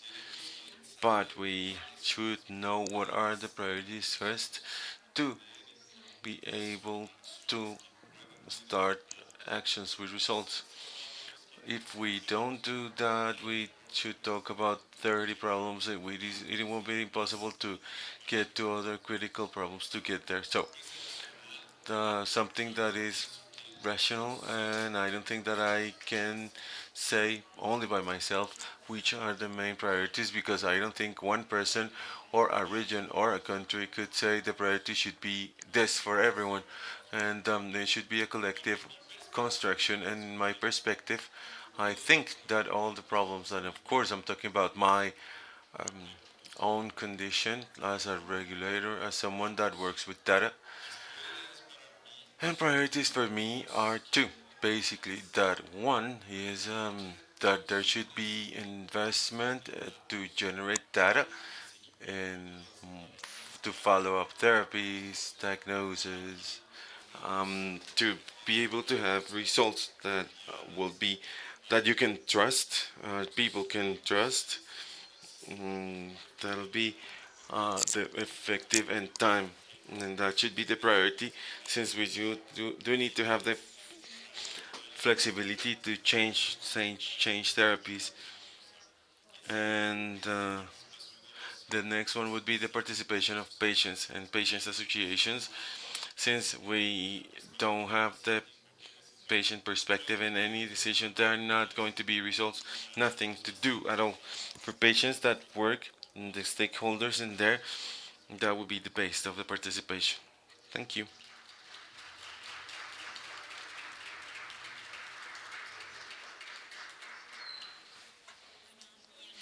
And representing patients groups, we have Diego Gil Cardoso, and I would like to ask you, I know this is a perfect example on how all stakeholders are collaborating within context to improve the patient's road or patient's journey, and how can it be replicated not only to a specific event, but to promote it within the regional context and other patients groups at a local level.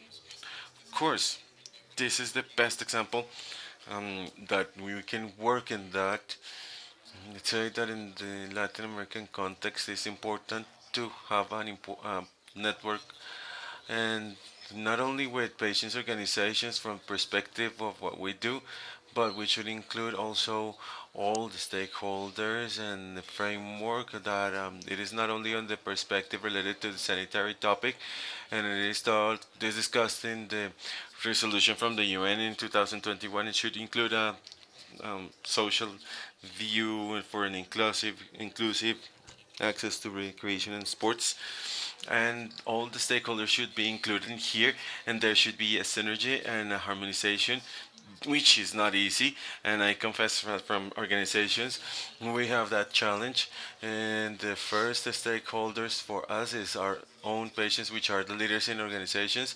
And it is important that different stakeholders are aware of that journey that we have every day as leaders. When I started this process, for example, of patient advocacy, more than 10 years ago, I had to pay visits to my specialist, private visits, to go and tell them what was happening. It was not to get a visit to work on my illness, but it was something related to patient advocacy. And after 2 or 3 years, we were able to convince them to have that support. So and the barriers are really big, and we managed to work with this. So it is making everyone aware that being alone is not effective, and that is one of the reasons that making work in pulmonary hypertension, in trying to change public policies for a single diagnosis is practically impossible. No decision maker is going to open doors to you, so you have to be joined together and articulate among different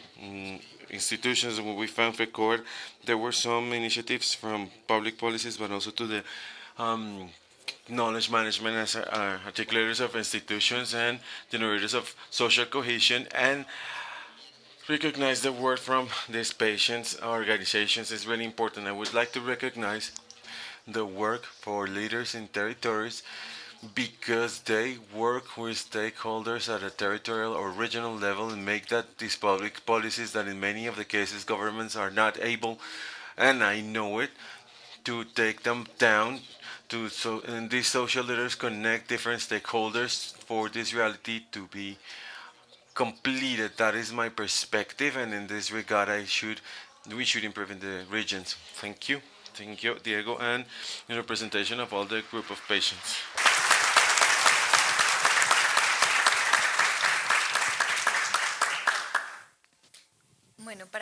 Well, for Dr. Ignacio Sarante, and sorry, how can we take down the recommendations from this Congress, that are many, to be translated into concrete actions to influence the different problems that we have had discussed? Well, I would propose, from my experience in a Congress, or the experiences in a Congress, is that we are not at home. When you're at home, the thing is that you start working, and you should be working. But when you immerse in a Congress like this, is euphoria. We feel happy to know many people, many experiences, but the most important thing is that when you get home, be able to take these situations into action. And what happened here is that I know a lot of people here to create networks for a lot of time when Ortolani and with the patients groups and all of the people that are here, is that once we get there, we can connect again in networks. It is important all that we discuss here become a reality through a solution like the pandemic that brought us virtual meetings, and we should reuse that again. This is an important learning in both ways, from Argentina, what we learned from Brazil, and experiences from patients is wonderful. And to take that to action, I would say that I would have to say, and it is useful since in our countries, they believe more in people from outside than in people from the same country. So let's see, in Argentina did this, and this other country did this. So why cannot we do that? So that is a reason to take this to an action and work together in groups. And the other message I would say is that we can see here all the stakeholders at the same time. Working with all the stakeholders at the same time includes pharmaceutical industry, the government, the regulator organizations that are supporting patients' organizations, unions, geneticists, physicians, because each and one alone would not have an impact, but together we can move forward. And governments in general start listening to us. We have heard many success experiences in which the ministries and the governments hear us or listen to us. In Colombia, the regulator in Vima asked the academy to analyze these new therapies. Surveillance has started from knowledge of the university, and we have worked with the pharmaceutical industry, and we can do this. So I think it is obvious to take this to action like that. Thank you, Doctor.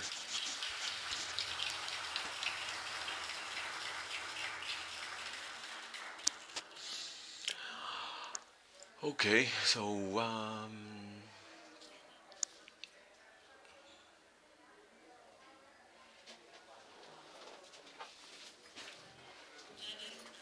Janet, okay. The representation of in the industry. I would like to invite Janet here to give us some words in terms of how the industry can work in collaboration with all the stakeholders to guarantee that the patient's needs that live with rare diseases are covered and be satisfied within the ecosystem that we are creating, and be able to see the role in which we identify the industry between this ecosystem. Y de verdad muy... Thank you very much, and I'm very glad to be here in this encounter. I told everyone it is incredible that we were able to meet, and chat, and have the reflections about this in these days. This is an important event, but it was not important as such, but it was necessary. And you say that when it is ongoing, but after starting with these events, we have this type of deep conversations, as Dr. Senante says, what is going to be next, what is going to be in the future, and about this survey, FIPHARMA, we are in all Latin America, and that's why we have three important challenges that we can support in everything that is corresponding to the topics related to here. And the first thing that we can say, and I am an obsessed to create studies, allowing to sit down and understand not only the problems but also the solutions. And in here in the screen, you can see in these two screens that I'm not going to take long, is one of the studies that was started in the year 2022, and we are going to make every year. And there is a survey that is already completed in Europe that started 19 years ago, led by EFMIA, which is the European Federation for Research and Development in Pharma. It's starting to doing that for 8 countries, to looking or analyzing access to oncological and rare diseases medicines. Then what we can see here is that when they are sent in the world, how these medicines get to the patients. So, in summary, there is the next slide to show you this study that is available, so you can see and it is disregarded in oncologicals and rare diseases. And the way to explain it is super is the flag in the United States is when it is approved by the FDA as an innovative medicine, and the blue one is when approved by the EMA, the European agency, and then the country when it has the country in each country, and from that moment how long it will take to have a full availability for all the patients. And when we see this, and yesterday it helped us to have a conversation, Diego was already invited, and you were here actually, and we had a really nice conversation with Colombia. We are doing it in every country to find out what we can see. This is just a picture, there's no root cause in the study, but we can understand many things and fear many things from this type of information. We see Colombia here in this encounter, that we have an important challenge related to regulations. We know about that in Vima, and we have a very important job with the regulation agency, but in Colombia something happens that our sanitary agency has full availability. Then together with the Colombia plan, well, for oncological situation, but we should access each and analyze each country and reflect about that. We can see the Brazil case, and Visa has a let's say a very good development and performance this information is up to 2020, and nowadays it is not that as good as it was in Mexico. That when we had this check and this verification, Mexico, Chile, Brazil, the problems from the approval up to have to get to access to the patient. Nowadays, Colombia, and I think that we discussed that yesterday with the reform that are coming. There's the things that work in a very good way in our country, something that is positive for our patients, that should not be disregarded. So the studies in the website. If you cannot find it, I can send these studies to you. In fact, I already sent that to many people that requested that, and CIFARMA has a very important work in here in making this type of studies for Latin America, in which we can sit down with stakeholders and say what are the works that or the tasks that we have to do. Second, the way to create capacities and support the creation of capacities, not because we are the more that we know from the connections to bring the experts and as management sciences for health to work with manage inter agreements, because every country it has a different meaning, but in the countries have different names, so they have different names in different countries. So we have an exercise in Colombia and Peru. So we are going to continue what is in Colombia was supported, but and we are going to start in Mexico to have better times of access, and mostly focused on oncological and rare diseases. And third, we need to work to promote more clinical trials. This is something that we're working hard on, and Argentina can show us how a country can improve and how it can attract more clinical trials, because we need to provide a general context that attracts clinical trials. Colombia was doing well, it came down, it went up. Brazil is always an attractive country because of its population. Invisa has always had high standards in the region. Argentina took it as a state policy. Macri, as president, launched the program. This brought in clinical trials. There are many things that we need to do, and we want to support them in this exercise. And I think that everybody needs to do something, which is to continue to create awareness, education. This subject needs to be pushed forward. My boss said that when you're getting tired of doing something, that's when people are starting to understand. And you have to repeat it, and one thinks, I've said it 1,000 times. But only when you feel that you've said it 1,000 times is when the message is starting to get through. So we need to persist, because this is probably will need decades of work, of continuous work on this. Thank you.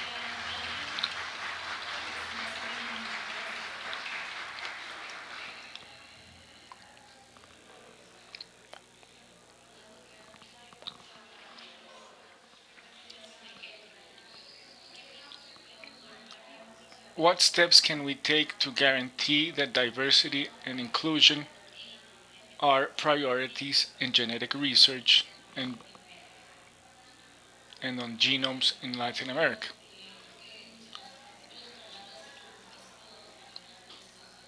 I think that everything we've heard over the past couple of days can be boiled down to access and collaboration. Access is very important to be able to guarantee equity.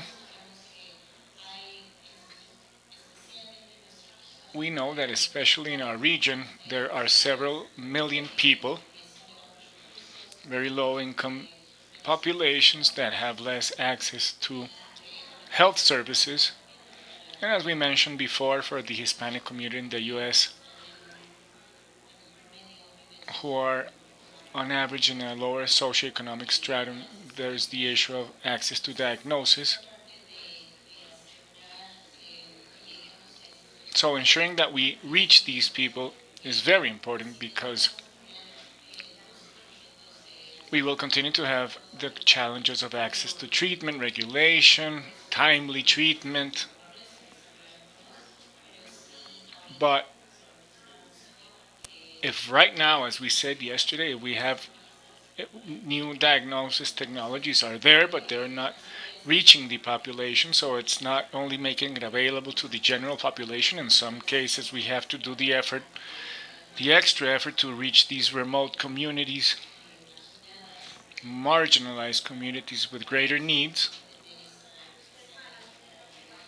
to be able to have this equity and inclusion that we need to benefit all patients with RDs.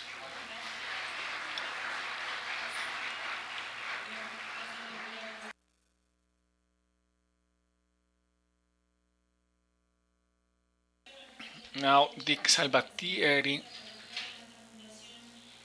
who represents a regional foundation, I would like to know your opinion on how we can generate these different synergies,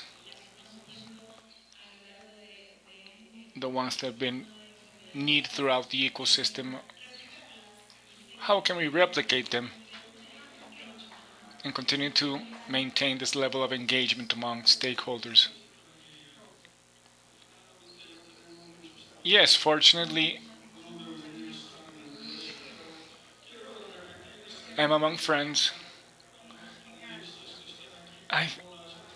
And first of all, I would like to thank all of the organizations that are here. For example, we have an international organization that works on RDs, the Zuckerberg Initiative, but there are others, and we also have CCI.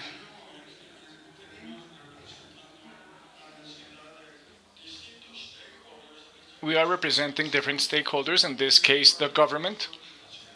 We have a director that is defending patients that is Diego at FECOER. We have a representative from the academia, which is Ignacio from Javeriana University. We have a representative with Yanni from the pharmaceutical entity, and researchers and scientists represented by Claudia.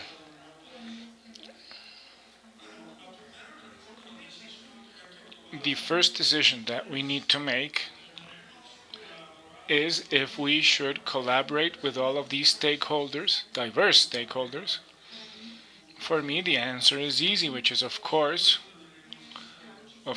we should do it. Why? I will read a statement on why. The coordination of the activities of financing entities, research agencies and universities, companies, regulatory bodies, patient organizations,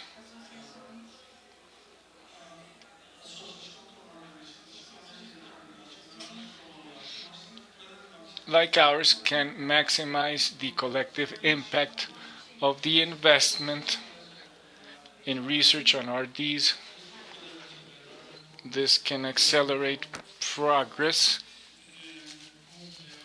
For example,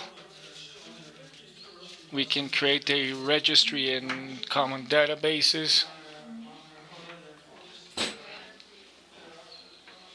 We can improve the focus of innovative therapies, and we can increase access to patients. It is very important to have this collaboration, and I want to give you an example. This Congress is an event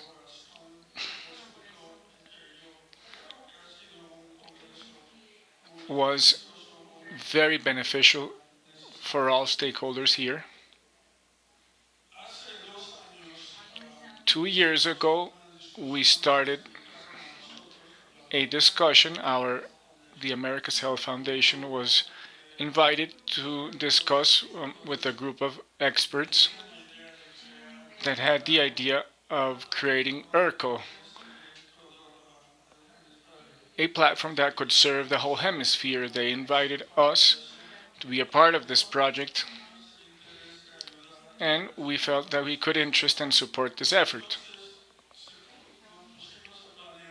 So we started to plan, and we brought in together a group of organizations that you see here in their logos. FECOER,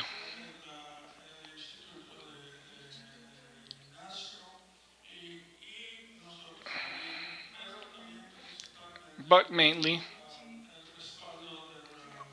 we had the backup or the support of the Zuckerberg Initiative.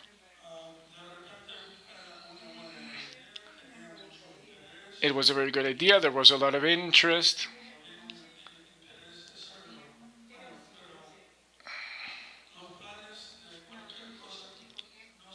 But plans do not work if we do not have the resources to implement it. So, working together with the organizers of this event, we started to look for resources. The America's Health Foundation are working with many companies, but we had never worked with the companies that are supporting rare diseases directly.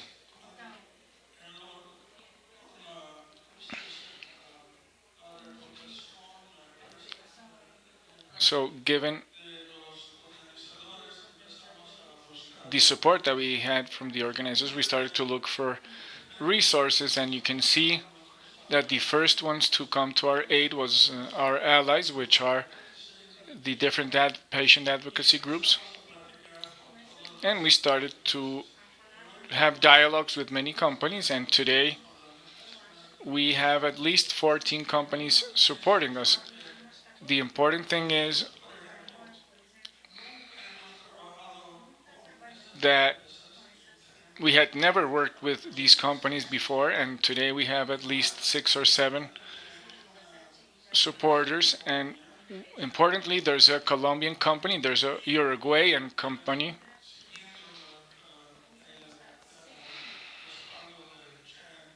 and we continue to have the support of the Zuckerberg Foundation. The point of this, which is this was the result of the collaboration of all these groups, and any other effort that we want to implement, we need to go through the same steps. It looks like if we are already discussing when the second Congress is going to be held and in which country, so I leave you with a big thank you to the groups here that made this possible. Thank you for your interest. We have had a very important attendance. For example, yesterday, the numbers showed that we had 300 people in total, and we had 800 people watching us remotely, and this was thanks to you and your interest. And I thank you and the experts and all stakeholders present. Thank you.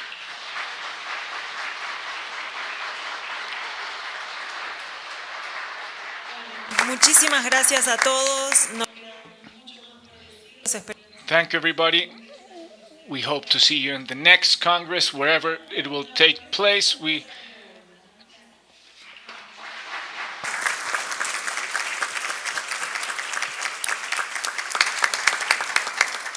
De nuevo, muchas gracias a todos y